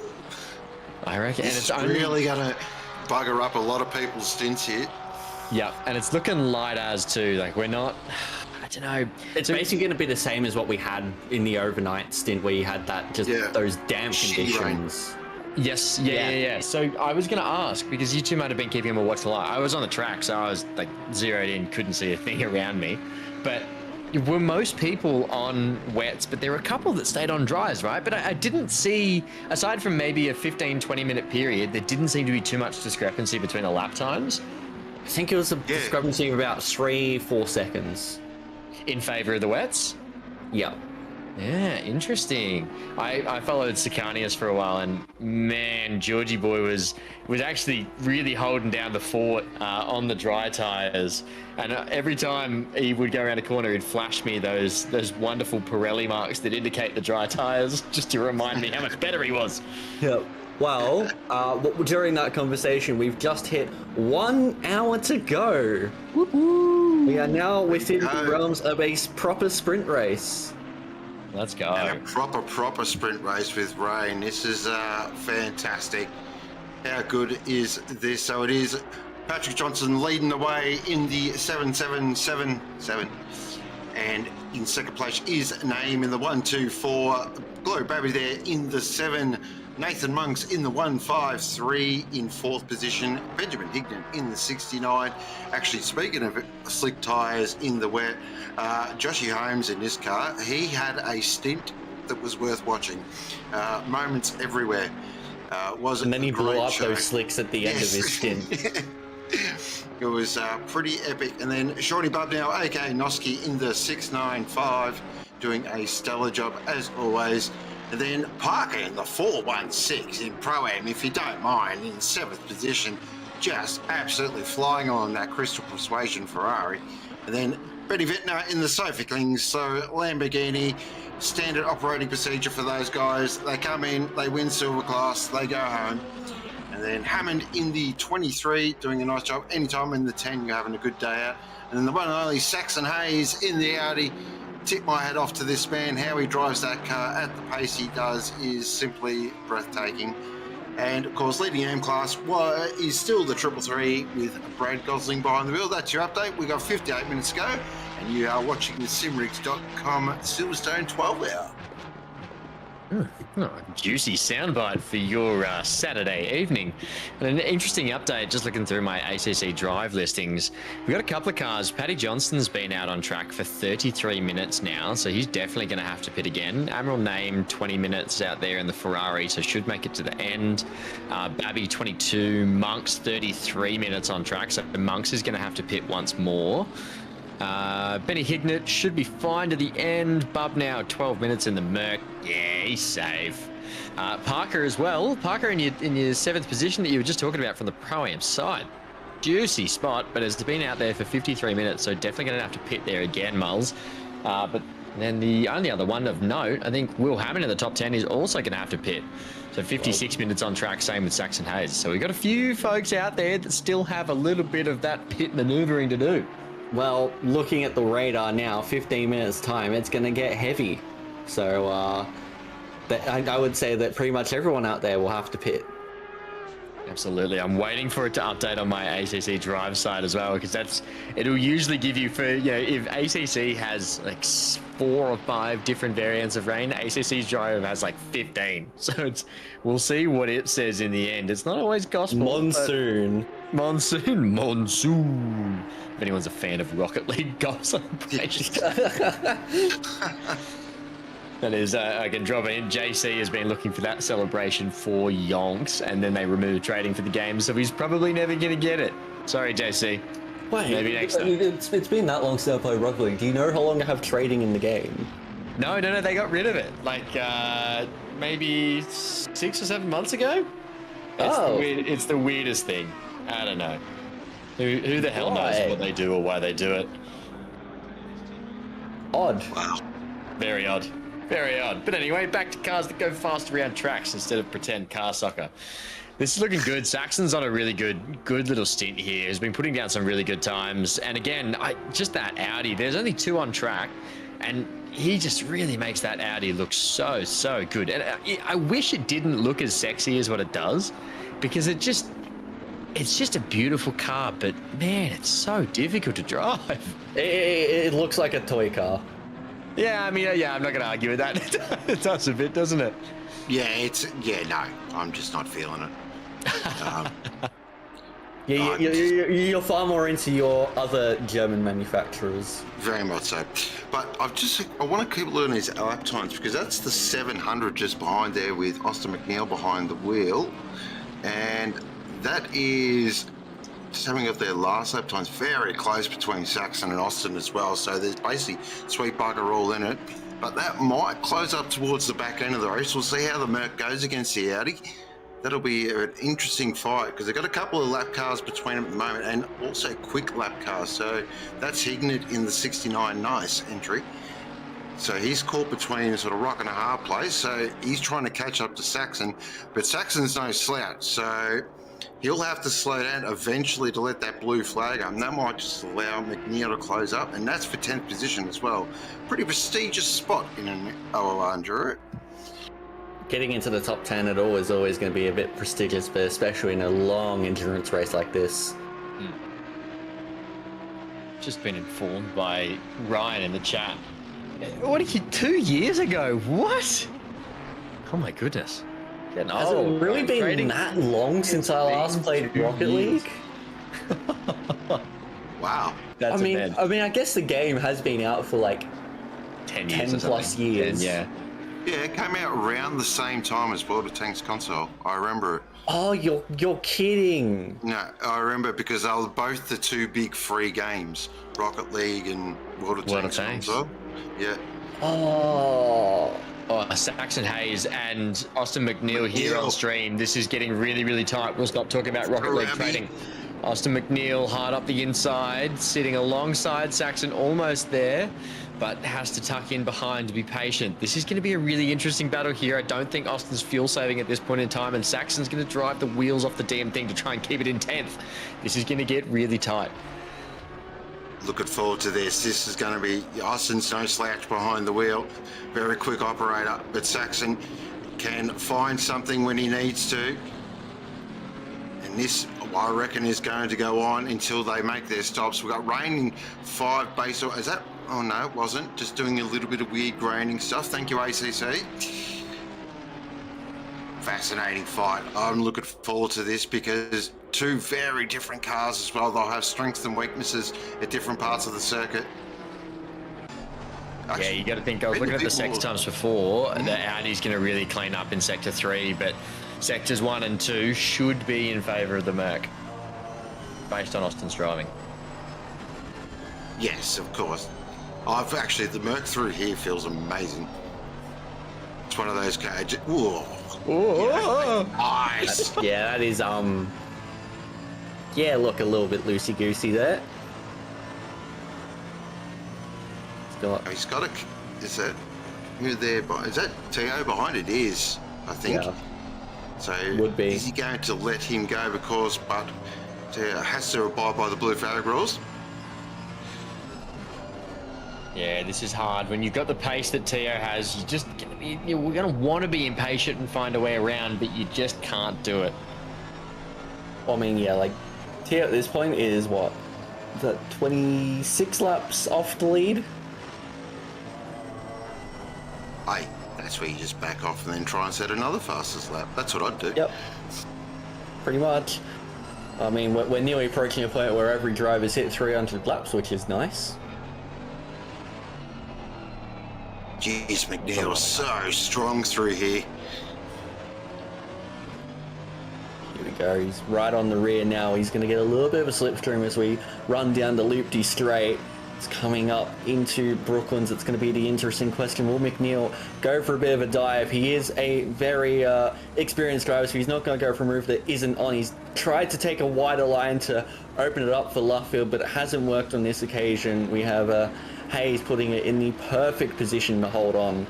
And for now, McNeil is going to have to wait a little bit longer, but he definitely has the pace. What do you do when the rain comes? See, I feel like Saxon will come in as soon as, like, basically, I've got to come in because I reckon that Audi should be pretty sketchy on a semi-wet track Yeah. with slicks. Well, yeah, that's the thing. Earlier in the race, we saw the number 700 stay out on the slicks throughout a full wet stint. Yeah, so there you go. The Merc's definitely a lot more comfortable in those conditions. Oh, here we go. There's the Speaking of rain, there we go. Here we are. Where's your shoe? No more Oh, shoes to eat. No more shoes and increasing. Excellent.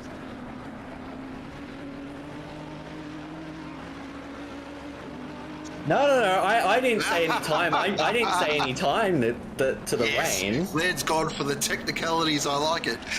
I never said when there'd be any rain. I just said if there's no rain until the end of this race, I'll eat my shoe.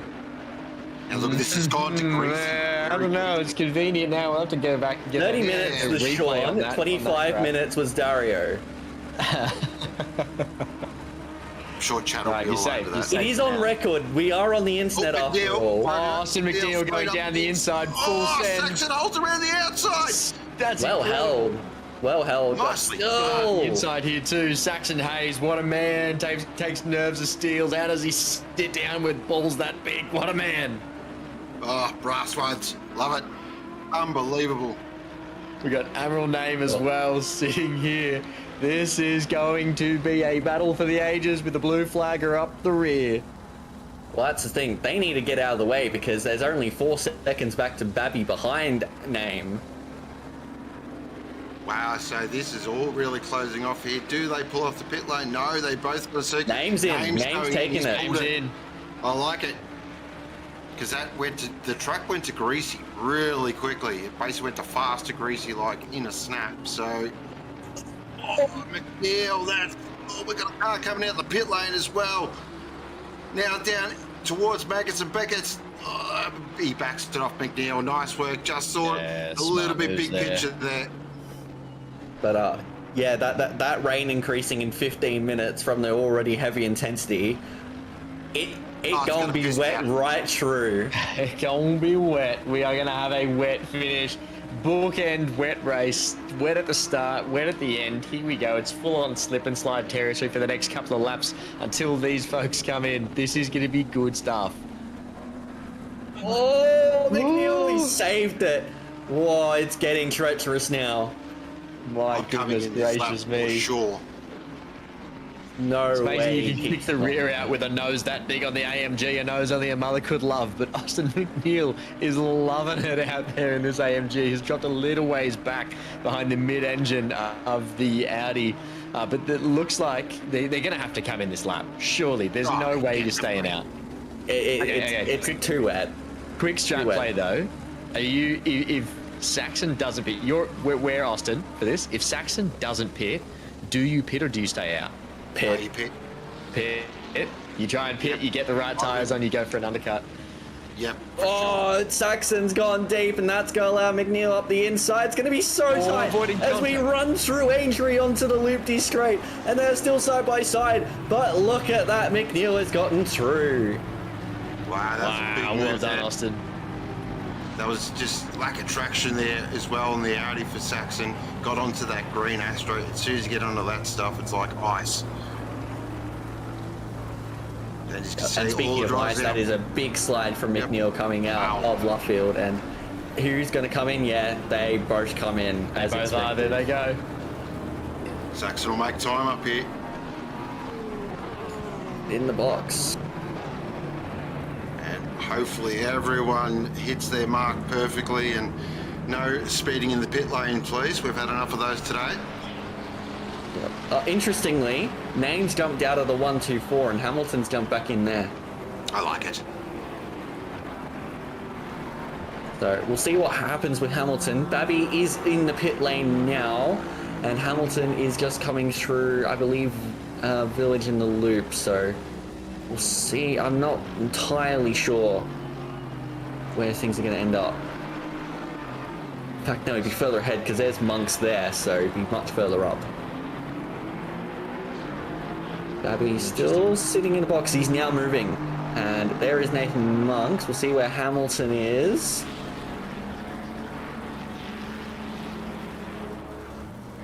Hamilton just coming down the straight now, and he's going to be well clear. Oh. And oh no, 2 cars inside one another. But it's going to be Breno Ellis who will be taking that car through to the end of the race, and he is about 4 seconds behind. We've got 3 cars exiting the pit lane at once at the moment. Glenn, if you can get there, they're all tied up. Okay, they've just dropped back from each other as well. It's cars, we've got 147, 23, and 277. Sicanius is in there. That was a close one. We had another little moment where all 3 cars were clipping inside one another. The unique approach of ACC's ghosting. Oh, it can lead to some ugly and weird moments. It certainly can. This is, it's all kicked off now. So Nathan Monks has popped in the lane in the 153. That's Cook, I believe, or is that? And his big Shawnee Bubdale. Now, it'll be interesting to see who swaps drivers as well and who just goes to the end. Will some teams pop their quick wet driver in? Seems Nathan Monks has stayed in the 153 for the moment, so they'll carry on with Monks at the wheel, and Toto will be looking to keep that skill issue racing car ahead of the 69 where possible. Try and keep a nice advantage. Definitely. I'll just have a look at the Lambo as well. Is Benny Vintner going to stay in?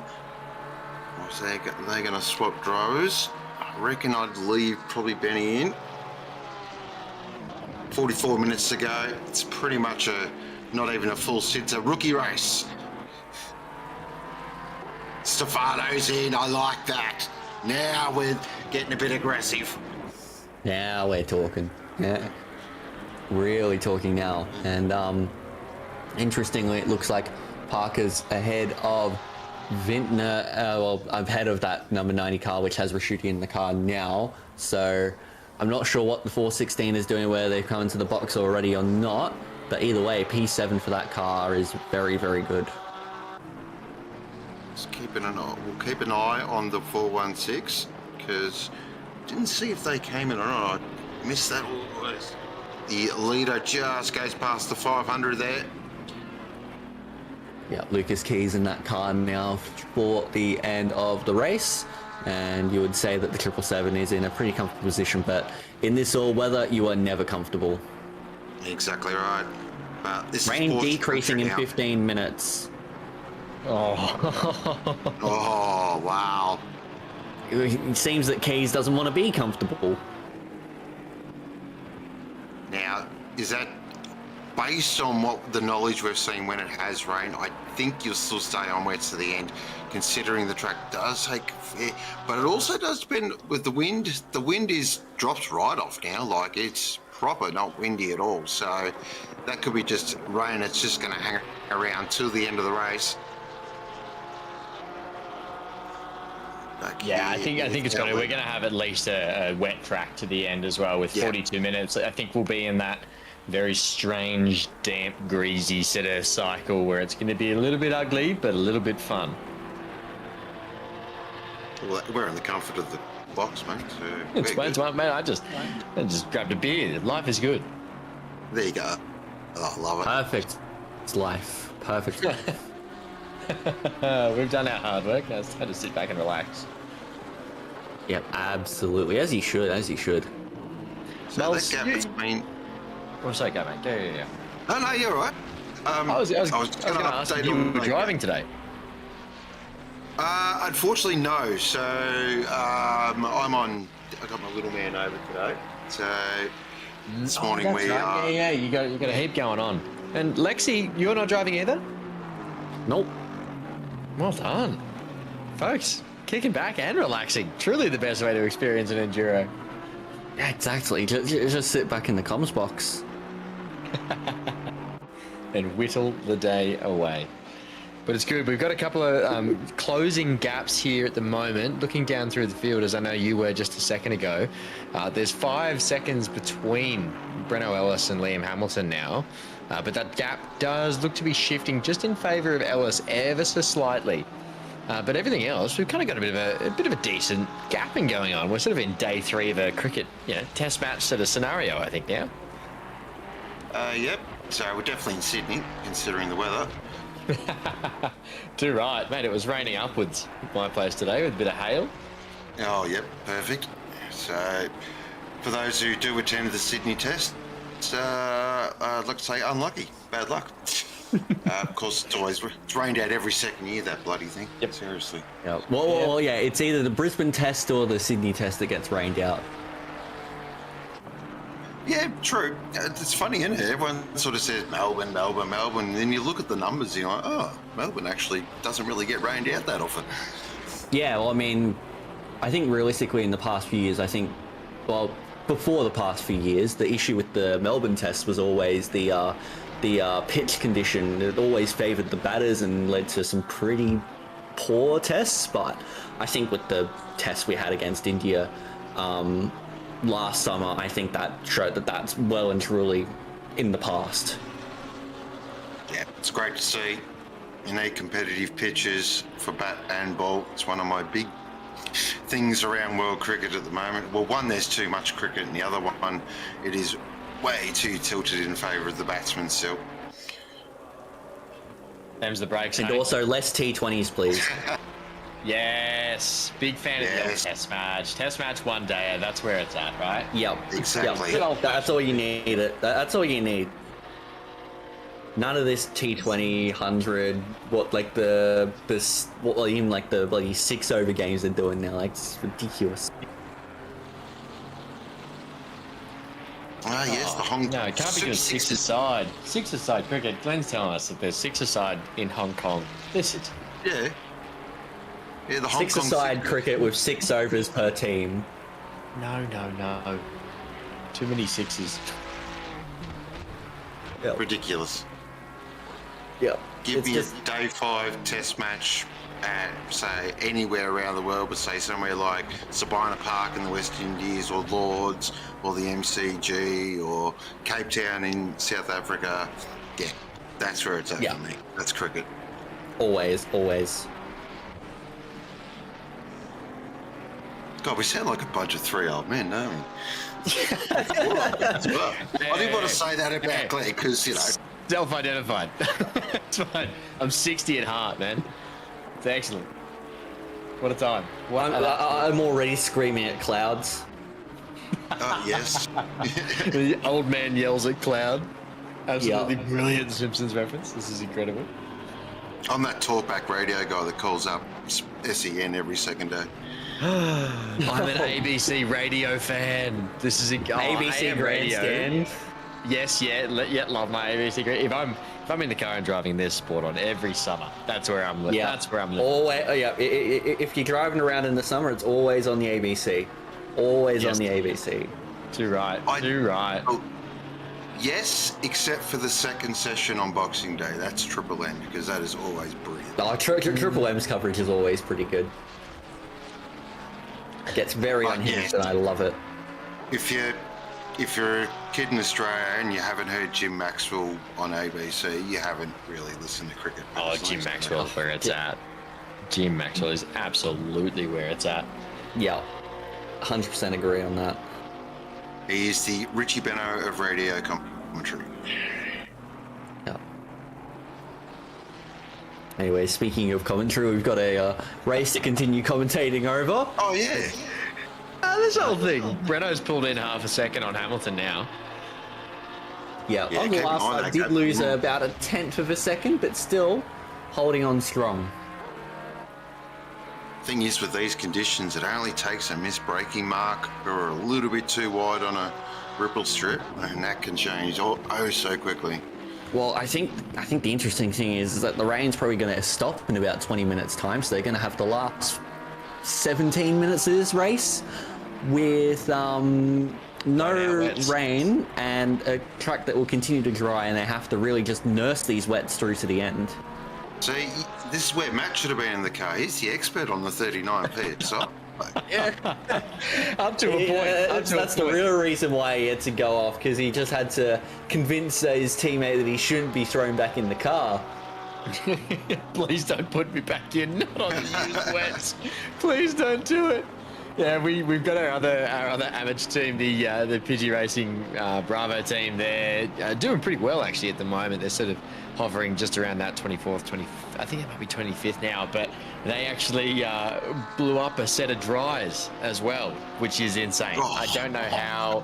How do you do that? I do. Wow. I think I know what happened. They accidentally were running the same set of tires for 2 or 3 stints without realizing it. Because you know how the pit stops can sometimes not update, and yeah, I've personally never done that, but they got a puncture on slicks, which was very impressive to say the least.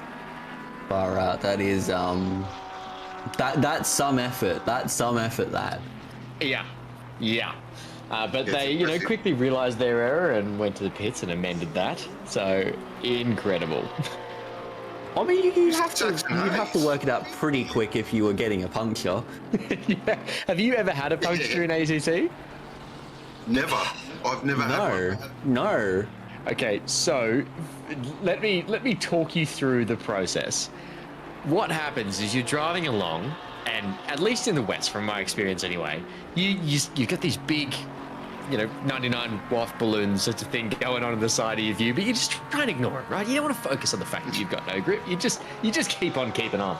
However, then midway through your stint there, or your lap, or wherever you are on the track, you just hear literally a pop out of nowhere, and it scares the living daylights out of you, and then you hear a noise like someone, rolling a flat bit of rubber down a hill, and it's just the little engineer comes up and he just says, "You have a puncture on the back of the neck," and then that's essentially your heart sinks through your chest and out your ass, and it's just, yeah. I felt that one in so many different parts of my body, and it was not fun. Yeah.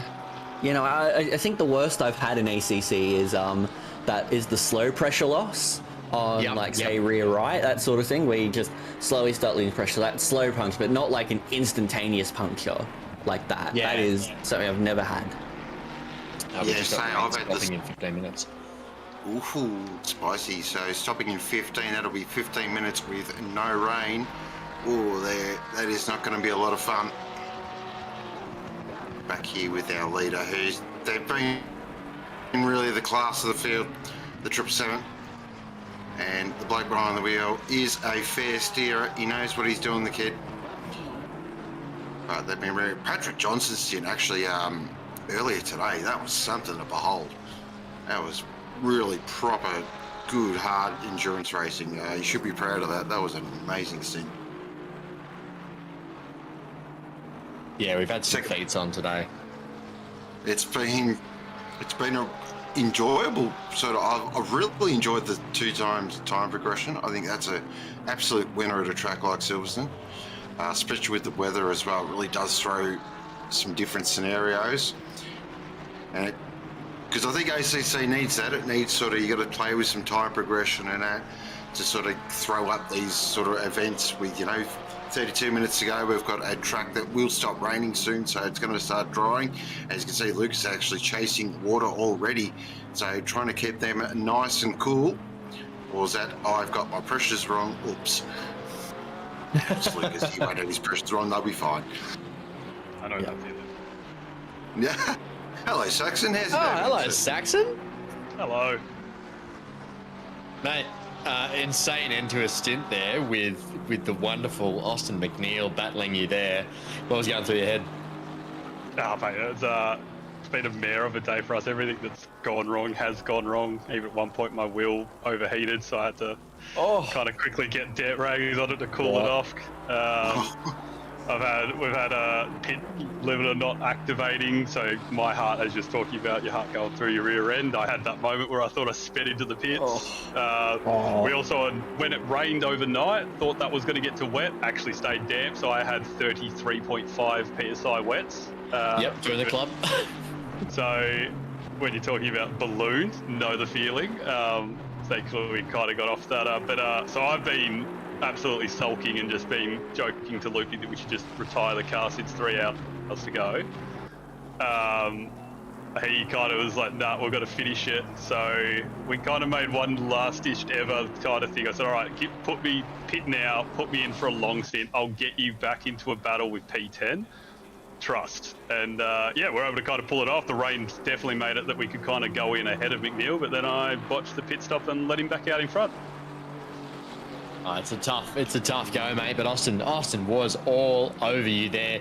I don't know if you were watching in your rear vision mirror. There was a moment where he almost binned it. So you did a good job. You fought hard, and it just got the better of you at the end there. But there's still a chance. Anything can happen now. That we're especially going to be seeing the rain stop now in about 15 minutes. Which means that we're going to have 15 minutes worth of dry towards the end of this race. So we're going to see those wets balloon out. I don't think we'll see anyone go into the pits for dry tyres, but hey, what do I know? We might just see that. 15 minutes worth of punctures. Yeah, I was about to say that. Third puncture. Are we calling it early? Yeah, So JC got a puncture as well? He must have, because JC's got 2. Okay, so I had 2 punctures in the wets as well. My left rear, my right front went.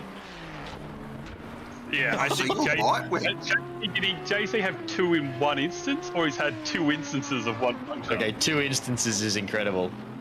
Yeah, so JC for a third would absolutely tick off my bingo card right now. I like that. Gosh. Yeah. Well, yeah, he was mentioning how he's never had a puncture in ACC ever before, and yet he's had 2 in one night. There's just something about it. Something about the energy today. Puncture territory. Pirelli's just not producing good enough tyres. It's very much a Silverstone thing as well, because you use so much of the curb in every corner. Like, you're always running out on the curbs. And if you go that little bit too wide, you bring a bit of dirt. And as we know, dirt and racing slicks don't normally mix. Well, what happened, mate? Why weren't you in this race? I thought we were having an Audi versus Porsche day.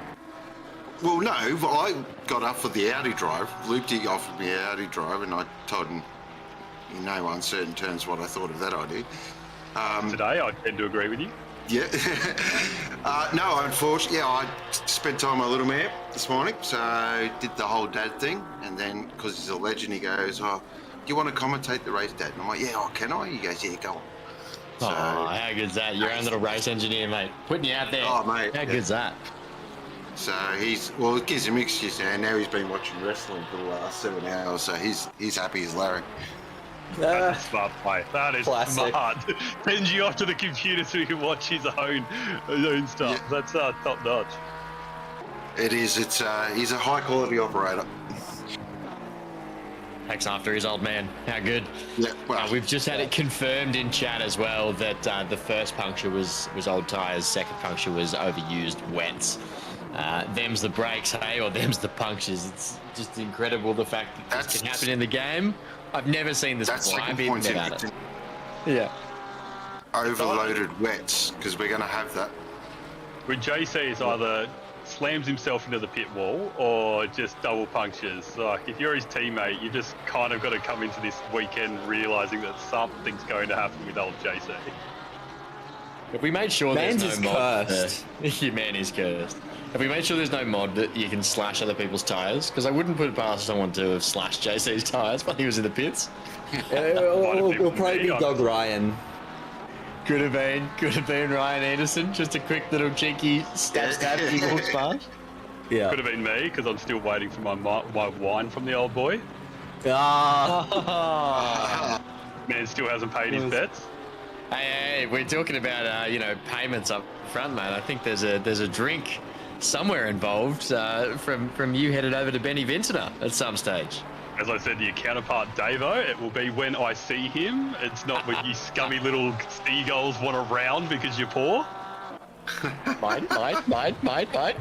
I've never been bombarded more with DMs of like, when's the round coming? And never did I sign up for a round. It was a silent drink to Benny V for destroying his championship.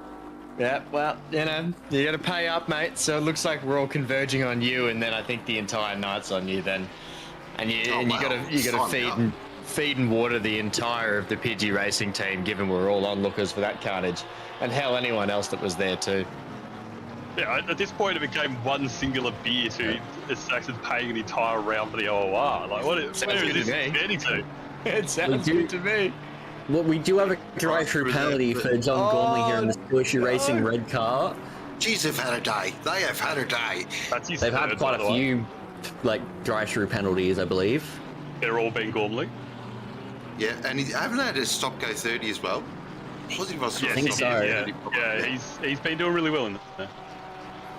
Hey, Saxon, while I've got you, so Saxon, there was a little bit of a discussion earlier on in this week about a bit of a challenge between the Pro-Am Skill Issue Racing team and the Pidgey 147 car, which is a Pro-Am team, but sitting up in silver class, given that last race we had Chris Killian with us. Saxon set us the task of trying to beat your team, Saxon, and it seems to have gone in favour of the Pidgeys. Yeah, when Gormley clocks up near close to 3 minutes worth of penalties, it's probably going to go that way. So it's him I should chase. Cool. Yeah, I'm pretty sure the boys were ahead of you until Gormley hopped into the punt seat and just decided that 2 DTs in one stint was going to be, and the stop go 30 was going to be above board. I actually think there was a long jokes and jabbing aside. I actually think that there was a longer pit stop from Charados, and he came out and must have had overpressured or underpressured tyres quite significantly, because his pace, like we know how fast Charados can be. He's an insane driver, so fast for his class as well. I think he was missing the pace on one of the stints, so it could have been any number of things happening there. But massive shout out to those guys, genuinely. Obviously, they had a fair bit go on, fair few adversities today. But Michael Rosser drove so well, Charados as well. But massive ups as well to Dan Clark. Dan Clark has been laying down the law, a couple of really long stints there too. So well done to you boys at Skill Issue Racing. Yeah, it's been a good build. I think it was kind of what built the Enduros. Like, Gormley threw it out of the works, but the entire week had just been talking absolute smack on who's going to take authority over the others, kind of probably incited a few of the boys on our side to practice more than they normally would, which is all in the spirit of what the Enduro brings out of people. It's not sprints where it's just mano a mano, it's kind of got that team aspect into it as well, where it's not just your shoulders that you got to bring through, you got to bring through the shoulders of the people next to you. Yeah, too right. It is a team sport, and speaking of team sport, I have just been messaged directly by my race engineer, Mr. Adam Lewis, who is now sitting guiding Dave Stevenson through to the end of this race, currently clinging on to 17th position. But mate, I've just been informed that you owe us beers for the bet that you made that we wouldn't beat your team. And here we are. So more beers on Stevenson. I'm not going to let you defend.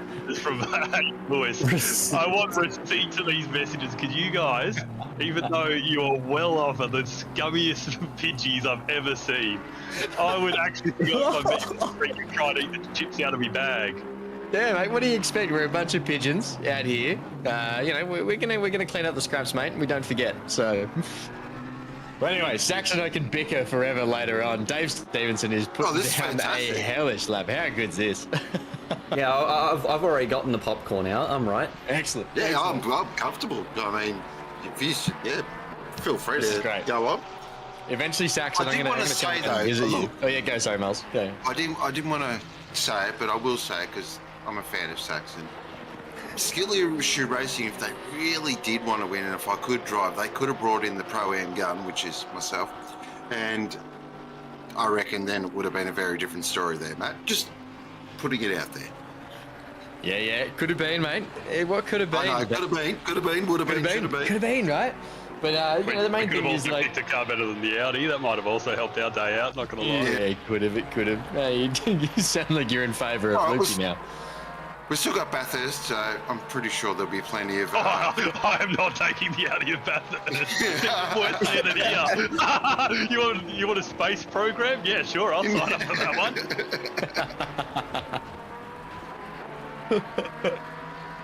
Basically, either way, I look forward to rocking up at your place eventually, Saxon, completely empty-handed and raiding your bar fridge. It'll be a good time. I'll pat your dog and drink your beer. What a good visit that will be. But currently we've got Brett Ellis here, still sitting about 5 seconds behind Hamilton. That gap has not budged at all in about the last 15, 20 minutes while we've just been chin wagging. So Renault Ellis laying it down, but so is Hamilton at the moment.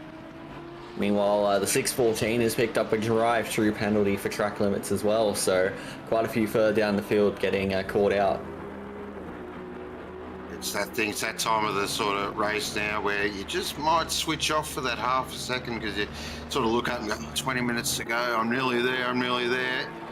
Yeah, but one car that has not switched off all day has been the 777. They have been unbelievable.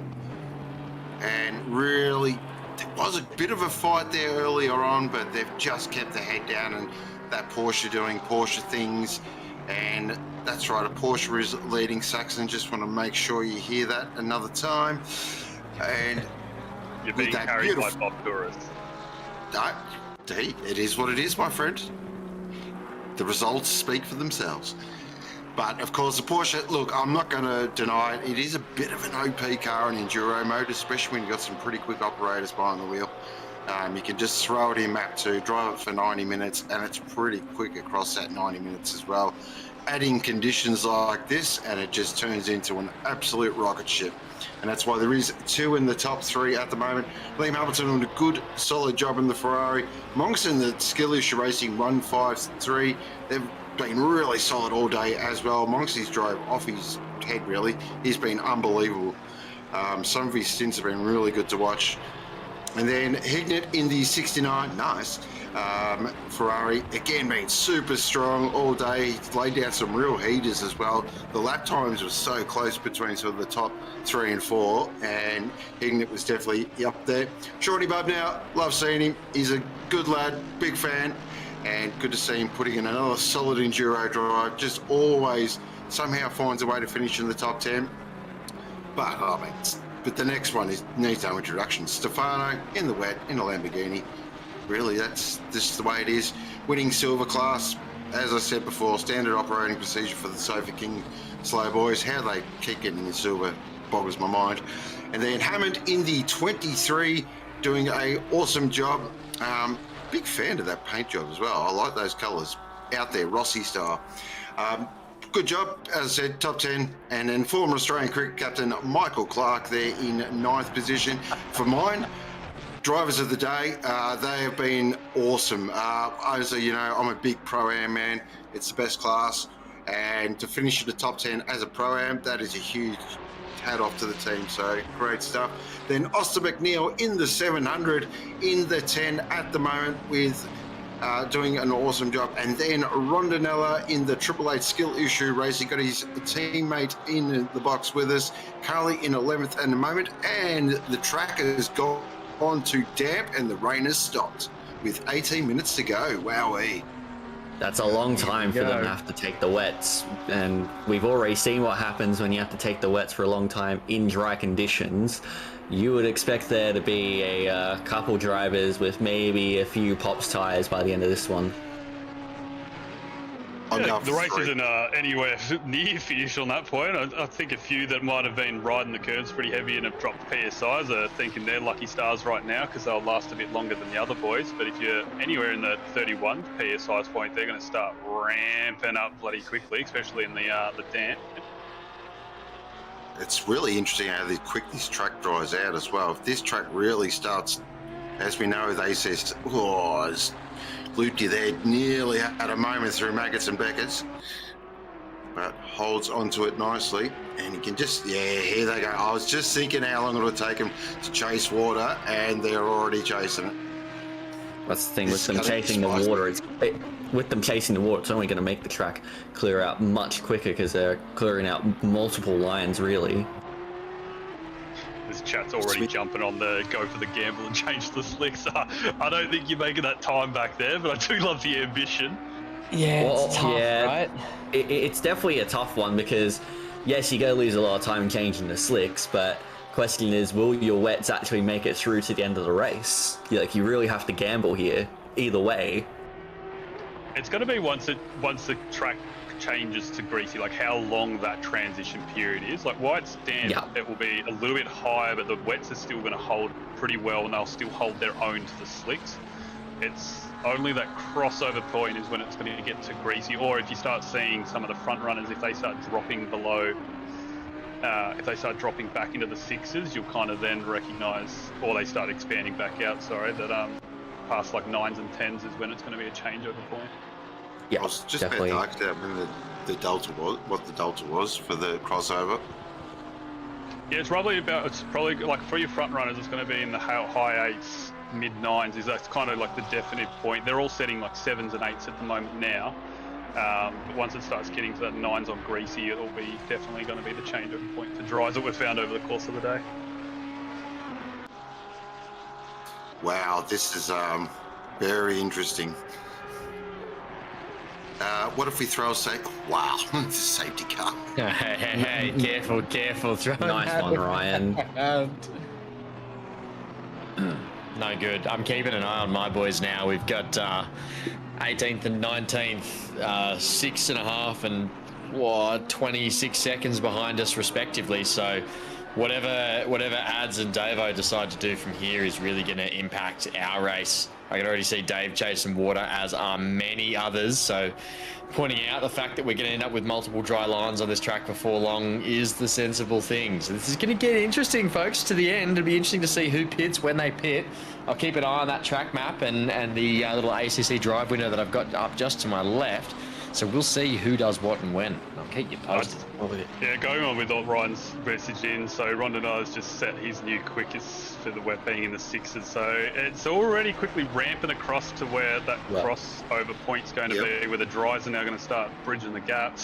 I still just don't think that you're making up all that pit stop time in essentially 7 laps. I still think you're just going to kind of brave it.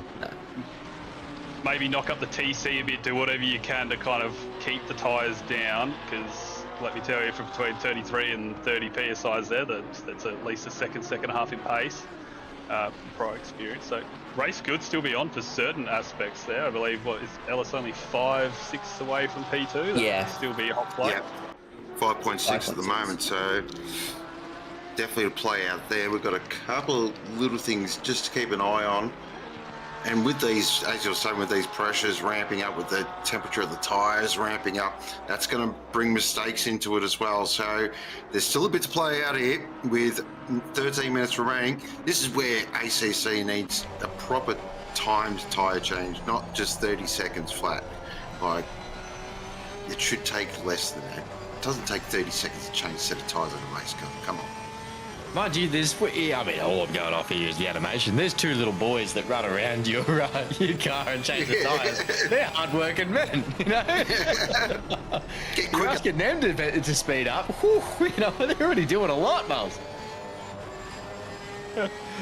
Oh, goodness gracious. That was one thing I did miss when I've been racing a bit of LMU lately, and I have missed the little blokes and folks on the tyre change. Yeah, they're great. Immersion, as they say. As we are. No, not immersion, mate. No, you just need Guido on the tyres. Oh, yes.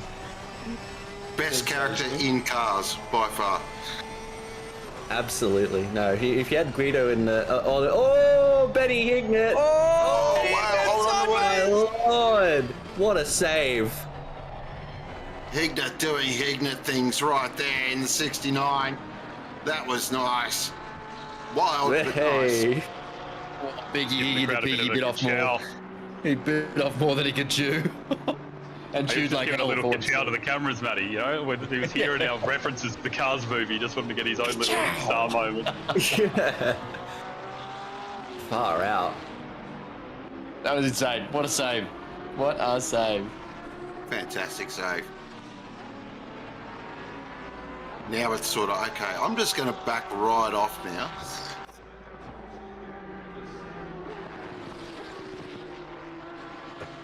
Even with that, Breno still set a 6 flat. So, yeah, time's up. So Lucas was in there 5.3 then. Hamilton with a 6 flat. Breno with a 6 flat. Monks with a 5.9. Hignett with a 8.8 with that huge moment. Shawnee Bubdown with a 7.4. Stefano with an 8.7. So slowly, couple of drivers there, just a little bit slower than normal. And well, we got 11 minutes remaining. I reckon, yeah, it's going to be really tight. Those last 2 or 3 laps, they're going to feel absolutely horrible. Going to be a real pain for these drivers, but at this point, yeah, they just have to take it to the end however they can. 11 minutes remaining, and it's gonna feel like a lot longer. Let me tell you. Whoa! Hopefully, no more punctures. Where's JC? Someone get that man's PSIs. We need to set the standard bar for everybody else. Yeah, if anyone has JC's PSIs at the moment, please send them through. He's not chasing water. Well, yeah, he's setting 5.9, so he's still setting reasonable lap times. Oh, he's on dries! Oh! Master He's on stroke! dries! How did that happen? Did he stay out on the dries? Surely not. Hang on. I'm gonna go look. 27's still on the grid at the moment, but we need confirmation on how JC has slapped himself onto the dries. I'm gonna check his replay. If he stayed out, that's hats off. That's a mega effort. He's only 4 off. What's Thurk's latest time? Because I think Thurk's is still on the wet. So what's the time difference? So last lap, Convoy was 0.3 of a second faster. Yeah, see, I just don't think till it hits greasy, I just don't see that those dries, like, they're sure they're a little bit quick at the moment, but that's not going to be enough. Guys, JC stayed out on wets. On dries that whole time. He stayed out on dries the whole time. You're joking. That whole time. Mega. So JC, I need to get his time up. He's been out there for 37 minutes. That's mega. The man is mad. That's insane. So basically the rain started just like, nah, we're going on the dries. Yeah, this is like Chuck Norris level stuff. It's like, you know, JC chooses the weather doesn't choose him kind of stuff. That's unbelievable. That's immense, dude. This is gonna pay dividends. Yeah, because that is, I saw a little bit of sunlight there. I reckon these last sort of 4 or 5 minutes, JC's going to look like superhuman. Yeah, I guess that's a point from Bowles. Can't pop the wets if you don't take them. Yeah, that's a good point. Notch. Absolutely Big huge. Strap 101 here from JC. That lap, he was a second faster than Damiano. Yeah, Damiano's getting a little bit sweaty spaghetti now. Sun's out, which means that we should be moving into greasy track conditions very, very soon. Watch this 666. Pixel Racer Mustang. Oh, JC, hold on to it, son. What a save. Holy cow. How did he keep that alive? JC, unfortunately, he's undone all his good work, but... See, that's all that GTR experience right there. This is how you drive the thing, right? Exactly. Yep. Unbelievable save. I can just imagine him, like, if this was Rocket League, just the what a save. What a save! Yeah. What a save, what a save, what a save. Chat was disabled for 3 seconds. Mitty saying, cue the Jaws music, dun, as he starts his chase again, now 5 seconds back as opposed to the 3 that he was, but this is an incredible drive from JC. What a man, sticking out the wet, didn't appear to lose that much time as well. And then now he's right back on the tail of Thurcolini, 5 seconds behind. Can he get it done in 7 minutes of race time left after 12 hours of Silverstone here at the Simrigs Enduro? Well, that's the This thing, is he's the kind of driver we like. Since that mistake, he's gained by a second. Yeah, he'll be right on the back of me. I give it 3 laps. That's my sort of gut feel. 3-4 laps. Yep. Yeah, that's pretty much the end of the race. It's going to be very close. I expect this Mustang to be sideways in every corner, backed in every corner. JC is going to drive That's the the way absolute JC would bloody want it, wheels isn't it? off this. Well, yeah, it's kind of his normal sort of reaction. Is Dave Stevenson, and he's got a very quick operator behind him as well. David Bartlett is no slouch in that Convicts and Colonials Aston. So, Yeah, battle of the Daves at the moment. This is making me nervous again, Lexi. I'm going to start biting those fingernails. Yeah, and this time you're not sitting at the wheel, so your fingernails are going to be gone. Yep. There's nothing to save me now. Dave Stevenson has run wide, allowing Bartlett through. I think there's a bit of, I'll just let that fast boy through. Don't want to tango with that.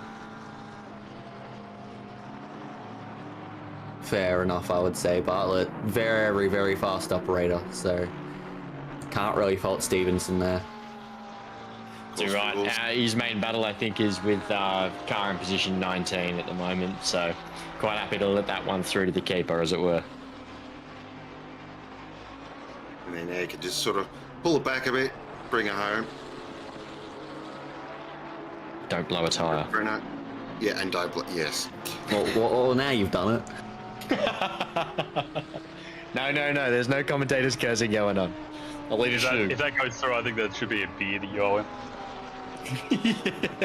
Probably is. See, I'll pay up, Sex. That's fighting words. Well, it's on tape now, so. It is. So, Dave Stevenson, when you watch this back tomorrow or late tonight, just hold it together, my man. Don't get I'm getting a live PSI from him. We got front left to right, rear left to right. We got 33.8, 34.1, 33.9, 34.3. So comfortably, sitting under 100 degrees at the moment, which means that we're doing okay. And we've only got 4 minutes 22 remaining of this 12-hour race. Look, as long as it doesn't climb up to the 39 PSI you were at before, you'll be right. Yeah, we should be safe as houses. Tell you what though, Damiano's doing a mega job here. He just popped in a 6.8 and JC could only do a 6.2. So we've seen Damiano many times before in that 500 Porsche pull drives out of absolutely nowhere. And so JC, he might catch up, but it's not exactly going to be peaches and cream. He's got some work to do here. Track temp has gone up one, so there's a crossover point and it goes greasy in the next couple minutes, then I'd say that might There it is. Spanner in his works. There's the got me a spanner. wizard of a prophet. It was right on cue. And Looks like I knew it was ACT going does to know how to. It does know how to create the drama, doesn't it? It certainly does. You can see, look at the wheel work there on that Mustang, just driving it on the slide through every corner. He was just showing his excitement that it's turned to greasy with a little slideshow. Oi, that's not the line, Chief. That's a little bit too much of a slideshow there, maybe. Look at this wheel work. Really pushing this thing hard. I always want to ask JC how strong his force feedback is. Is there just got someone that's really light on the wheel, or is he absolutely cranking a workout every time he tries so hard? He's just whipping the wheel left to right. I reckon he's light on the wheel. It is exacerbated. It is exacerbated because he operates on 540 rotation, so it's always going to be just a little bit faster than what he's actually doing. But still, it doesn't take away the fact that we are watching some dancing hands right here. And the gap now is about 2.5 seconds. As his teammate pops in, all tyres are disposal. Yeah, fair enough. That's true, just like income. Well, he's got 2 laps to do it. He's going to have to really close up on him on this lap if he's going to be able to enter into the dance of the last lap. Yeah, he's got to really hustle this thing around, but you can see that Damiano clearly doesn't have as much pace out in front. Those tyres will be getting very, very warm out on Damiano's Porsche. Looks like in that first sector he gained nearly a second already. Yeah, 0.7 of a second in that first sector alone. It might happen. It might happen. What Damiano's got to do is make sure he nails these sections of the track. This is super important. Just Porsche could still carry a lot of corner speed. Oh, look at God, the wheel. Look at that. Goodness.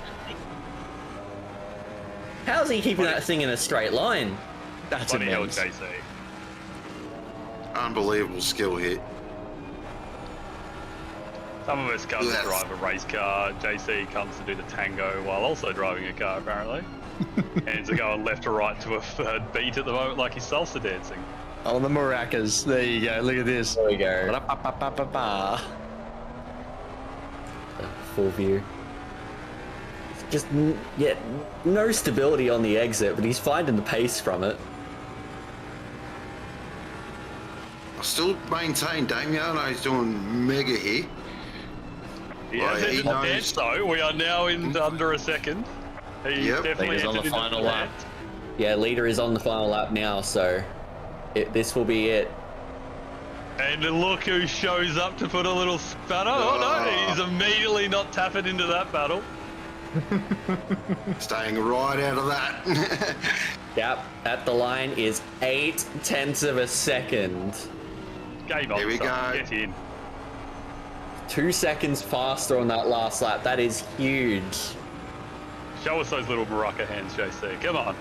Go on, JC. Give it all you've got, Captain. Oh, look at the time he makes us through Maggots and Beckett's. Some way to end out a 12-hour race, huh? Definitely This is slices immense. past the track. The battle for 13th is better than anything else at the moment. We are watching it in World real time Championship. after the clock has hit 0. Has the thermal overtake of the week been decided yet, or are we still okay I for a think late it's entry? about to happen. I think it's about to happen. Bergolini has to do everything he can to hold on here. JC getting a look under the spoiler, checking the exhaust pipes, having a little maraca hand dance as he gets excited. Coming up and around the corner onto Hamilton Straight. JC's still dancing, steering left to go right at this point. It's unbelievable. Bergolini moving to a defensive line. There's no water to chase over there, mate, so he's going to hang around the outside. JC can go absolutely full send here. Bergolini nursing those super hot wet tyres. They're not designed for this. JC going to have to go around the outside. Bergolini going to park it on the apex. JC around the left-hand side. Shooting up for the apex. Oh, no, he's killed him. You're an Oh, animal, there's been JC. murder. There's been murder. Oh, dear. Let him go. Just had to full park it up and just watch the show. Watch the show. Oh my goodness, but he's back on. It's on for young and old as he finishes out. JC's given the position back, but he's going to see if he can get it again. He's going to try go around the outside. He's surely not. Damiano just has to break it nice as... Oh, he had a big sniff, but Damiano is going to hold on. What a cracking battle to finish this race. Apologies, Lucas, that we missed you finish there, Oh, mate. Lucas Congratulations won, on the race win. Well on the win, mate. It's something. Well done, mate. Well done. And Hamilton Also, will Doug finish in Ryan second. saying no 1 hour penalty and for 30. this play on. Yeah, great. But yeah, what a way to end out the 12-hour of Hamilton in the 124 car come across in second place. But I believe this result will leave the 777 car as the winner of the Simrigs World Challenge. So, congratulations to that team. The 7777 team, as the number 7 team crosses the line to finish P3 in the Velocity Sim Sports car. Incredible work to them as well. What a race. Oh my goodness. We almost saw the thermal overtake of the year. Right at the end. And instead we saw the thermal blunder of the year.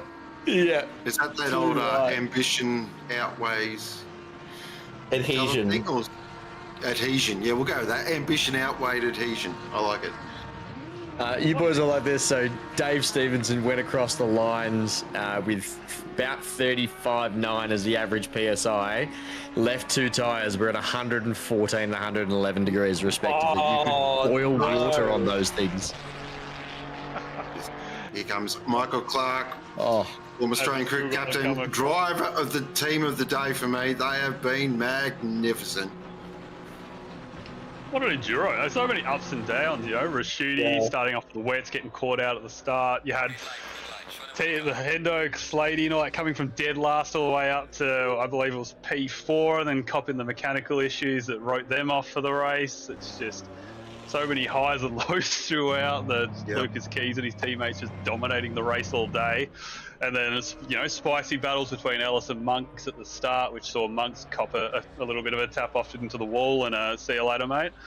And then throughout the midfield as well, it's been another one of those enduros where it's, you know, there was battles all the way through to the back end, and it wasn't just, you know, essentially us watching cars do hot laps and pit strategies. It's had a bit of everything, even a bit of wet at night times, which is now my most scariest thing to have done in ACC. But yeah, what are you guys' views on that one?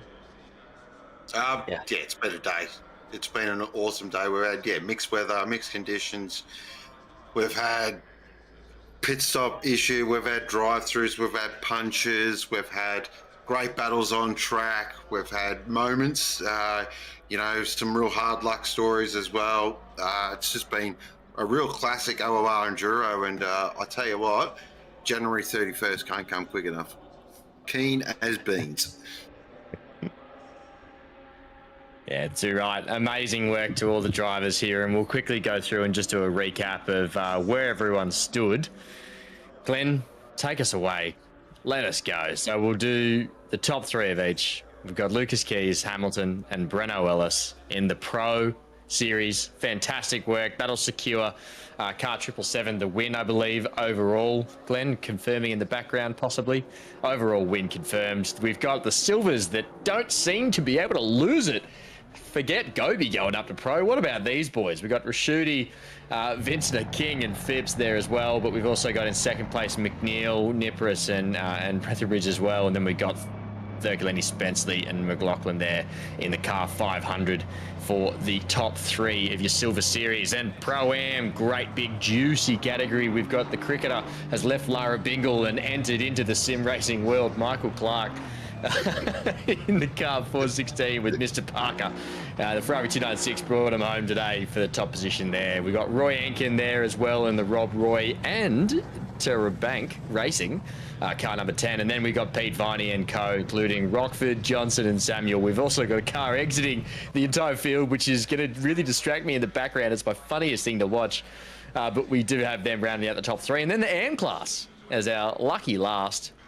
The boys over here, we've got car 333 there. How the hell are they still in AM? These boys are unbelievable. Drove a really, really good race. Scared the pants off Pidgey Racing team from both runs. But then we've also got honourable mention to the car of Schultz, Simpson and Watson there. First ever Enduro for 3 of those boys. So really well done. As we see the wonders of Kunos simulation, we have a car...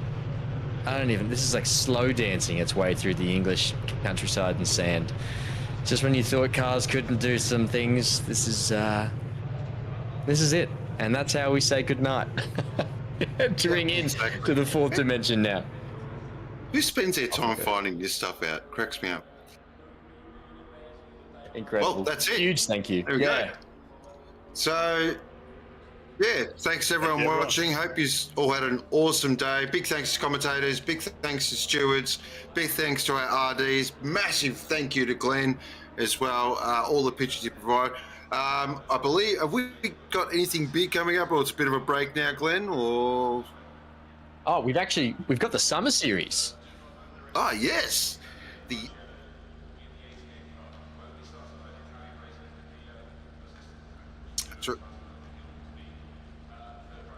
Yeah. Some incredible stuff that we've got coming up, awesome. Right? Yeah, so we've got the Academy Enduro coming up in 2 weeks. I believe that's on the 29th of November. That will be one of the first ever streamed Academy events. So you'll expect to be able to watch that from home, kick back, grab a beer, and watch it all unfold as we get some of our newest OOR patrons and members into that race. We've also got the LMU Summer Series kicking off, the Academy Summer Series, which is already one race underway. So if you are new to OOR or want to jump in there, you can jump into those on Tuesday nights. Get in touch with us on the Discord. And then we'll also have the Duo Series on the 5th of December, and that one's at Monza. That is the final. Really looking forward to that. But in the meantime, experience that LMP2 hype, the hypercars and everything else that comes with LMU. Things are gonna really heat up this summer at OOR, and we can't wait. The next big thing after that should be the Bathurst 12-hour early in the year. Certainly, January 31st, sign up as registrations have gone out. But other than that, thank you, Joe. I reckon we could sign off there. It's been a ripping day as always. Thank you, Lexi. Thank you, Matt. It's been a joy. And other than that, everyone enjoy your Saturday night. Be safe, love each other, and more importantly, you've been watching OOR.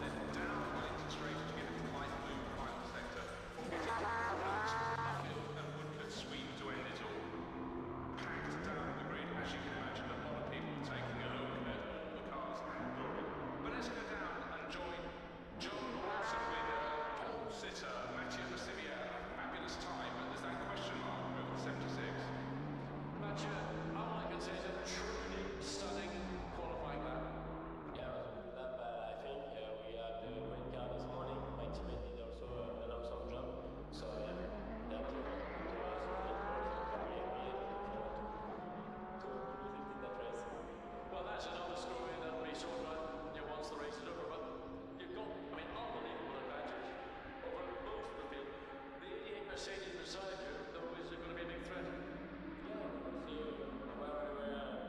so we've been in the race with the tire management and everything, so looking forward to it. For the moment, everything looks great, so we'll see who is the rivals and how far or close they are. Well, with that kind of pace, it's not going to be a difficult afternoon. Thank you. So Matteo keeping it fairly buttoned up there, but I tell you, his teammates were massively impressed with his time when he got out of the car, because apparently he got out and just went, whoa, that was a good one. But do not underestimate, particularly Raffaele Marcello, who will be in the 88 car. It won't be started by the Italian race, it will be, I was listening to Duno starting, but I think it ought to be the third driver of the car, Tristan Vautier, we'll see as we get going. But that got to within 169 of a second across the three drivers' ties when they aggregated. So that ASP Mercedes seems to be at the sharp end. Let's go back down to Rossi again, because we wanted to hear from Raffaele Marciello, Mercedes 38, and Rossi has gone, not at all Italian. Raffaele, again, another outstanding qualifying. You dragged every last out of performance out of the Mercedes.